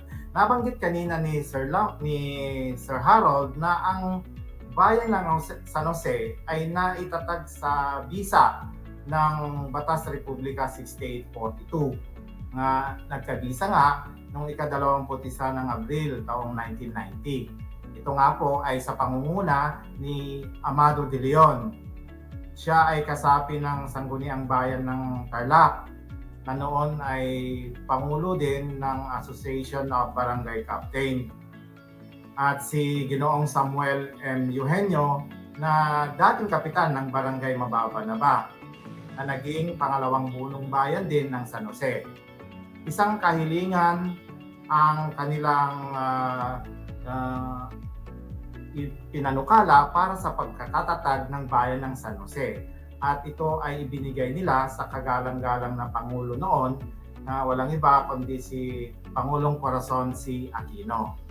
At ang pangalan na San Jose ay isinunod sa mga tao na lumakad sa pagkakatatag ng bayang ito na nagsisimula nga sa pangalang Jose. Siguradong nag-aabang ang ating masusugid na taga-subaybay na marinig ang mga taong may pangalang Jose. Sino-sino ba ang mga Jose na nagkaroon ng mahalagang papel sa kanyang pagkatatag bilang isang bayan ang San Jose? Sir Harold? Yes, ma'am. So magandang talakayin natin to, no? Ang mga Jose na nagkaroon ng mahalagang papel sa pagkakatatag bilang isang bayan. So dito, ma'am, sa tulong ni na Honorable Jose G. Makapinlak, naging OIC o Mayor ng Tarlac. Ganyan din po si Honorable Jose V. Yap Sr. kinatawan ng ikalawang distrito at si Honorable Jose S. Cuangco Jr. kinatawan ng unang distrito ng Tarlac. Ito ay ipinahayag ng COMELEC bilang ganap na bayan sa isang plebisito na ginanap noong Abril 21, 1990. So dito ang kilala naman natin, no, ang Congressman Jose Villap, Congressman Jose S. Cuangco Jr., Congressman Jose D. Feliciano, si Mayor Jose G. Makapinlak. So ito po yung mga mahalagang Jose na pangalan na nagtatag o itinatag ang bayan ng San Jose. Wow! Ang galing naman ng mga taong may pangalang Jose na nagkaroon ng mahalagang papel sa pagkatatag ng San Jose bilang isang ganap na bayan. Sir Raymond, maaari mo bang ilahad ngayon ang 13 barangay na bumubuo sa bayan ng San Jose? Gayon din ang mga unang pamilya na dito ay nanirahan? Ang bayan ng San Jose na makikita sa dating kanlurang bahagi ng Tarlac ay binubuo po ng 13 barangay o baryo. Ito ay pinangungunahan ng baryo ng Burgos, Iba, Labney, Pau, Lawang Kamulag, Lubigan, David, ang baryo ng Maamot, kasama ang Mababanaba, Moriones, San Juan de Valdez, ang Barrio Sula, at ang panghuli, ang Villa Aglipay.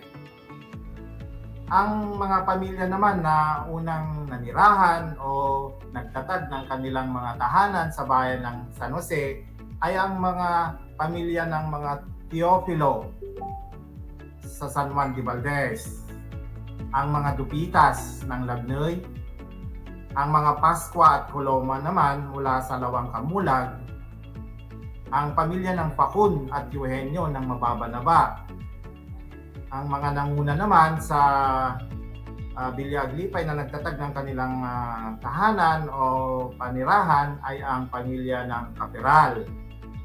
Kasunod nito ang mga pamilya ng mga Acosta, Lagunilla at Capiendo sa baryo naman ng Iba. Sa Moriones naman, nauna rito ang mga pamilya ng mga Tomas at Mendoza. Sa Barangay Burgos ang mga pamilyang prominente na unang tumira sa naturang barangay ay ang mga Lanuza, Rivera at Abella. Nanguna naman sa Barangay Sula ang mga pamilyang Isguera, Pamilya Bautista sa Barangay David, at panghuli sa Barangay Lubigan, naunang tumira dito ang mga pamilyang Acosta, kasama ang pamilyang Samson at ang mga Geronimo. Maayos na nailahad ni Sir Raymond ang 13 barangay na bumubuo sa San Jose, gayon din ang mga unang pamilya na dito ay nanirahan.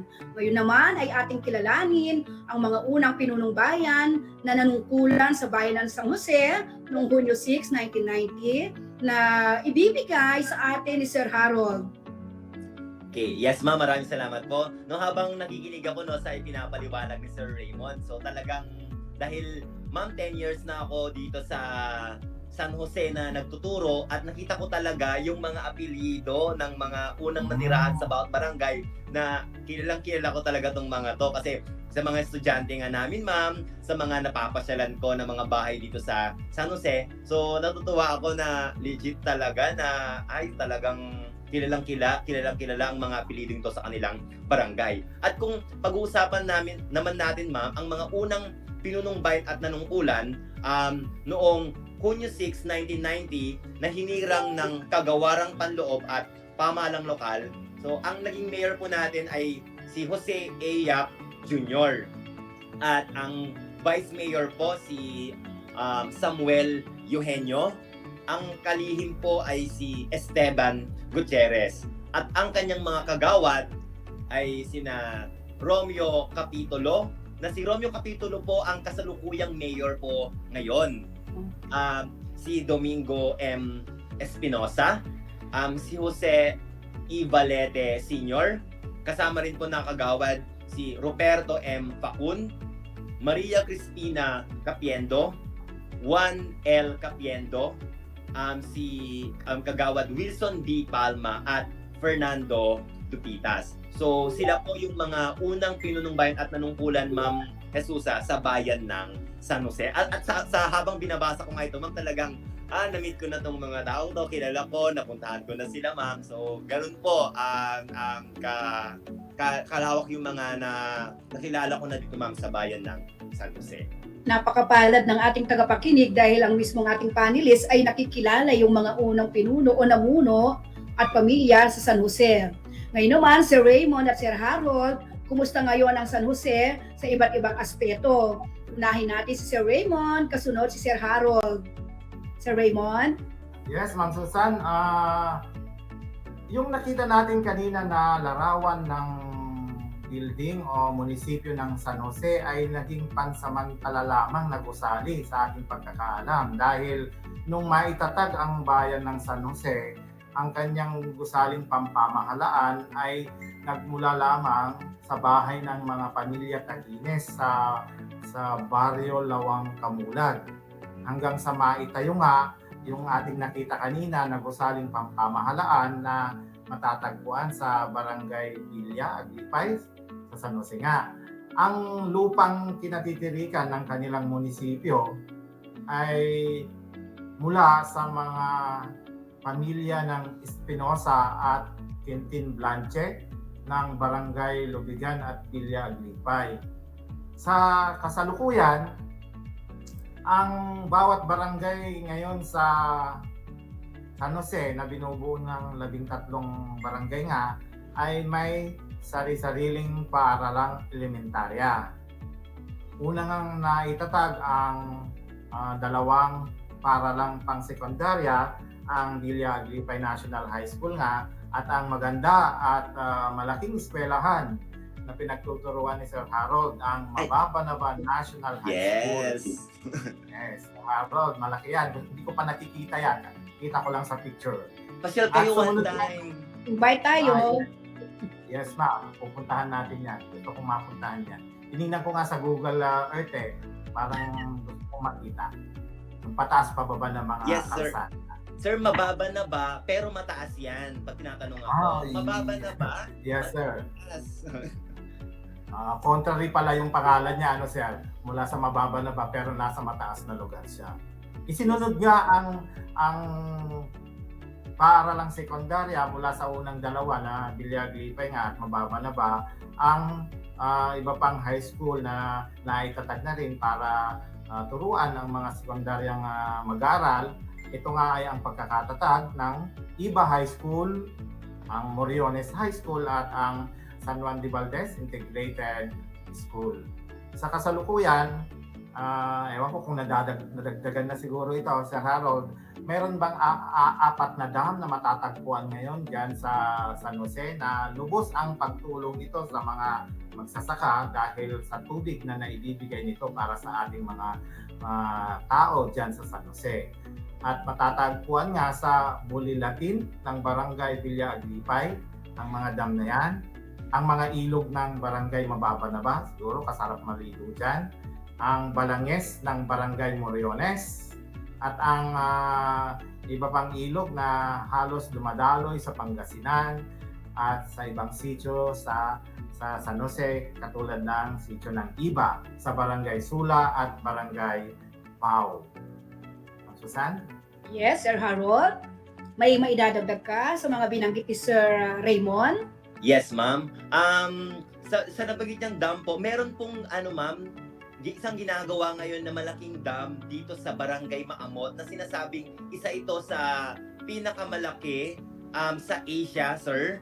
Pero hindi pa tapos, sir. Parang napakatagal kasi tagal ko na dito pero hindi pa rin natatapos. Ganun kalaki, ganun katagal yung paggawa nila dahil nga marami siyang masusuplayan talaga, sir. So, hindi pa tapos, makikita natin kung kailan ang inauguration nito. So, maliban dito na nabanggit ni Sir Dagdag kanina na meron 5 school, kaya dito nga, isa nga dito ang mababa na ba National High School na kung saan dito ako nagtuturo. So, pag-usapan naman natin yung San Jose, ang mga magagandang mga tanawin na mai-offer ngayon, no? Gusto kong makita. Sir? Yan ang mga gusto kong makita. Oo, namamasyal siya palagi. Yes, nako, kung meron lang talaga tayong panahon, ma'am, na mai-tour ko kayo dito at ako ang magiging host. Willing ako, ma'am, na puntahan natin to lahat na maituturing na pinagpala sa kagandahan ng kalikasan, katunayan ang pagdagsa ng mga lokal na turista dito. Ang bayan ng San Jose ang tinaguriang eco-tourism destination sa ating lalawigan. Kaya nga, alam mo sir, no, every time na may mga kaibigan ako o kakilala ko na nagtatanong kung ano magandang pasyalan, isa sa ino-offer ko na puntahan ay ang bayan ng San Jose dahil nga unang-una walang traffic, ma'am Susa, Sir Raymond, at sobrang peaceful dito. Hindi ka makakaranas ng traffic dahil 4 lanes, 6 lanes po ang mga daan dito papunta ng San Jose. Para ka na rin, ma'am, nag-expressway sa ganda ng daan. So, isa po sa dinarayo, unahin natin yung pinakamalapit. Ako, pwede na akong tour guide, no, ma'am? Tourist guide. San Jose Recreational Ecotourism Park. So, yan pala nga napuntahan ko at saka yung monasteryo. Yes, ma'am. So, ito yung matatagpuan sa San Juan de Valdez. So, dito, nung wala pa ang New Clark City, ma'am, dito nagtitraining ang lahat ng mga atleta natin at talagang dinarayo ang lugar na ito. So, ang pangalawa, ma'am, na isa sa pinaka-pinupuntahan ng mga turista ay ang Monasterio de Tarlac at Statue of the Risen Rise. Talagang hindi lang mga TarlakHenyo na pupunta dito, gayon din sa iba't ibang panig ng Pilipinas. Kahit ngayon mga taga-ibang bansa, ma'am, na dumarating dito, ay dinarayo talaga ang Monasterio de Tarlac and the Statue of the Risen Rise. So, at marami na rin pong ma-offer, ma'am, ang lugar na ito dahil nakita nyo naman sa mga pictures na nakikita natin na pinupost sa Facebook page ng San Jose, ay maraming mga pasyalan na makikita dito sa Monasterio de Tarlac. At marami ring mga falls dito, ma'am. So, ilan lamang ang sikat na Duglo Falls at Pangasaan Falls na napuntahan ko na rin dahil alam niyo naman, ma'am, laging nakangati ang pao sa kakapasyal. So dito, ang nagiging tour guide namin dito, ma'am, ay ang mga estudyante namin o yung mga magulang ng estudyante namin. So tinatanong namin kung ano ba ang magandang pasyalan dito. So sabi na, sir, punta kayo ng falls. So ayan, ma'am, kung Actually, medyo mahirap ma'am, pero dahan-dahan kakayanin naman na mapuntahan ang mga falls na to ma'am. At hindi lang ang Duglo Falls at Pangasaan Falls, meron ding falls pa sa ibang mga barangay. At ang Mount Tangisan, kung ikaw naman ay mahilig mag-trekking, Sir Raymond, gusto ba umakyat sa bundok? Ayan po ang Mount Tangisan na isa sa inaakyat talaga ng mga Tarlakhenyo. Gayun din ang Mount Ngili. Alam niyo po ba ma'am na ang Mount Ngili, ito ang naging venue namin ngayon para sa natapos namin na community and school-based tree planting. Dahil ipinahiram po sa amin ito ng munisipyo ng San Jose na aalagaan namin to ma'am sir ng 5 taon. Yes po, dahil nga pwede tayong mag-adapt dito ng mga bundok ma'am sa dami ng mga bundok dito sa San Jose. Gayun din po ang Mount Kawayan na isa sa sikat din po na bundok dito sa San Jose. At kung gusto naman natin ng chill lang, pasyal lang po, ayan, meron tayong Lubigan Picnic Grounds na kung saan ito yung sinasabi nila na may Saipan Beach. Hindi lang sa Lubigan kundi sa iba. So hindi na natin kailangan lumayo nung mga lockdown season po, meron ang San Jose na may offer. So may mga ilog. So at least kahit paano mapapalamig yung ating mga katawan. At ito ngayon ang dalawa na sitio na kasalukuyan ay dinarayo po ng mga turista. Ang sitio Tarlac, na tinatawag na Little Baguio of San Jose. Ma'am Susa, Sir Raymond, nakapunta na ba kayo dito? Di pa. Naku, anong ginagawa ninyo? Ba't di nyo Sir Harold, yung sa DASEL yung association, dapat makapunta dyan. Yes, ma'am. Naku, willing ako ma'am na mag-extend ng tulong ko na ako nang maging tour guide. Yung ipasyal ko kayo sa lahat. Sabihin na kay Sir Lambert.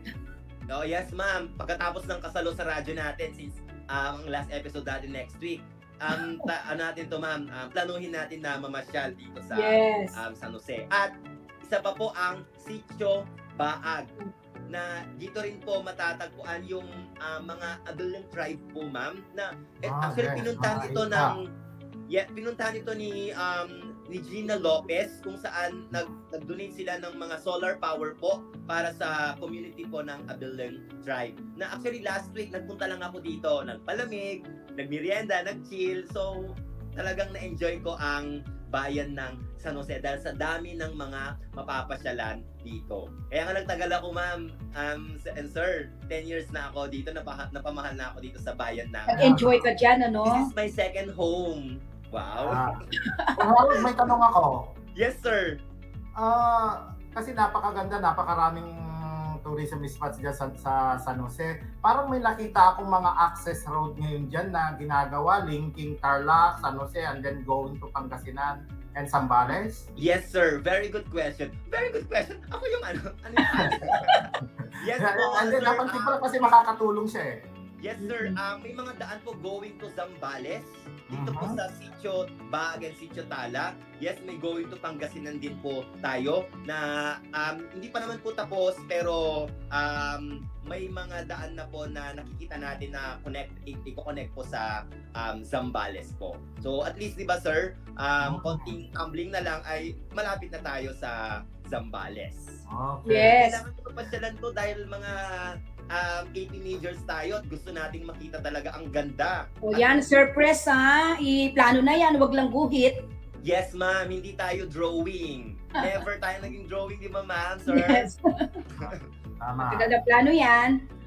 Okay, alam mo ba Sir Harold, nakita ko na yung mga yan doon sa tourism video na isinagawa o pinakita nila para i-promote ang bayan ng San Jose. At doon ko nga nakita yung kanilang napakagandang tagline na Simply Natural San Jose. Dahil nga sa natural resources, mga magagandang tanawin na yan, mga falls, yan, dyan sa bayan ng San Jose. At napakaswerte mo dahil ikaw mismo, nakita mo na yung mga binanggit mo ngayong araw na ito. Tama? Yes, ma'am. Lahat ng mga nasa larawan po, napuntahan na po natin. Okay, sunod invite mo kami. Yes, ma'am. Yes. Ngayon pong araw na to at sabi nga napakayabong ng pagbabahagi ng mga impormasyon sa araw na ito tungkol sa bayan ng San Jose. Ang ating paghanga at pasasalamat sa ating mga panelists, kay Sir Raymond Dagdan, kasalo entusiast ng Winlag High School, gayon din sa TIC, ang napakasipag na AP Department, OIC ng Mababanaba National High School, ang aming President ng Division Association of Social Studies Leaders at kasalo entusiast, Mr. Harold Giang. Maraming salamat din po sa ibinigay na pagkakataon sa atin na maging bahagi ng makasaysayang pagsasaradyo na kasaysayang lokal ng Tarlac. Sa ating butihing pandibisyong tagamasid ng Araling Panlipunan, walang iba kundi si Dr. Lamberto F. Gamurot. At muli, ako po ang inyong segment host, Jesus Garcia, na nag-iiwan ng mga katagang ang pag-aaral ng kasaysayang lokal ay daan upang maunawaan ang nakaraan, mabigyang kahulugan ang kasalukuyan at mapaghandaan ang hinaharap. Ito rin ang daan upang ganap na maunawaan ang pambansang kasaysayan na siyang daan sa pagiging makadiyos, makatao, makakalikasan at makabansa. Sa susunod pong muli ng Kasalo sa Radyo, ito pong inyong lingkod. Maraming salamat po. Maraming salamat po.